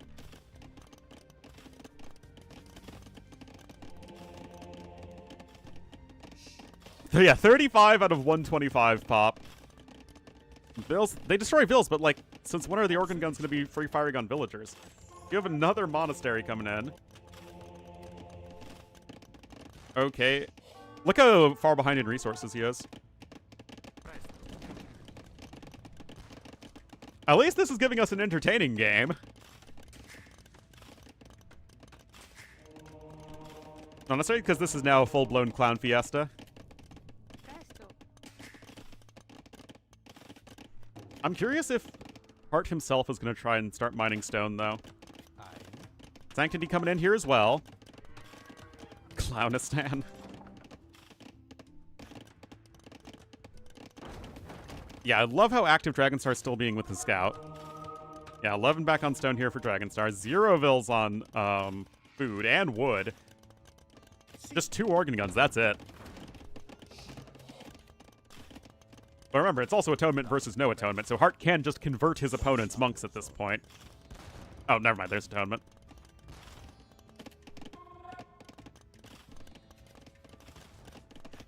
But yeah, this is much more of a Foss-Brew build. Oh, no, he's buying food. Is he still trying to train some bills?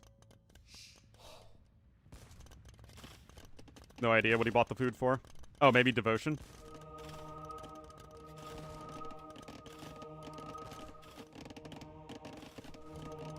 Take that house! It's so important.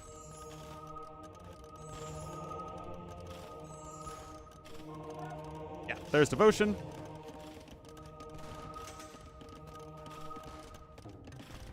Seu dispor. I mean, you can see the difference in idle time.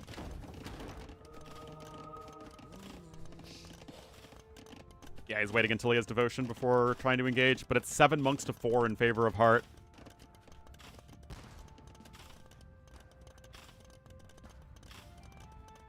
House? I don't know about that.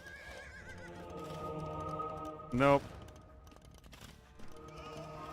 Oh, we're gonna force a deletion right there. I don't know, guys. I am not convinced. Okay, that was kind of lucky. Oh. There's no Sanctity. And now Dragonstar has an army number lead. He does have one more monastery.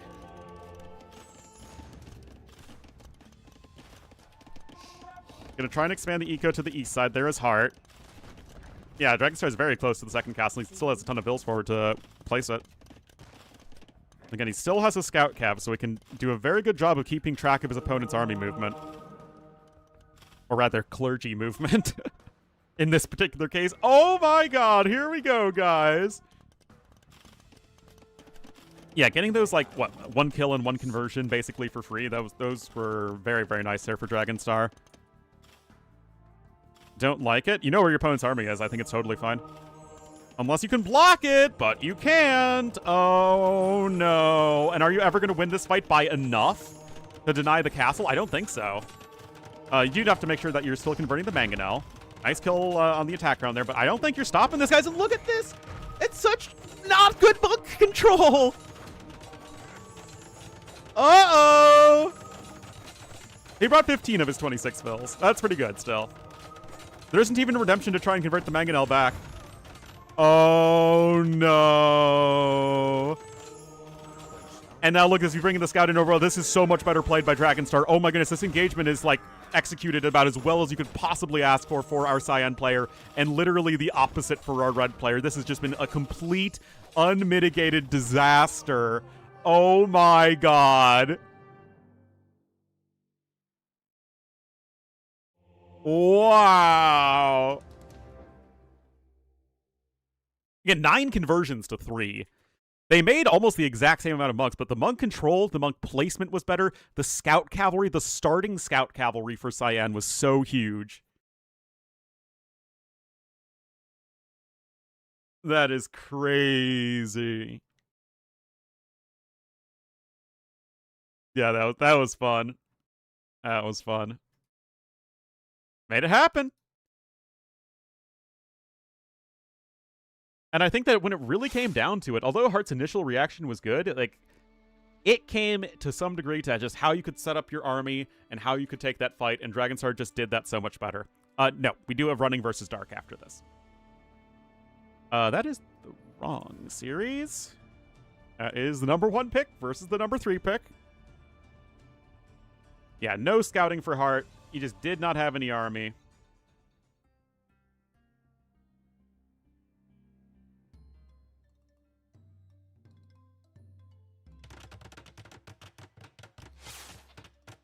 Alrighty, guys, game number 4. Let's see what Dragonstar has in store. You'll be in the Cyan to the southwest as the Khmer, and to the northeast in the red as the Japanese. It will be Heart. Yeah, here we are. All right, now I think this is a great matchup for Khmer. Prevented the castle. You had to sell a stone, though, to rush up to Castle Age.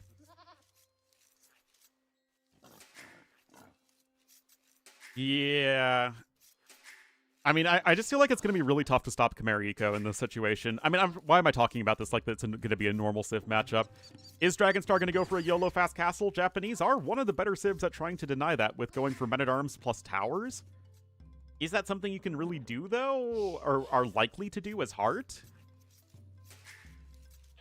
It's hard to say, if you know what I mean.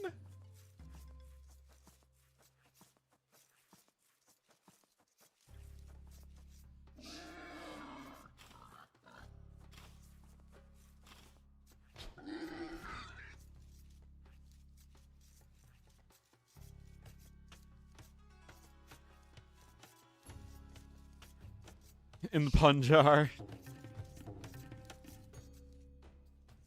You need 2 tower. Yeah, it was 15 bills even, so yeah. Portuguese nerf? I'd sure like to see them nerfed. But, you know, I complain about power creep constantly. It doesn't seem like something the devs are all that worried about.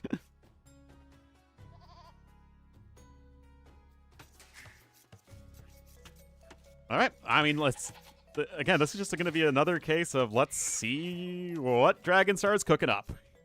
HP? Yep, 1 HP.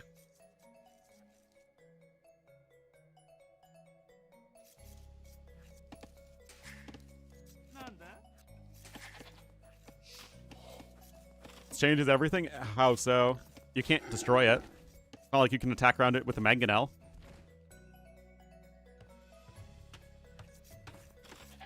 For the fun factor? Exactly. Squires? Yeah, exactly.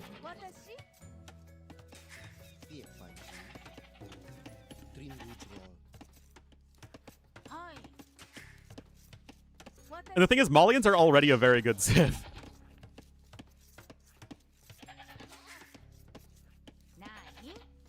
But, like, Malians are a fair civ. They, you know, they have a unique identity, they're balanced, they have their strengths and weaknesses, they have tons of different settings that they're viable on, but it's like, they really are just kind of worse Portuguese. In the worst moment possible. Feels bad, man.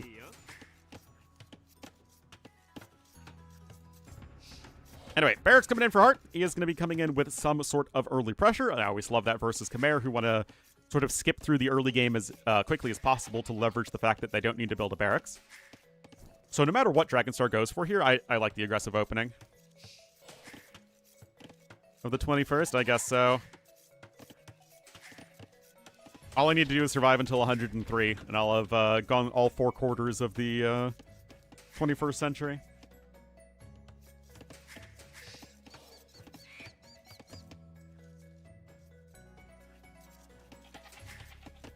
All right, Feudal Age is on its way.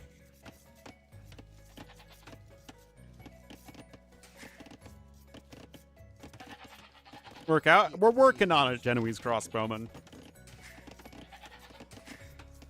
We're trying to at least stay sort of healthy-ish, kind of. Last human civilization? That 21st? Yeah, that's wild. Diet?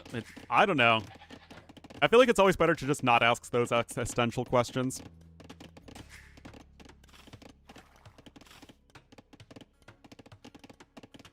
Anyway, obviously Dragonstar is not going for a fast castle shenaniganry. Just going for a fast archery range. Another power creep DLC. Yes, DLC, you know, 107. Adding the, you know, 207th and 208th civilizations to the game. Adding in the, I don't know, the upper and lower Westphalians. Anyway. Okay, no, this is actually for a full-blown Men-at-Arm rush, so a very fast Men-at-Arm rush build. But this is, I think, against a civ like Japanese, I think this is perfect from the good doctor here.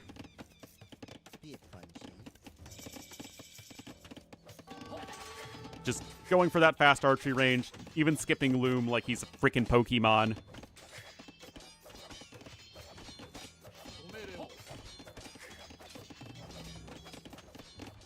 World War I DLC in 2067.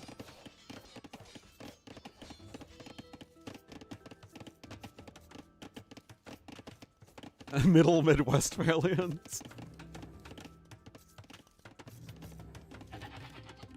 But yeah, I mean, look at this here for Dragonstar. He's got his farms incoming.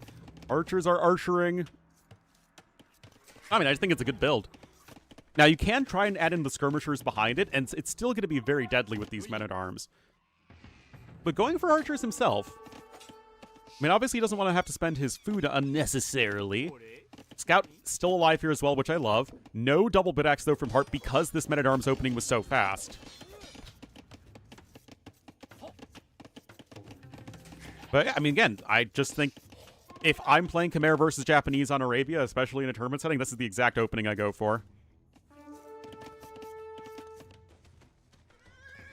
Then 3 kingdoms.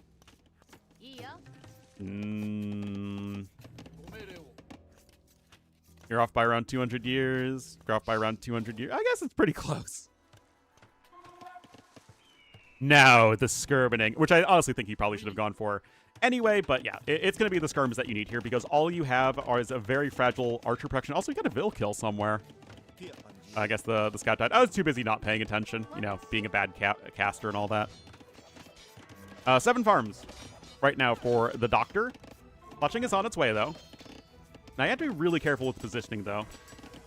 I think this straggler tree means that the archers can't go between the blacksmith, maybe? I'm not entirely sure, but you don't want to be caught out of position. Moral of the story.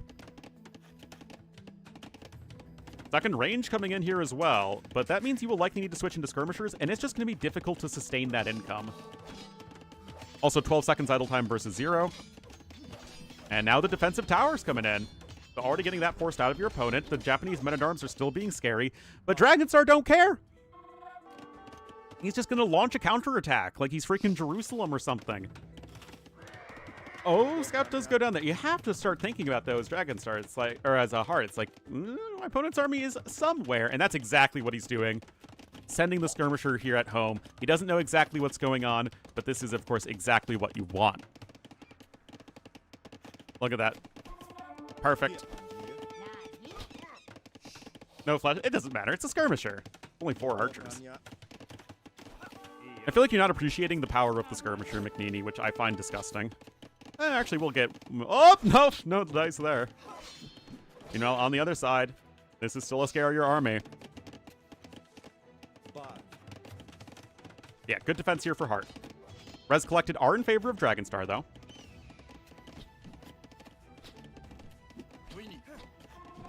And you still have the high ground. Clutching's about to be in. Farm count is at 6 with 4 foragers versus no foragers yet. Just starting to take from the forage bushes, really. Also, you got housed a bit. That's actually a fair bit of idle time, honestly. Not ideal.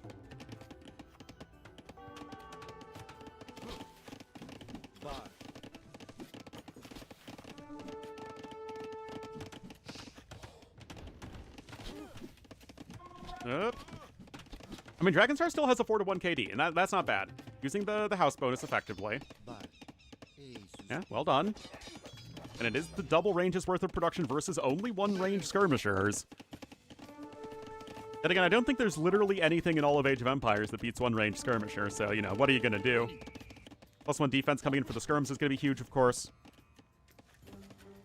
That's it. This isn't fully walled in. There's no way you think this is fully walled. Yeah, you even know it's not fully walled. Skirmishers? Nope. Too much of a commitment. Slows down your castle age time. Yeah, Dragonstars from India. Hatted Archer Armor also coming in here for Dragonstar. Again, it's double bid-axe versus no double bid-axe. These farms are climbing in number. It is 3 more here for Cyan.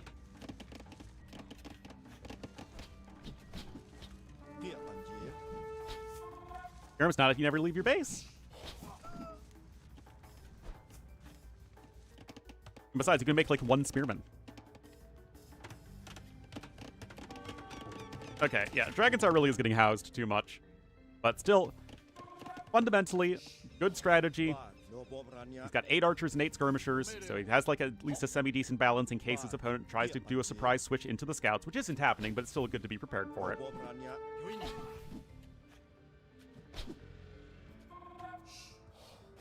Able to rush up to the high ground here. Able to take plenty of forage rushes. I mean, 17 versus 18 on food. Got the market on the way, and Dragonstar is looking closer to Castle Age. Yeah, I really like Dragonstar's approach this game.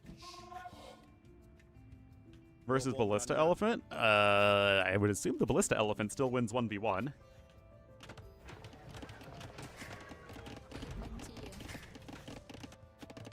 Anyway, gonna try and get yourself a little bit more space with these walls that are perfectly symmetrical.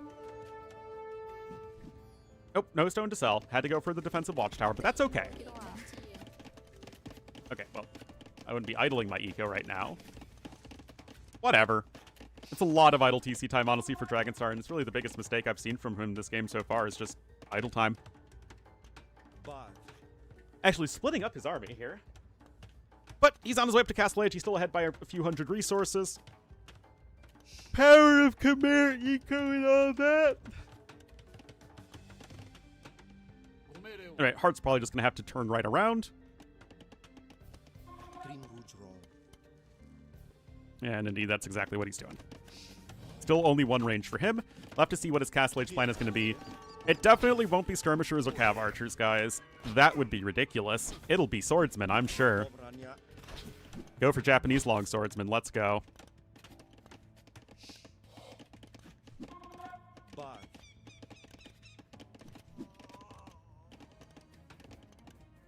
Is really annoying. I mean, it's not like I have a whole lot of say in the matter.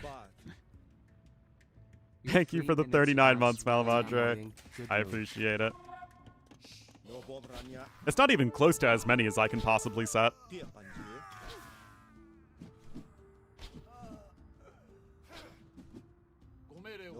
And it's not like I have the sub revenue to only run ads, you know, in between games or whatever.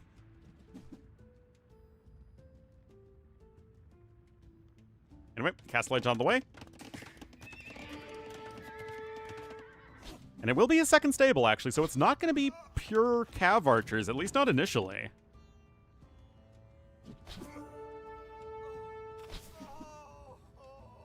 Still 200 res ahead. And double stable here for Dragonstar as well. Okay, so he's going to be making a big switch in that regard as well. And look at this. His upgrades aren't going to be terrible.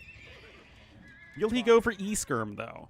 Like, he doesn't need to, is the thing.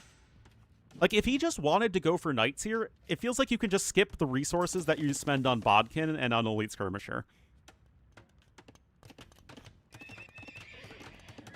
And forcing a defensive tower from your opponent as well. Okay, maybe he cancels the Elite Skirmisher upgrade upon seeing double stable. Oh yeah, no market though here for Heart, so yeah, not going to be able to add in an extra TC.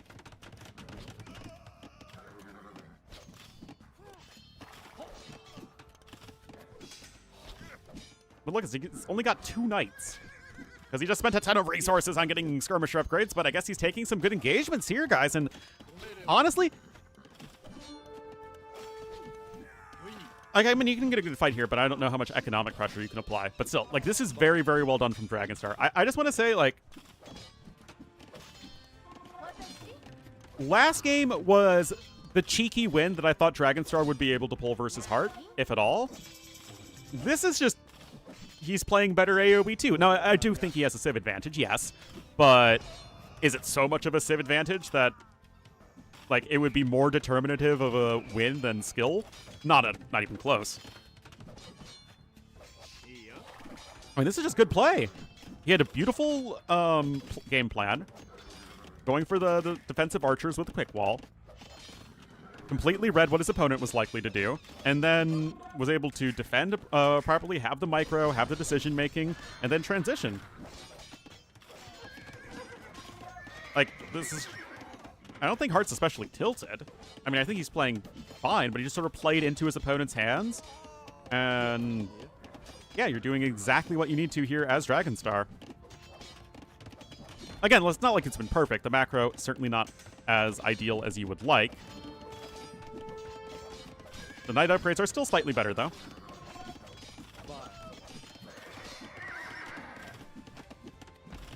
Wait, why is that Knight not attacking? That's weird. Anyway, the tower is still doing a fair amount of damage. No camels, obviously, for Japanese, which they'd really prefer to have right now, but unfortunately, the famous camels of Japan didn't quite exist in reality. Yeah, those knights are not doing as much as you'd like them to. You have more knights on the way from your 2 stables. I do think it's interesting, like, if we could replay the game and instead of getting Elite Skirmisher, you just spent your resources on, you know, anything else, like maybe a forward siege workshop and +2 defense on the knights or something. I don't know if it would be any better, but I do think it's an interesting consideration because it just feels like everybody autopilots to E-Skirm. Because the E-Skirms did get some value, even if you're not making any more of them, but it's obviously a ton of resources that you're spending.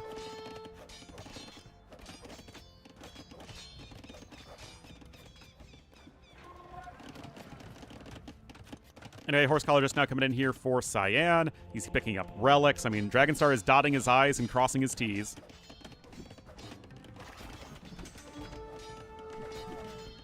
Like 3 Vil kills. And caused a lot of idling. And is that worth it? It's pretty close, I think.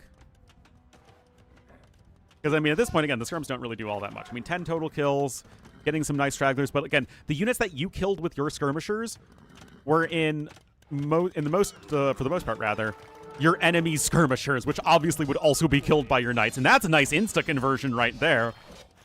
Does Dragonstar need to add an eco? I mean, I would probably feel more comfortable with him doing so, but it maybe isn't super important. And is this the idea?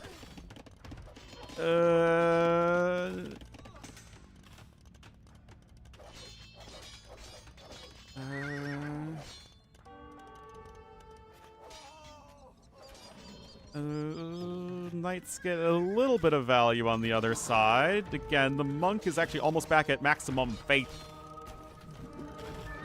But you are still getting value here, and with forging in at the very least, you are killing Vils in 4 hits. But like now you're losing a lot of your knights, guys. I'm not too sure about any of this here. I mean, yes, Chimera, like I said, I keep saying Chimera are the better Civ in general, for sure. But, I mean, this is an interesting game. I'm not too sure if I'm sold on this, though. Like, that's a big, big investment when your opponent can just camp underneath their town center.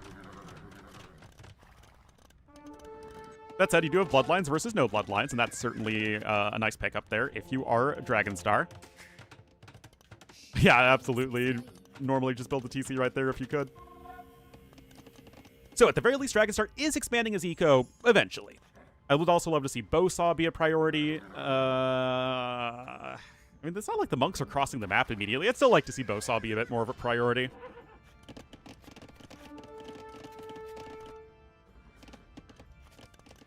More farms on the way, and it's still just the single TC here for Heart.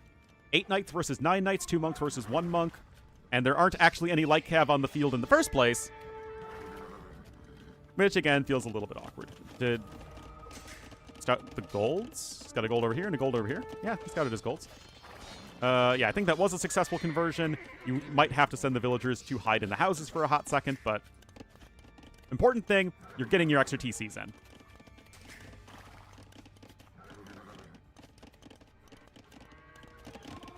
Monastery coming in. Actually, Monastery number 2. Now remember, you do not get Atonement as the Khmer. Whereas Japanese obviously have fantastic monks. Oh my goodness. Look at this sad freaking TC. Yeah, you're getting some value here.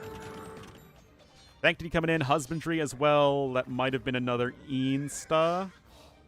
Not too sure, honestly. Still just the 1 relic for Cyan. Yeah, you're literally out of wood here. Also, there are relics like all in a row. Kind of goofy. Anyway, relic number 2 also going to be coming in here from Heart, so certainly no quitting him.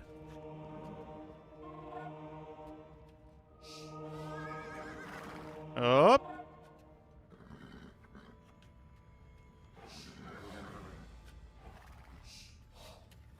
I think Sanctity's justified. I don't know about anything else. 10 years too late. But look at the game state, guys. Dragonstar's 2,000 resources ahead. Now, the actual fights have been a bit better for Heart. And again, that's just, credit to Heart for being a very good player. But if we're in a let's add eco and spam knights, I would much, much, much rather be Khmer in this situation. Still trying to go for the big conversions. And it's not even like you're adding an eco. Like, this is full all in. And look, it's the Light Cav here at the back. They can snipe the monks. And that's what you're having to do here is you're having to commit to this fight so that you can engage the monks, which means that you're committing to fighting uphill, which means that I don't think you win this at all as Heart. I don't think. Am I wrong? It looked like he was just having to fight uphill there. I mean, you're going to have to retreat at the very least. Okay, I mean, the KD is closer. I kind of thought that fight would go better for Dragonstar. Getting a bunch of downhill hits. Okay, got one more Vil kill there. Trying to heal up those injured units. You do have Bodkin in on your TCs, remember. No +2 defense in on the Knights for Hart. He's getting his own light cav upgrade. You got 3 relics in now to 2. And also this relic here that's like right next to Dragonstar's base, so he could be on 4 to 2. And that one's next to Hart, so maybe 4 to 3 when all is said and done. Because again, we have 7 relics on this map for reasons I cannot quite comprehend. 3 TCs to 1, though. Hart is really as all in as it gets. He's got 3 stables. He's making light cav. He's making monks. He's even making some spearmen. And now he's coming forward with some vills. Kind of curious as to what end. And we have double monastery now for the good doctor. Monk movement speed? I'm afraid I don't know that bug.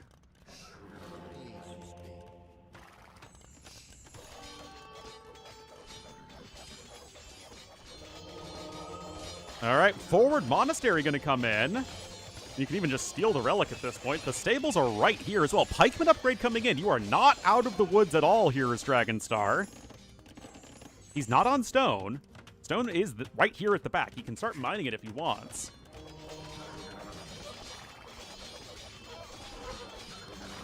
Which? Okay, yeah, that's just a stupid bug then that I did not know about. All right, guys, Hart has a huge army numbers advantage. He knows he's not going to win in a Boomy game, so he is just keeping up with this pressure, and it's looking really nice so far. That bill is definitely not in the right place at the right time. This is not going to be a good engagement, though, I think, for Dragonstar. I don't think the numbers are quite there. It's 19 knights to 14. Wait, what is happening? Hart! Hart, what is he doing? He, like, wasn't attacking there. Okay. More stables on the way for Cyan, but he has too many vills on wood and not enough on food for night spam, although that's exactly why he's adding in farms. Obviously, Dragonstar's no dummy.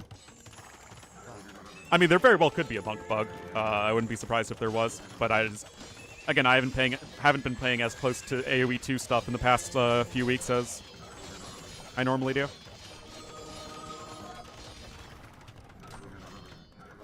And a couple knights bleeding through to the side here. Again, just trying to pressure the eco as much as possible. It's not like there's a huge Vill difference. I mean, there's been tons and tons of idle time.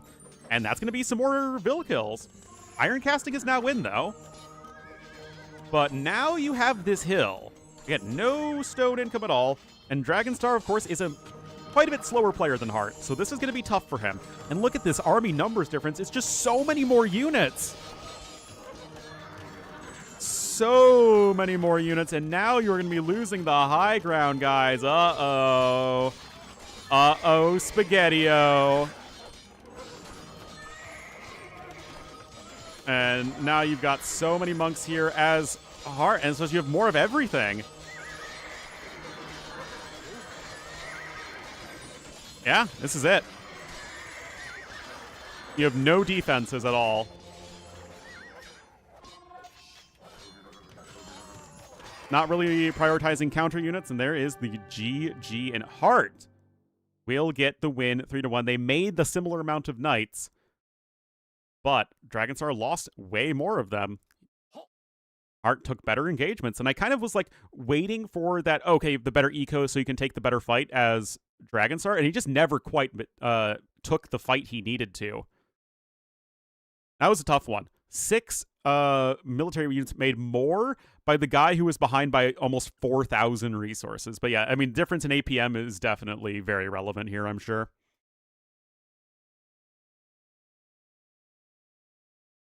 That was a great game, though. Very well done from Hart, recognizing his only chance of a win condition, going for the knights and the monks, and even the pikemen there at the end. Just like everything possible. And gets the win.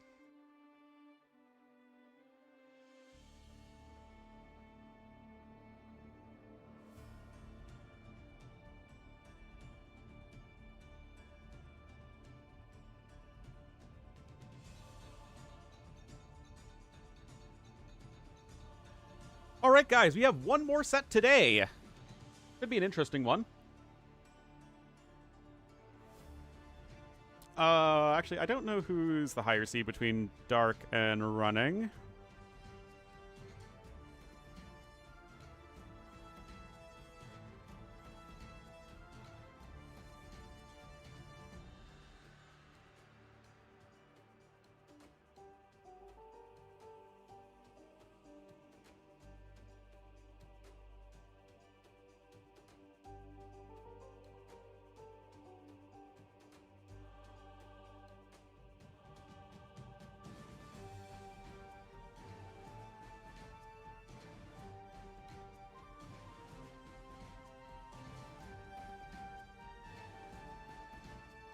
Dark 15, running 27? Okay, thanks.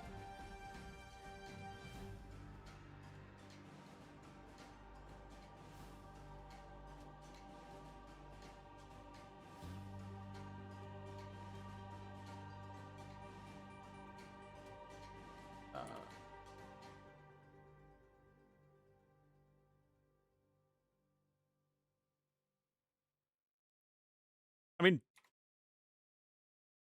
this is, I think, going to be kind of interesting, right? Because running is fairly consistent, but like dark is so variable. Like dark in form is like a top 5 player. Like he has that skill ceiling.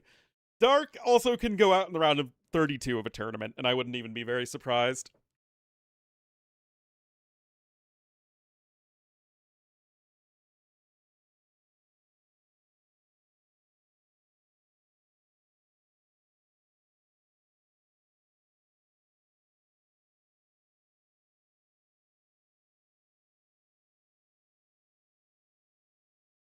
How many dice rolls? Do not know.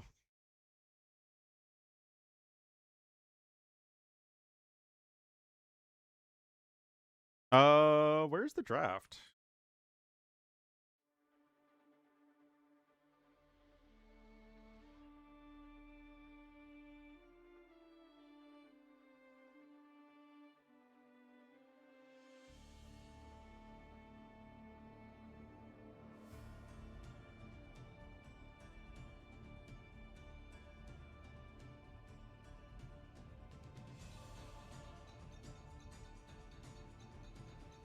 All right.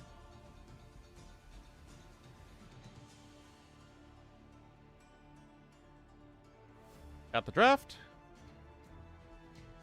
Anything too wild? Your Jara's Hindustani's Japanese as your top picks? What?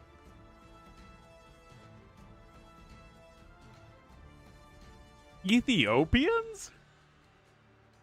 I guess a lot of the very good civs got at, yeah, Khmer, Chinese, Malay, Vikings, Romans, Incas, all at least A-tier civs were better.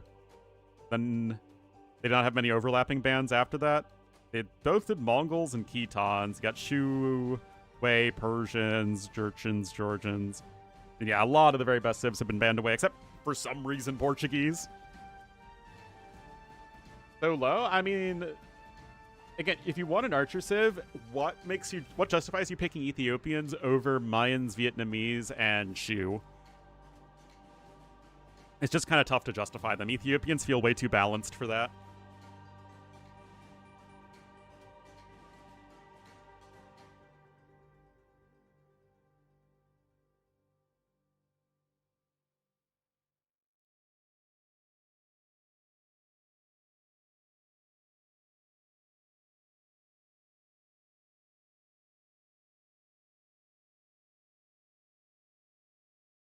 All right.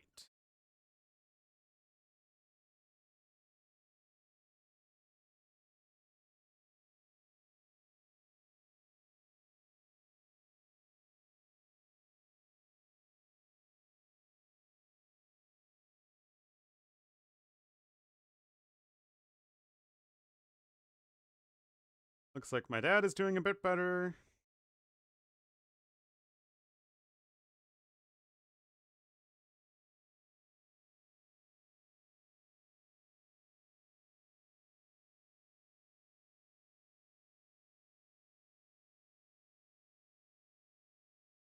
May get them first anyway.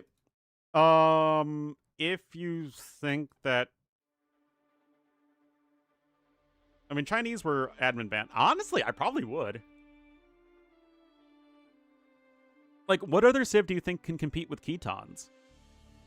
Khmer were also admin banned.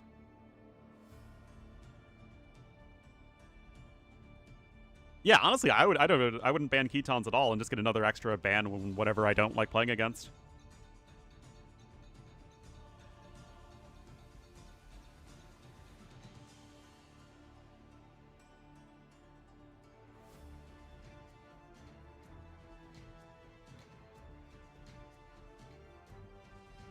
Banning kittens. Oh, wait, is Mem doing his round of 16 interviews or whatever? Oh, yes, he is. All right, guys. I'm going to get some food. I'll be right back.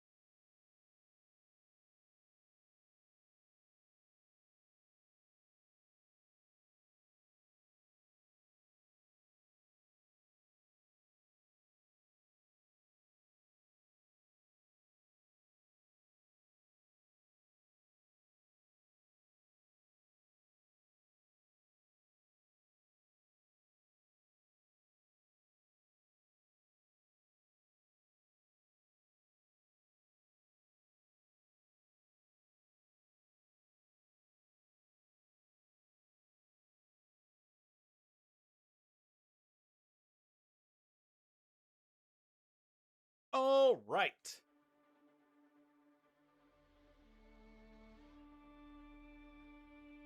France rules the waves.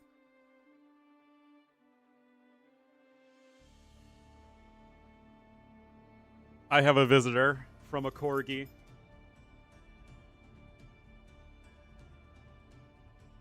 All right. We are at least in the lobby. Series starts whenever these guys get their act together.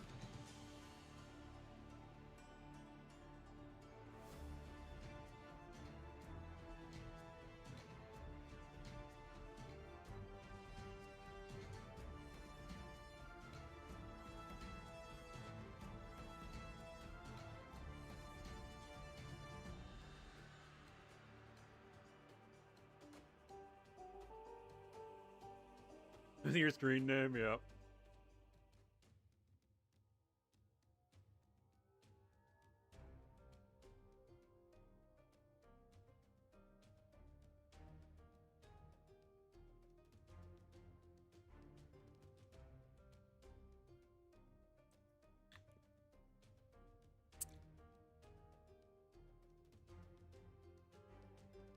Well, wasn't 1905 also right after the Boer War?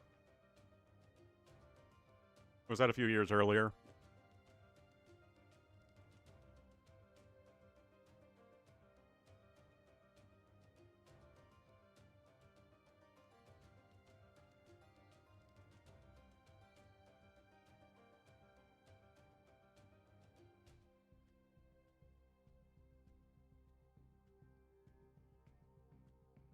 Yeah.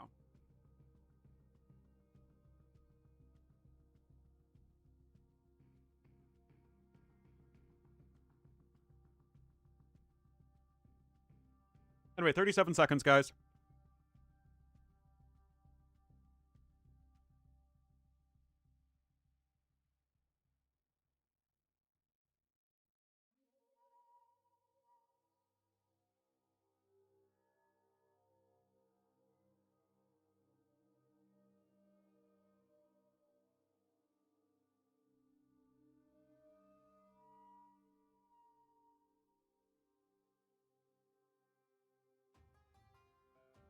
The double standard? What's the double standard?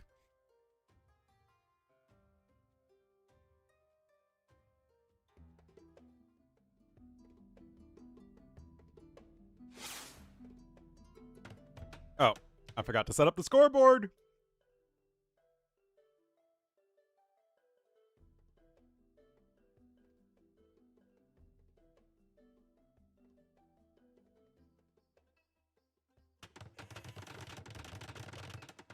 Oh, yeah.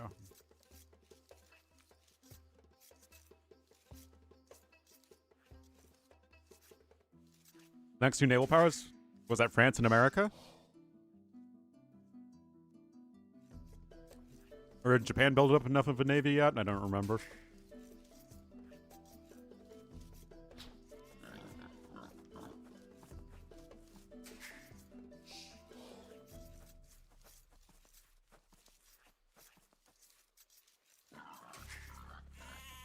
All right, so game number one here. Final match of the round of 32. I believe we'll have dark in the green as the Malians to the east.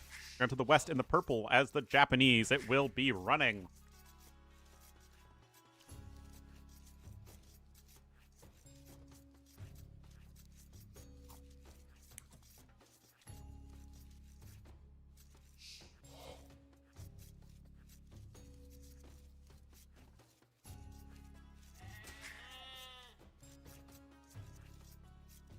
All right, so I'm pretty curious as to see how this one goes. But given the variability of Dark's gameplay, it feels like it could be 3-0 either way, and it wouldn't be too surprising.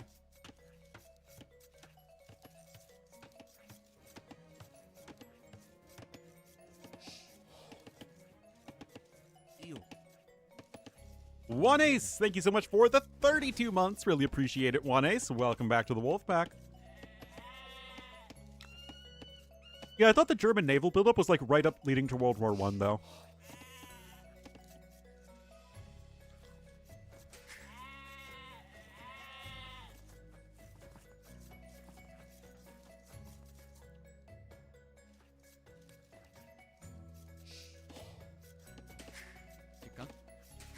I mean, there's a reason that the Germans didn't have the colonies that the British and the French did. Up there, because they're a very good civ.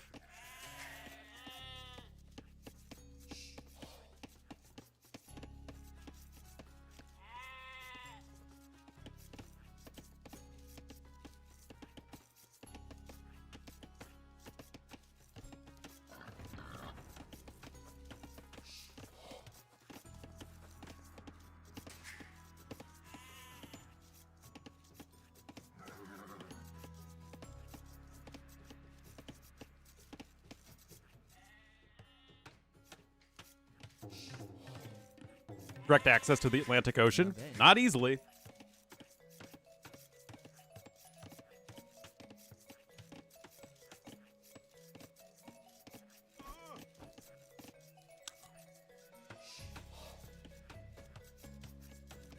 How we like them?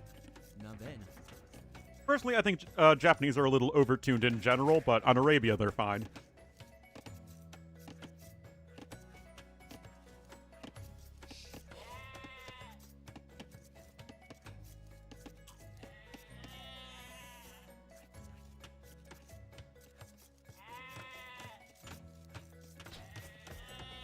Lost, yep. That's okay. The Germans then tried to one-up the Brits by with the U-boat. Which, to be fair, still didn't really help them enough in the end, although it was a very effective ship.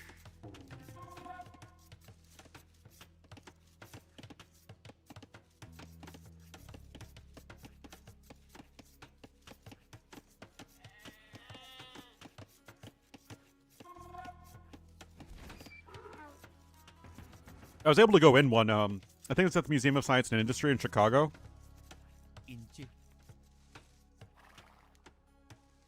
Like, there are very few U-boats left that are, like, in, you know, good condition, but one of them was in Chicago, so that was really cool. It is, as you can imagine, extremely cramped.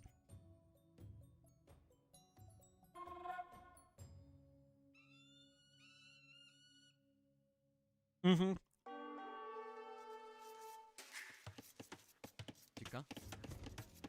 No idea how it got there. I mean, it's not like we're a coastal city. I mean, technically, yes, you can sail to the ocean through the Gulf of St. Lawrence and all that canal.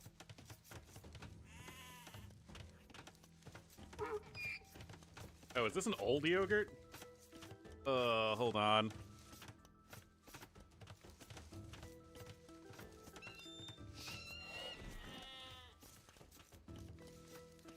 I'm not sure on this one.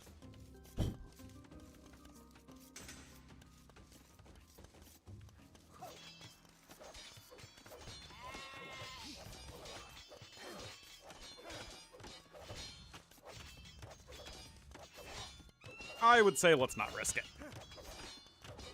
Sailing up the Great Lakes? The Edmund Fitz what now?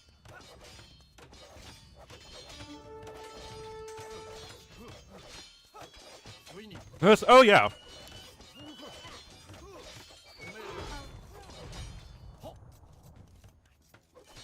I mean, there's a reason Chicago grew to be such a huge and important city in America.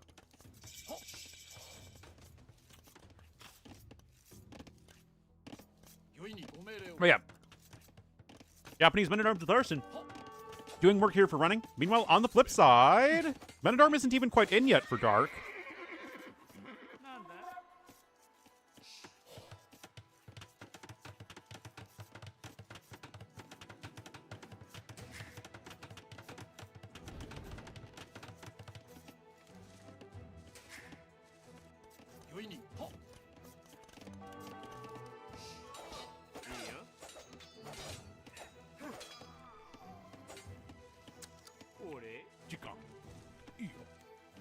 Nice kill there, though, for Dark, though.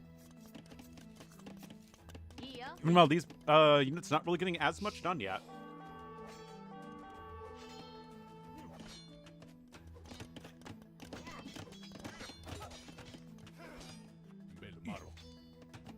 Four men-at-arms per player.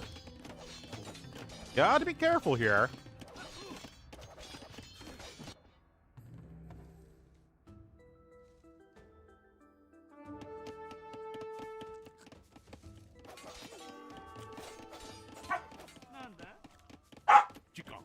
The villager killed. And Mr. Dog! I refuse to be barked at.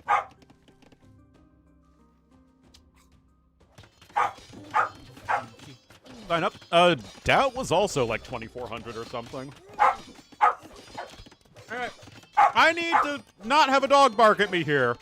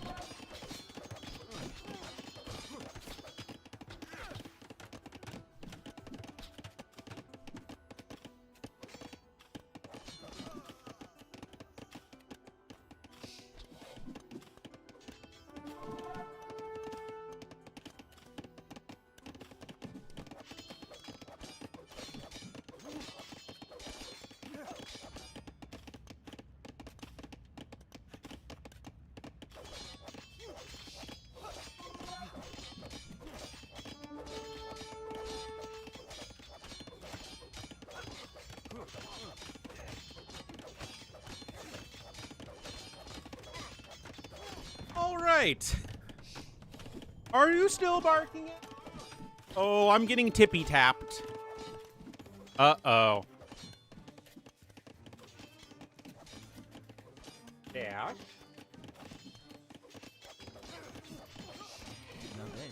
Minus 6 vills. Whoa, that's a lot of idle time. Dash. You need to go outside.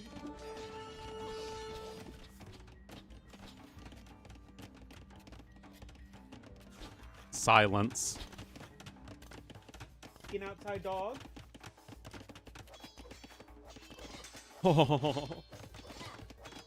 And then he just lies down right behind me because I got it right. What a good boy. Alright, DBA is just on its way. Res collected seemed a lot better for Dark, though, and it seemed like the big difference in this game is just that you had Dark go for these very small walls, and then running just not be walled at all. Because he thought he'd be the aggressor in this one, but turns out Dark went just as aggressive as his opponent did. That really just seems to be one of the biggest issues here for running.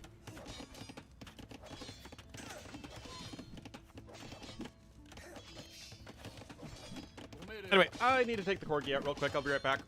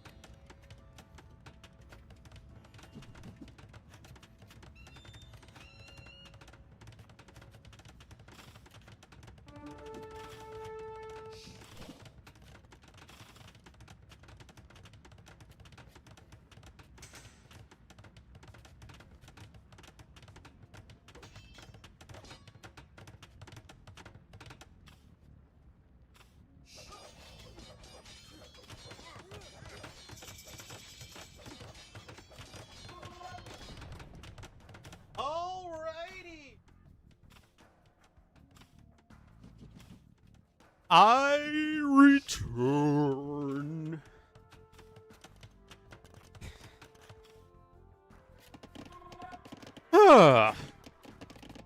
It is exhausting keeping up with the corgi.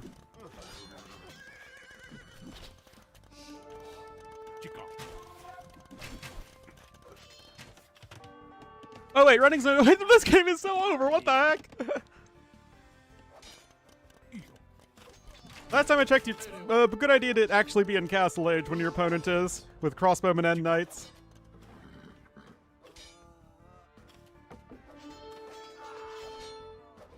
Ah, the double wood line's getting towered. That is unfortunate, but you gotta mark it.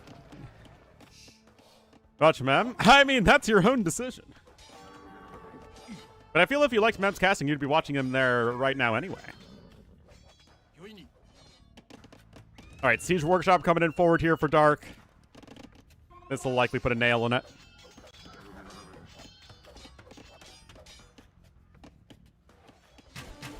And the random speed up. Dark gets game number 1. Yeah, again, it was a matter of him just being much better defended against the early pressure than his counterpart.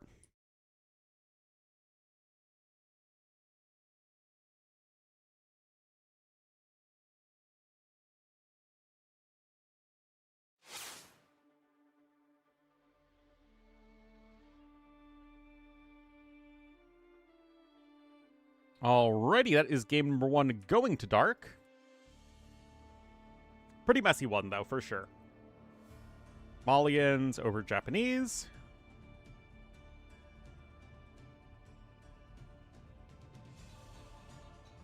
And they're already getting into game number 2 with a very interesting matchup.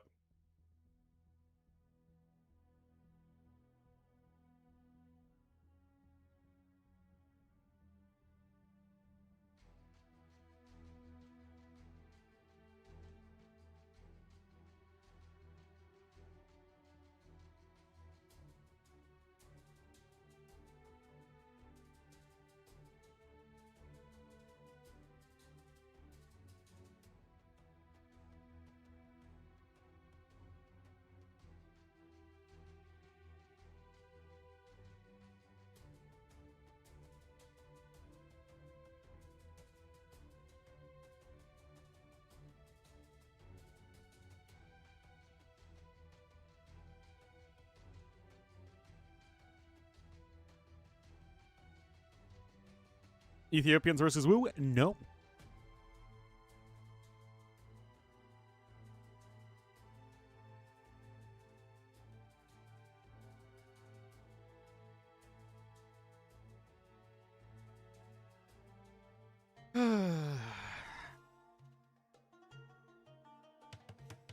Why would I say a Three Kingdoms Civ matchup is interesting, Cassis? Come on, get it right.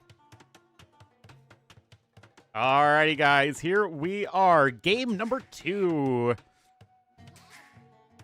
In this best of 5, last game in the round, or last series rather, in the round of 32.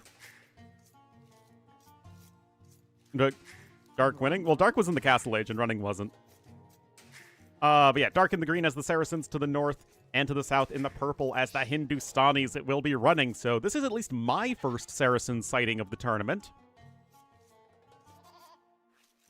So let's see here how they are. I just had a toy drop behind me. Why do I have a corgi with a stick?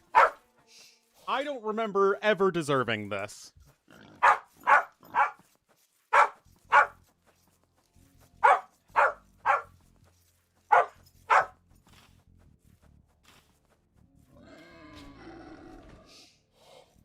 Oh, what is he doing now?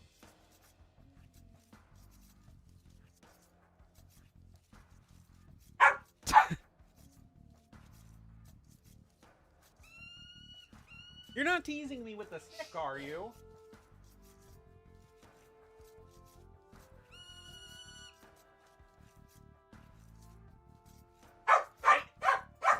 Go.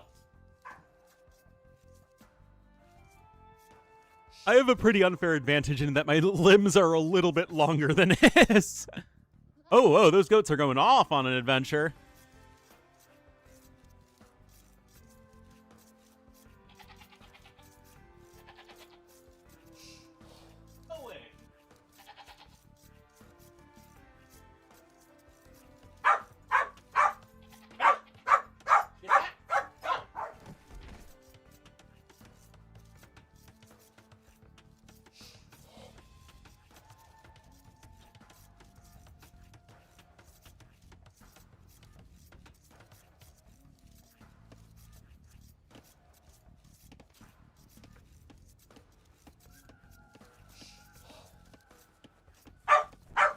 Ah.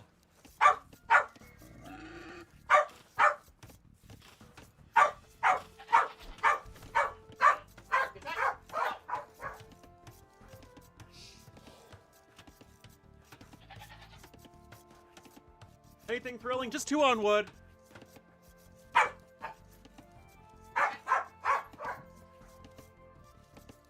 You guys see his Christmas bow tie?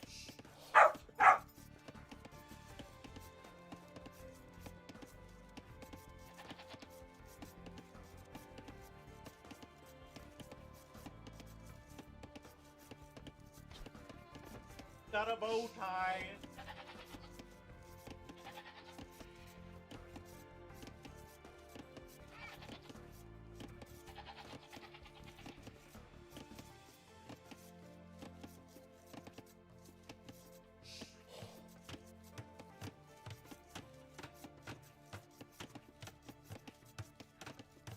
That's a drush.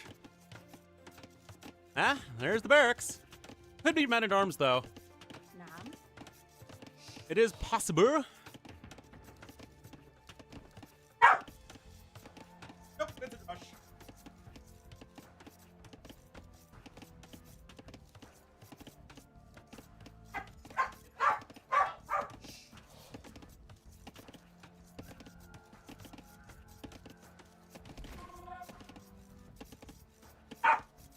What?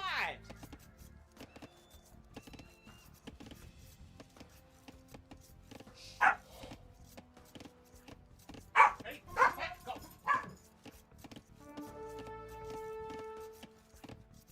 About some 2 militia opening that he thinks. Oh, the flex? That's kind of what we see a fair amount. Like 2 militia into feudal age, into maybe 2 more militia, into men at arms. It seems pretty good.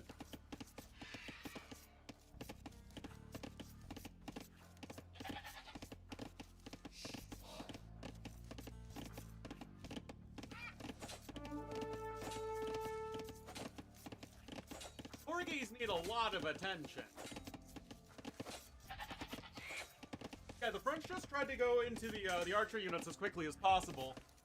This is much more of a... You can go men-at-arms if you want. Also, the French drush is 2 militia on the way up to feudal age, and this is 2 militia before you up to feudal age. But Wolves is definitely going to make it more consistent, that's for sure.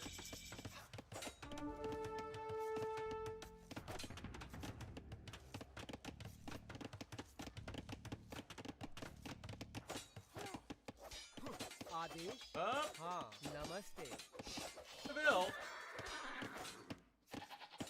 I think. Oh, what?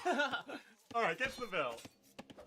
We'll lose all the infantry units though, and a scout. I feel like my legs.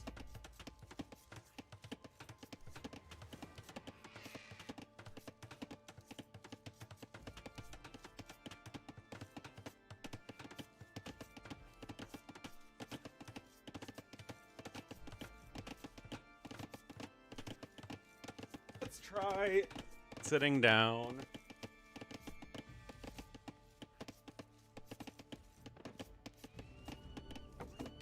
For Dark, I mean, that is part of the benefit of going up later, right? With all of these super tight fast up times, usually you're a little bit behind. Amron. Well, I mean, on top of being 200 resources ahead, you're also, you know, basically walled. مستعدة. Your foragers are certainly exposed, but this is a pretty good setup here for Dark. أهلا. Or sorry, yeah, for Dark. What? He's so happy.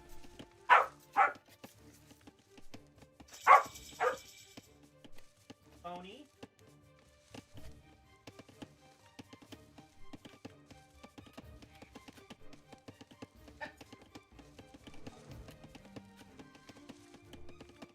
I hit him in the back with his bone.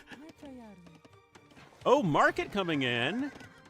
But like kind of far forward, and now just the regular old scout opening from running is gonna make this a little bit tricky. What? don't like you.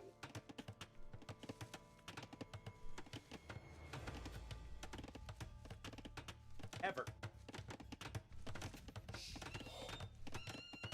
Guys, I don't think he believes me.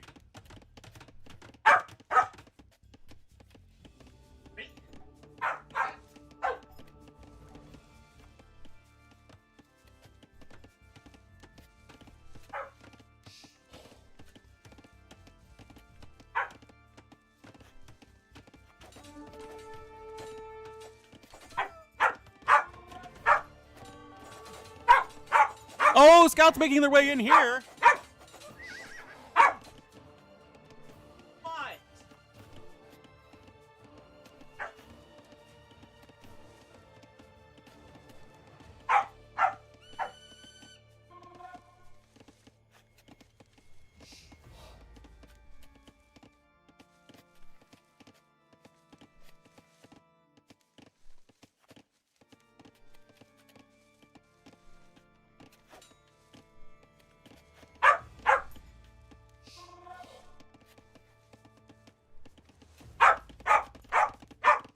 Yeah, running, selling a stone. They lost one village. He's still ahead by a few hundred resource. Ash, go get... Hold on.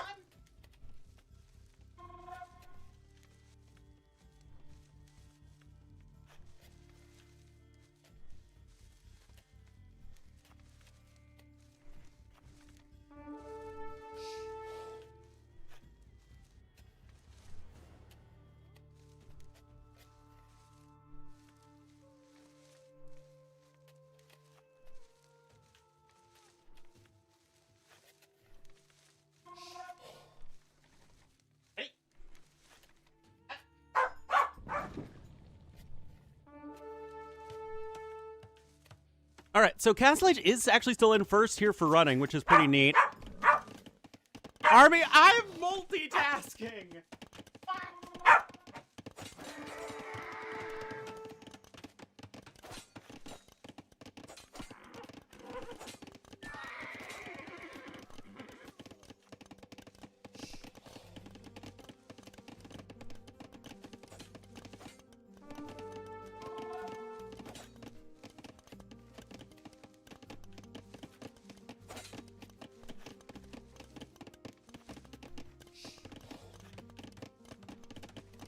Task well. No. Wait, Dark still hasn't clicked up yet? That's pretty surprising.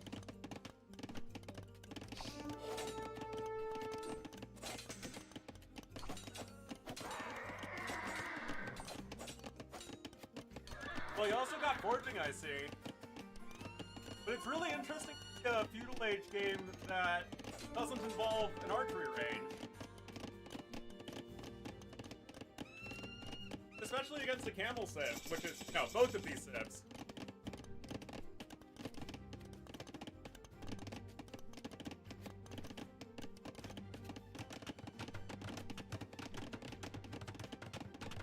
That can be coming in for running, which I like.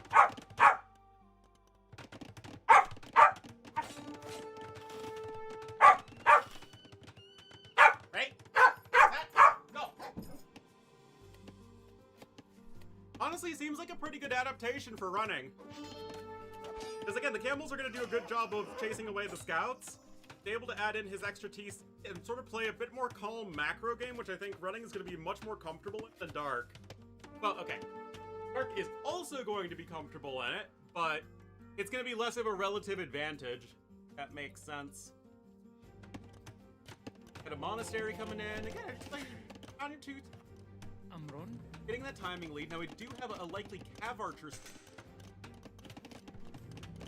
Yeah, honestly, I just canceled the arc. Anything for you? Yeah, you are gonna need to secure. Or even better, I think, be a nice idea.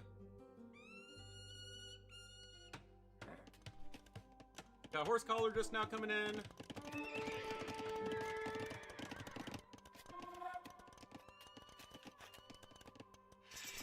Now we're gonna try and down. and see if the corgi lets us do our job. Which, to be fair, I've been live for a while now. I guess 5 hours. نعم. All right, okay, no, he is going crossbowman, so no CA, at least not yet. Looks like a couple scouts went over down over here without a ton of value, but look at this resources difference. That is actually quite stark. You know, Bodkin on the way, eco upgrades are identical. Still very few bills on food right now, which is not really what you're looking for as running. But there we go. There's TC number 3 in that spot that I was talking about, so I'm a fan of that. And also help potentially secure some stone. And if your opponent is investing heavily into the archers, which is obviously what's happening, and those 2 dead scouts prove it, working towards the Gulams feels like another good idea.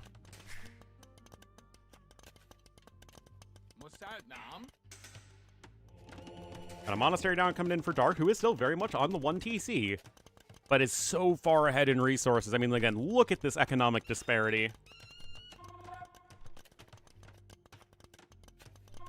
Granted, it's mostly stone, but the stone that's been, you know, used to buy the other resources.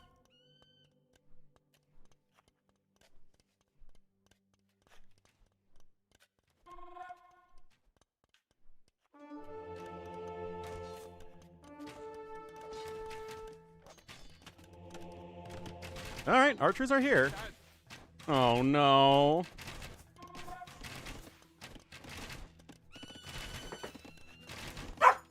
Ugh. Ready? Go!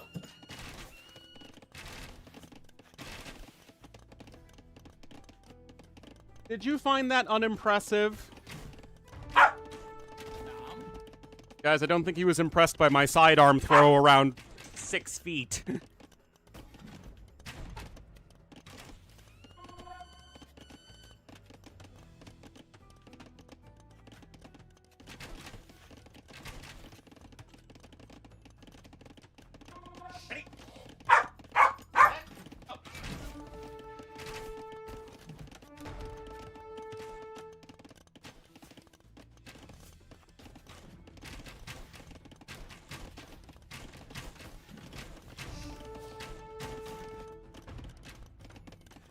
Anyway, it looks like running is chasing out for now. And at least in free, running should be catching up and surpassing his opponent in terms of resources sooner or later.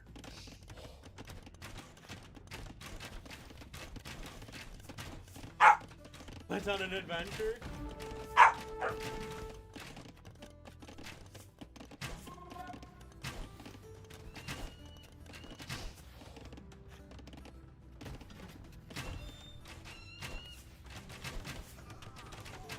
Siege Toxin, they are very chonky.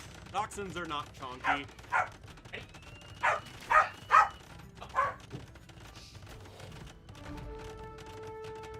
Dash is still like 13, 14 kilograms.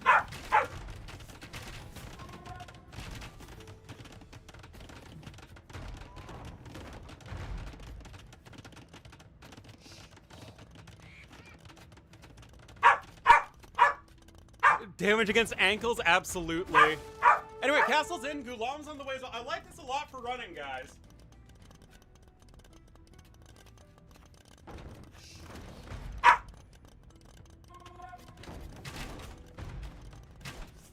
Just even with Saracens, I don't know if you can realistically apply enough pressure here. This is the market. Nope.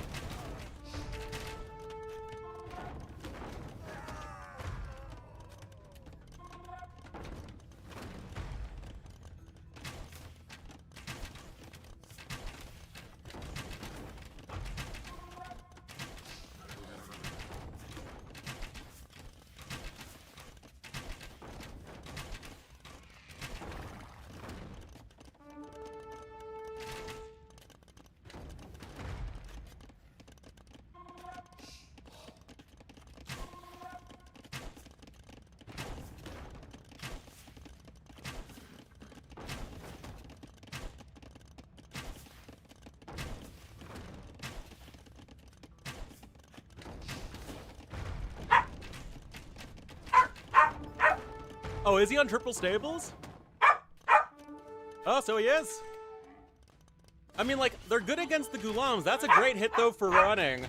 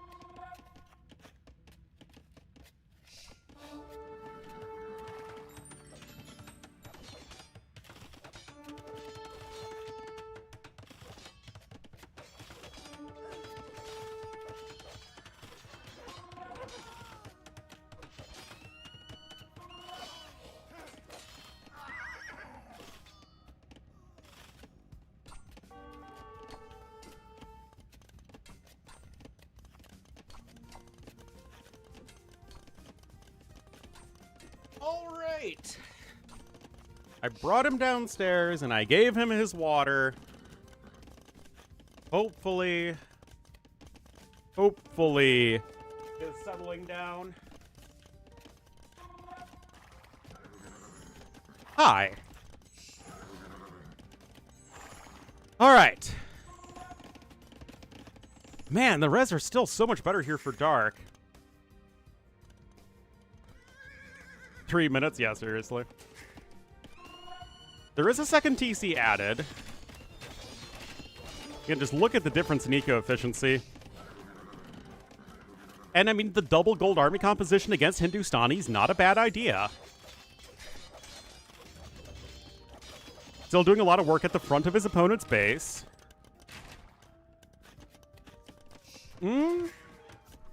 You're only 15 vills behind with better eco upgrades, actually, as Dark.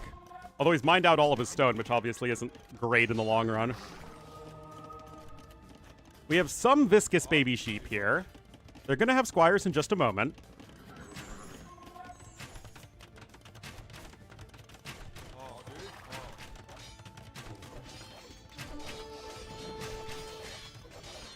I mean, this is still pretty scary.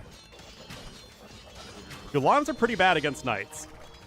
The monks are gonna need to get some good conversions. I like the battering ram. You don't see any siege workshop, or you see the siege workshop, but no mangonels from your opponent.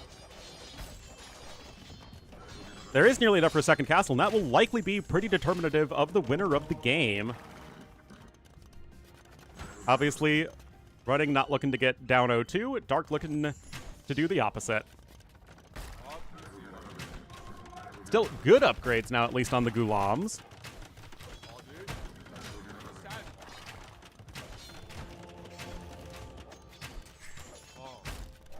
And even iron casting incoming. So you're going to have chain barding armor here as well.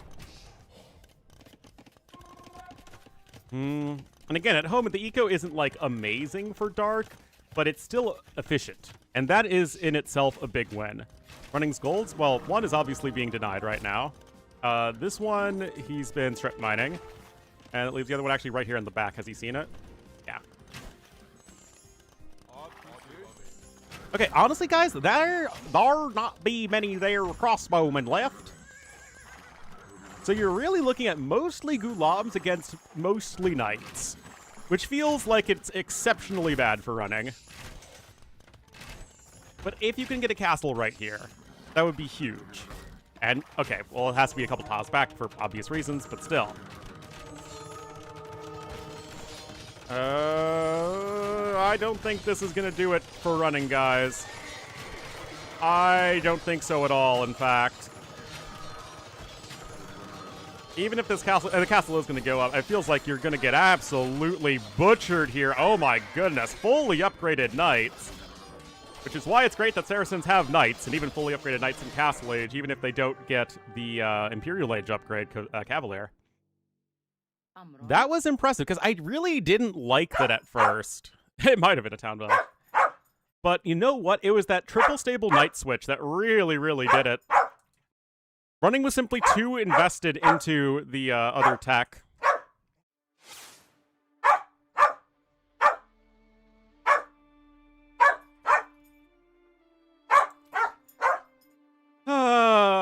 Was it even 3 minutes? Oh, whoops. Yeah, no, Saracens over Hindustanis. Oh, unfortunately, I'm out of the game. Ash?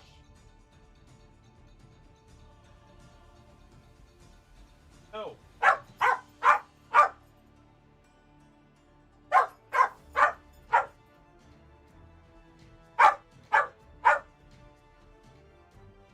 Ugh. Come on.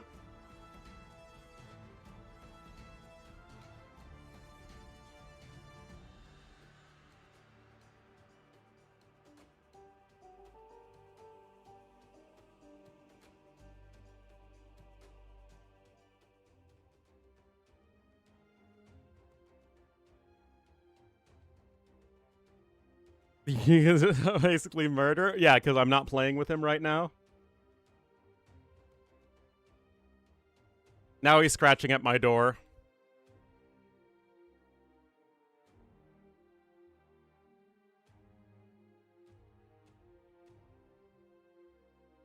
And he's a stubborn one.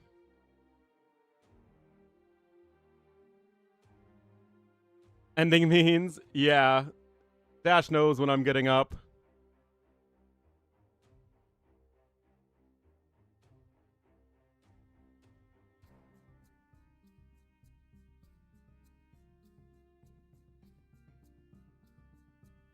All right, 1 minute, guys.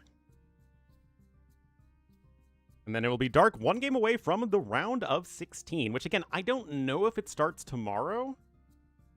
Actually, yes, it looks like Yo versus Nikov is tomorrow. Okay, so we'll try and cast that. By the way, the winner of this series faces Vinchester, and if it is indeed Dark, and Dark happens to run into Vinchester, that would be absolutely tragic. Dark has to have an awful win rate overall against Vinchester.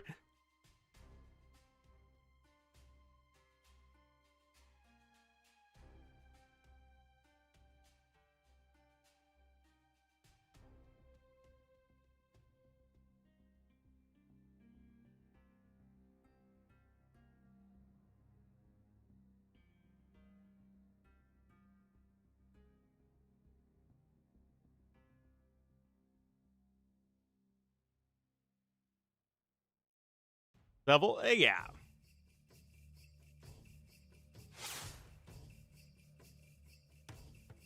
All right, guys. Possibly the last game of the round of 32.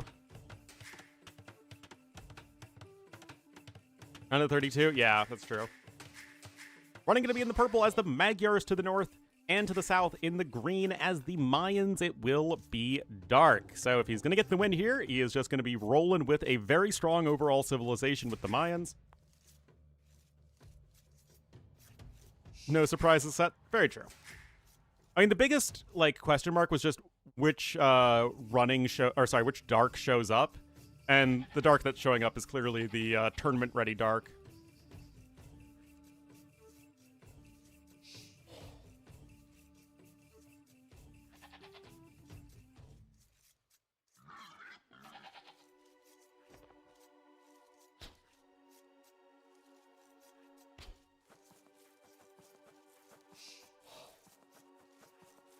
All right, the Corgi has settled down.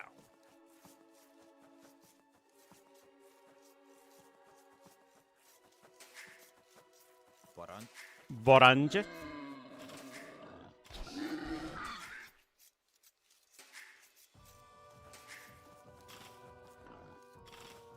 All right, so let's see what the plan is here. 0 seconds idle time for each player.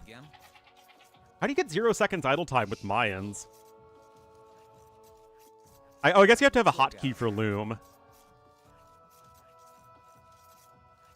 But yeah, I probably should get a hotkey for Loom just for Mayans and Chinese to have the maximum efficiency start. Because I always end up with 1 to 2 seconds just from, hotkey town center and then clicking on Loom. Anyway, 3 Ville's going over there to the north. As far as Magyars versus Mayans goes, it's kind of like Huns versus Mayans, where you have 2 civilizations that are pretty smooth in their power curves throughout the game. Magyars, it's more, timing based, Igen. but it feels like the dynamics are overall kind of similar.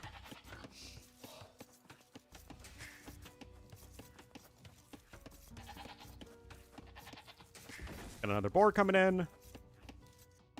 Also, is it always boars on KOTD? I just realized you don't have elephants or rhinos with their extra food on them. I never really thought about that. Alright, really easy wall over here.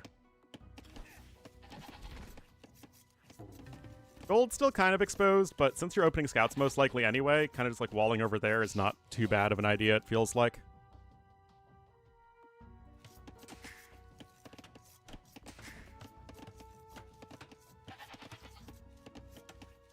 Controlled randomness? I guess so. I don't know, the maps all look pretty similar.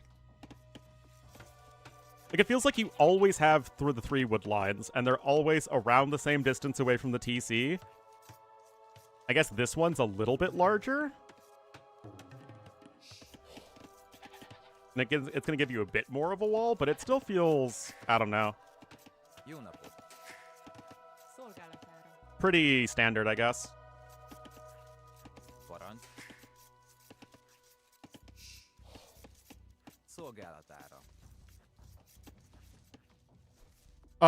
Yeah, so once you reach below 45 HP, Kingy, the Qian Swordsman switches its mode from defense mode to attack mode.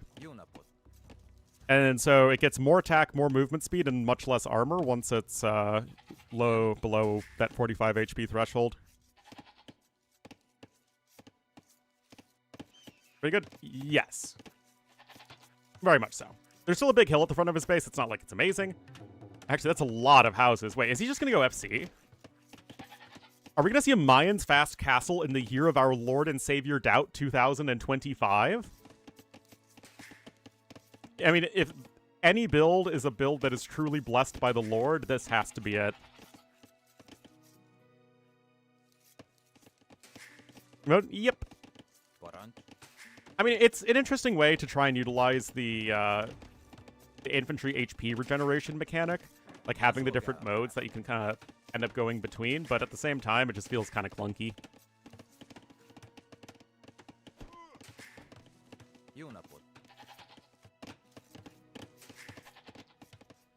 I mean, look at this. There's no way this is efficient, though, right? I mean, look at all these houses. Right? No way this actually ever makes sense.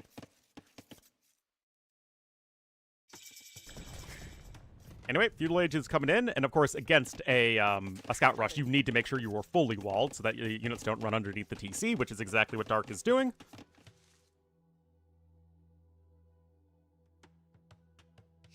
His OP team bonus. I mean, it is a good team bonus. Although I think it's just from 3 to 2, right? It's not 3 to 1. Because it used to be 2 to 1, Palisade Wall cost.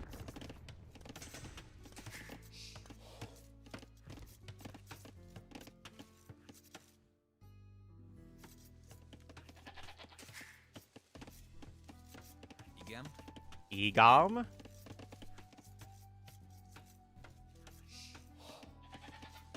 I mean, even so, going up on 25 pop when you've invested this much into walling, just villager time and overall resources, this still feels too fast. Meanwhile, running for his part, getting both of his eco upgrades, he sees the full wall, so he's like, okay. Eddie Banks with the 36 months. Thank you so much, Eddie Banks.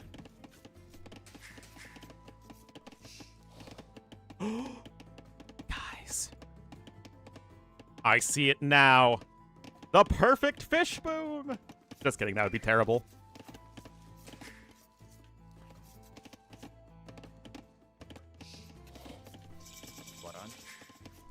All right, but like, look at this. He's not even close to Castle Age. It feels like gone are the days when Mayans can just wall themselves into like a corner of the map and go fast castle. Hey, Boom. He's okay.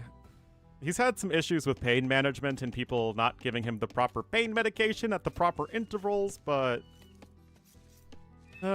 Seems like he's doing a little bit better right now. You would try that? I don't know. Is Viper or Andy more likely? Experience? I mean, overall, his care has been pretty good.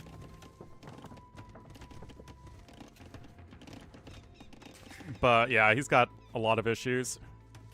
Oh, he's got issues. But, yeah, we learned that the blood poisoning that he has like a 40% mortality rate, so we're just glad he's alive. To try it? Perhaps.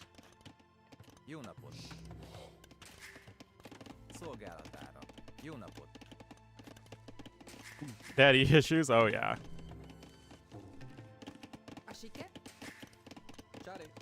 Anyway, second mining camp coming in.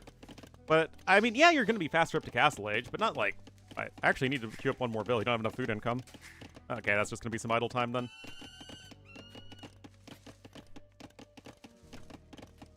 Yeah, 19 seconds. Come on, man. It's worth it to be up one more bill in 6 seconds slower. Come on.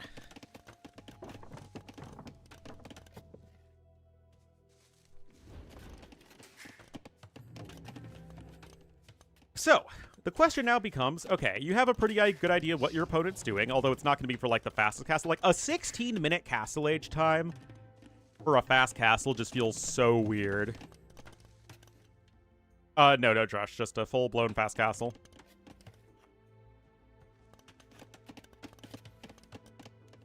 You certainly are going to want to be fully walled. And I'd just hunt down the Eagle Warrior with my scout if I'm running, and I think that's exactly what he's doing.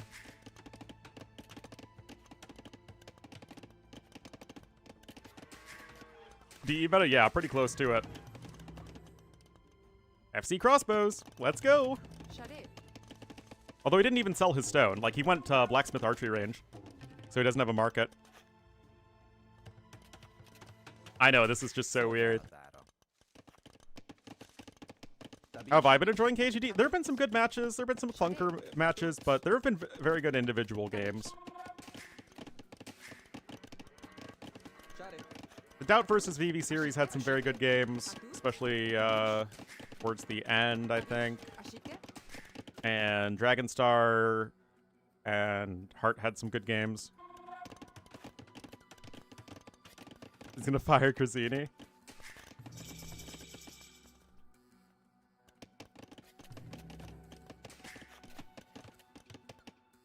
Well, it's not like the archers are out on the map. And you could certainly make the argument that, okay, if I'm gonna try and FC this, then I need to be out of the map to, like, leverage this timing. But, I mean, in all honesty, you're hitting Castle Age right now as running, and he's gonna be there in just a moment. In terms of getting his skirmisher upgrades, he's gonna get Bodkin, or I guess he's just not getting fletching, but still, you're almost certainly fine here. Monastery coming in, and we'll have to see who's going to be the first one to add an extra TC, really. At the very least, you are on 2 archery ranges here as our green player. So his production's at least going to be pretty good. Is selling 100 stone.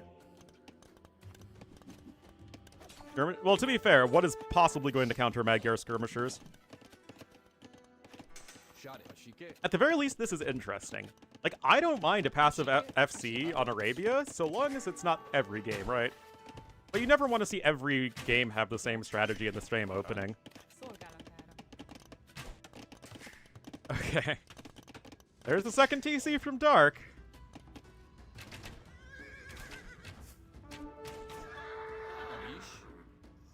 Gets the kill there, quite nice. I mean, this is a huge investment.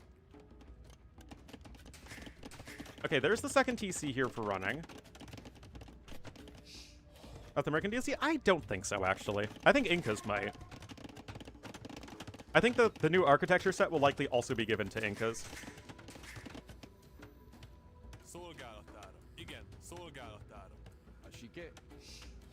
Actually, if the new architecture set's mostly wood, because I don't know if any of the 3 new civs really built with a lot of stone. But Inca's built with stone. I mean, they built mostly with stone, what with being mountain folk and all.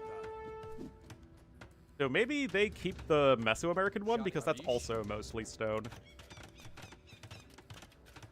Anyway, university coming in, siege workshop over here. Needing a rework? What kind of rework do they need? Like, we know which civs it will be. Muisca, Tupi, and Mapuche.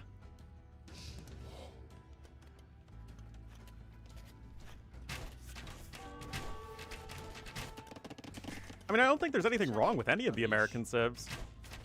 I think they're all good.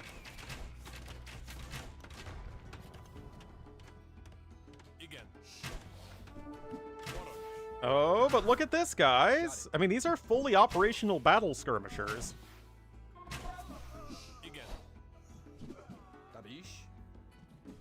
Ooh, great.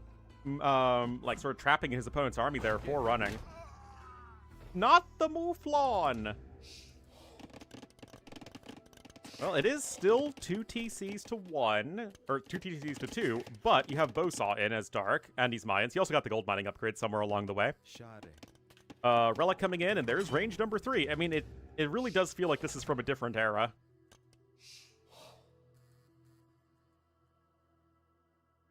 In full plate? Well, because it's... Champions just look like champions, no matter what civ they are.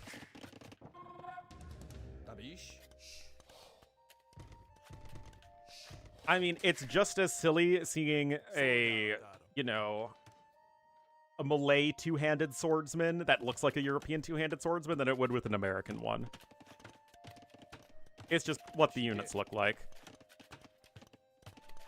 I mean, monks and monasteries can be kind of special because of, you know, the cultural and religious importance and all that, but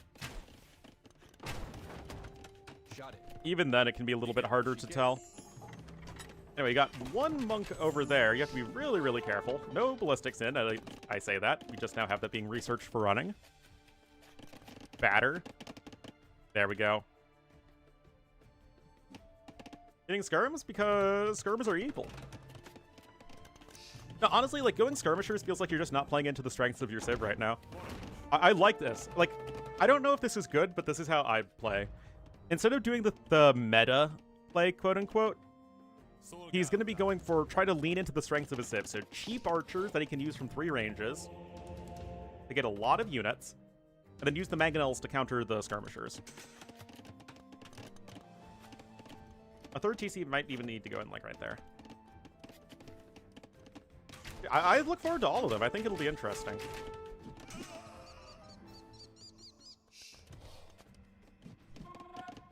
Anyway, good positioning there for the skirmishers again. Running's done a very good job of that this game.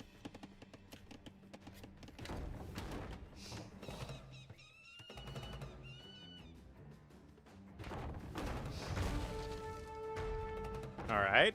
That's a big hit for Dark. And yes, now the CA transition's coming in. But I think that what you're going to do here as Dark is just rely on having the archer numbers. Now, Running has done an extremely good job of pulling the archer numbers, but you still are going to have a 4th archery range here in just a moment after, I guess, that mangonel gets repaired. Muisca were the North Andes, if the Incas were like the mid to South Andes. So, modern-day Colombia. 2P or not 2P. But yeah, it's interesting, right? Because they had very distinct and complex societies. But again, it's the issue where we think that people who didn't build with stone and didn't write stuff down were somehow less civilized or, you know, had lesser cultural accomplishments than those who did, which, you know, when you put it in those terms, just feels completely arbitrary.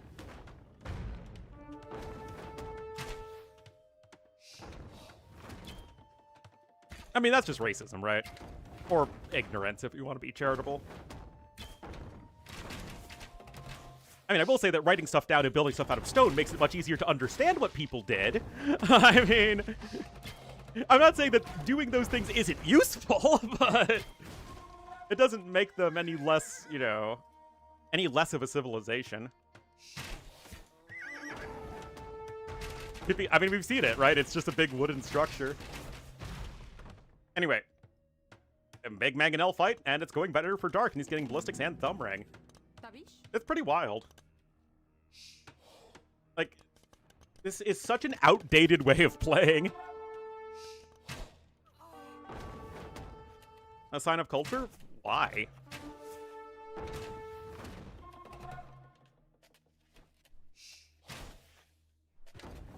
Of course, you gotta be extra careful against the mangonels, and they do clip a couple units, but these archers, they're only missing the defense upgrades. They are very strong. Again, the skirmishers are in a really good spot. I love the positioning of the skirms here overall, but I think Running's issue is just he's not winning the mangonel wars, and sometimes it is just that, okay, that was a good hit, but still, sometimes it is that simple.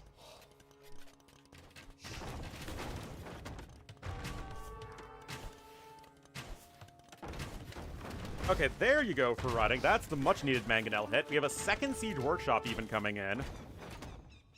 Zero Stone? Yeah, that checks out. But yeah, it is so weird to see a game that looks like it should have been played in 2020 instead of 2025. Use lightsabers? Yes.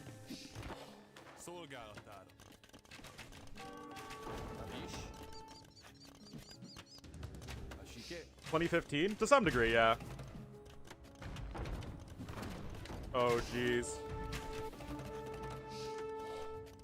Running does have some idling. And some Magyar Hussars might not be bad to mix in.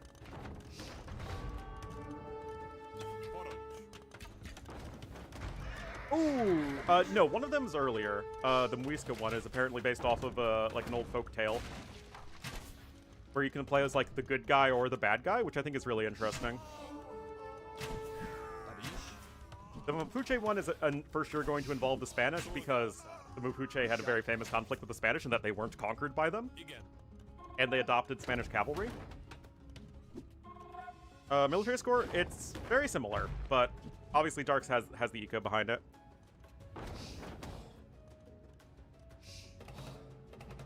Africa? Yes. That's also my bet for the next expansion. There are a bunch of civs you could do.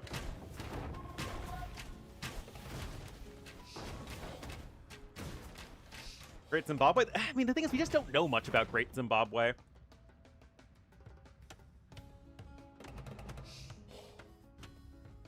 No, like I said, the Mapuche literally weren't conquered by the Spanish. Although they were co-opted by them. Oh! Alright, everybody. A fine hit. I mean, you're gonna try and sneak a win here as Running. Right, that's true.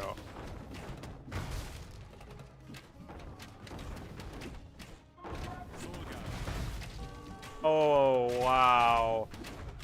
Oh, gee. Yeah, Running gonna tap out there. That's a morale breaker. It's like you get this huge hit, and then it's just completely nullified. Anyway, Dark with the win that's straight out of 2020. Anyway, well done there. Kind of an expected result, to be honest.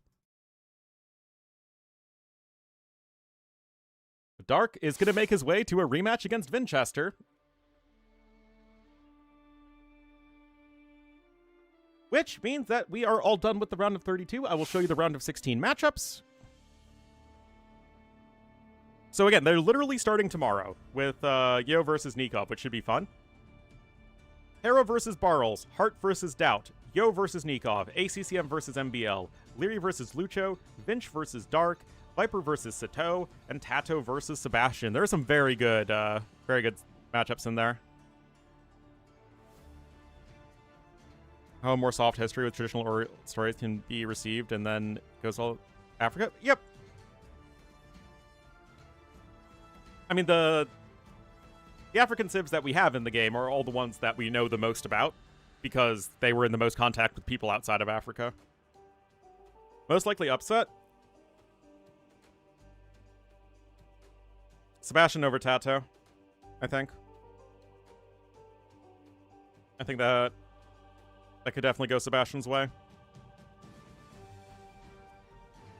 Anyway, guys, thank you so much for tuning in today. It's been a few days, but I will try and be back tomorrow. Well, according to the seeding, it would be an upset. But yeah, again, thank you so much, everyone who's been watching. Really, really do appreciate it. And yeah, I'll see you guys tomorrow. Bye-bye.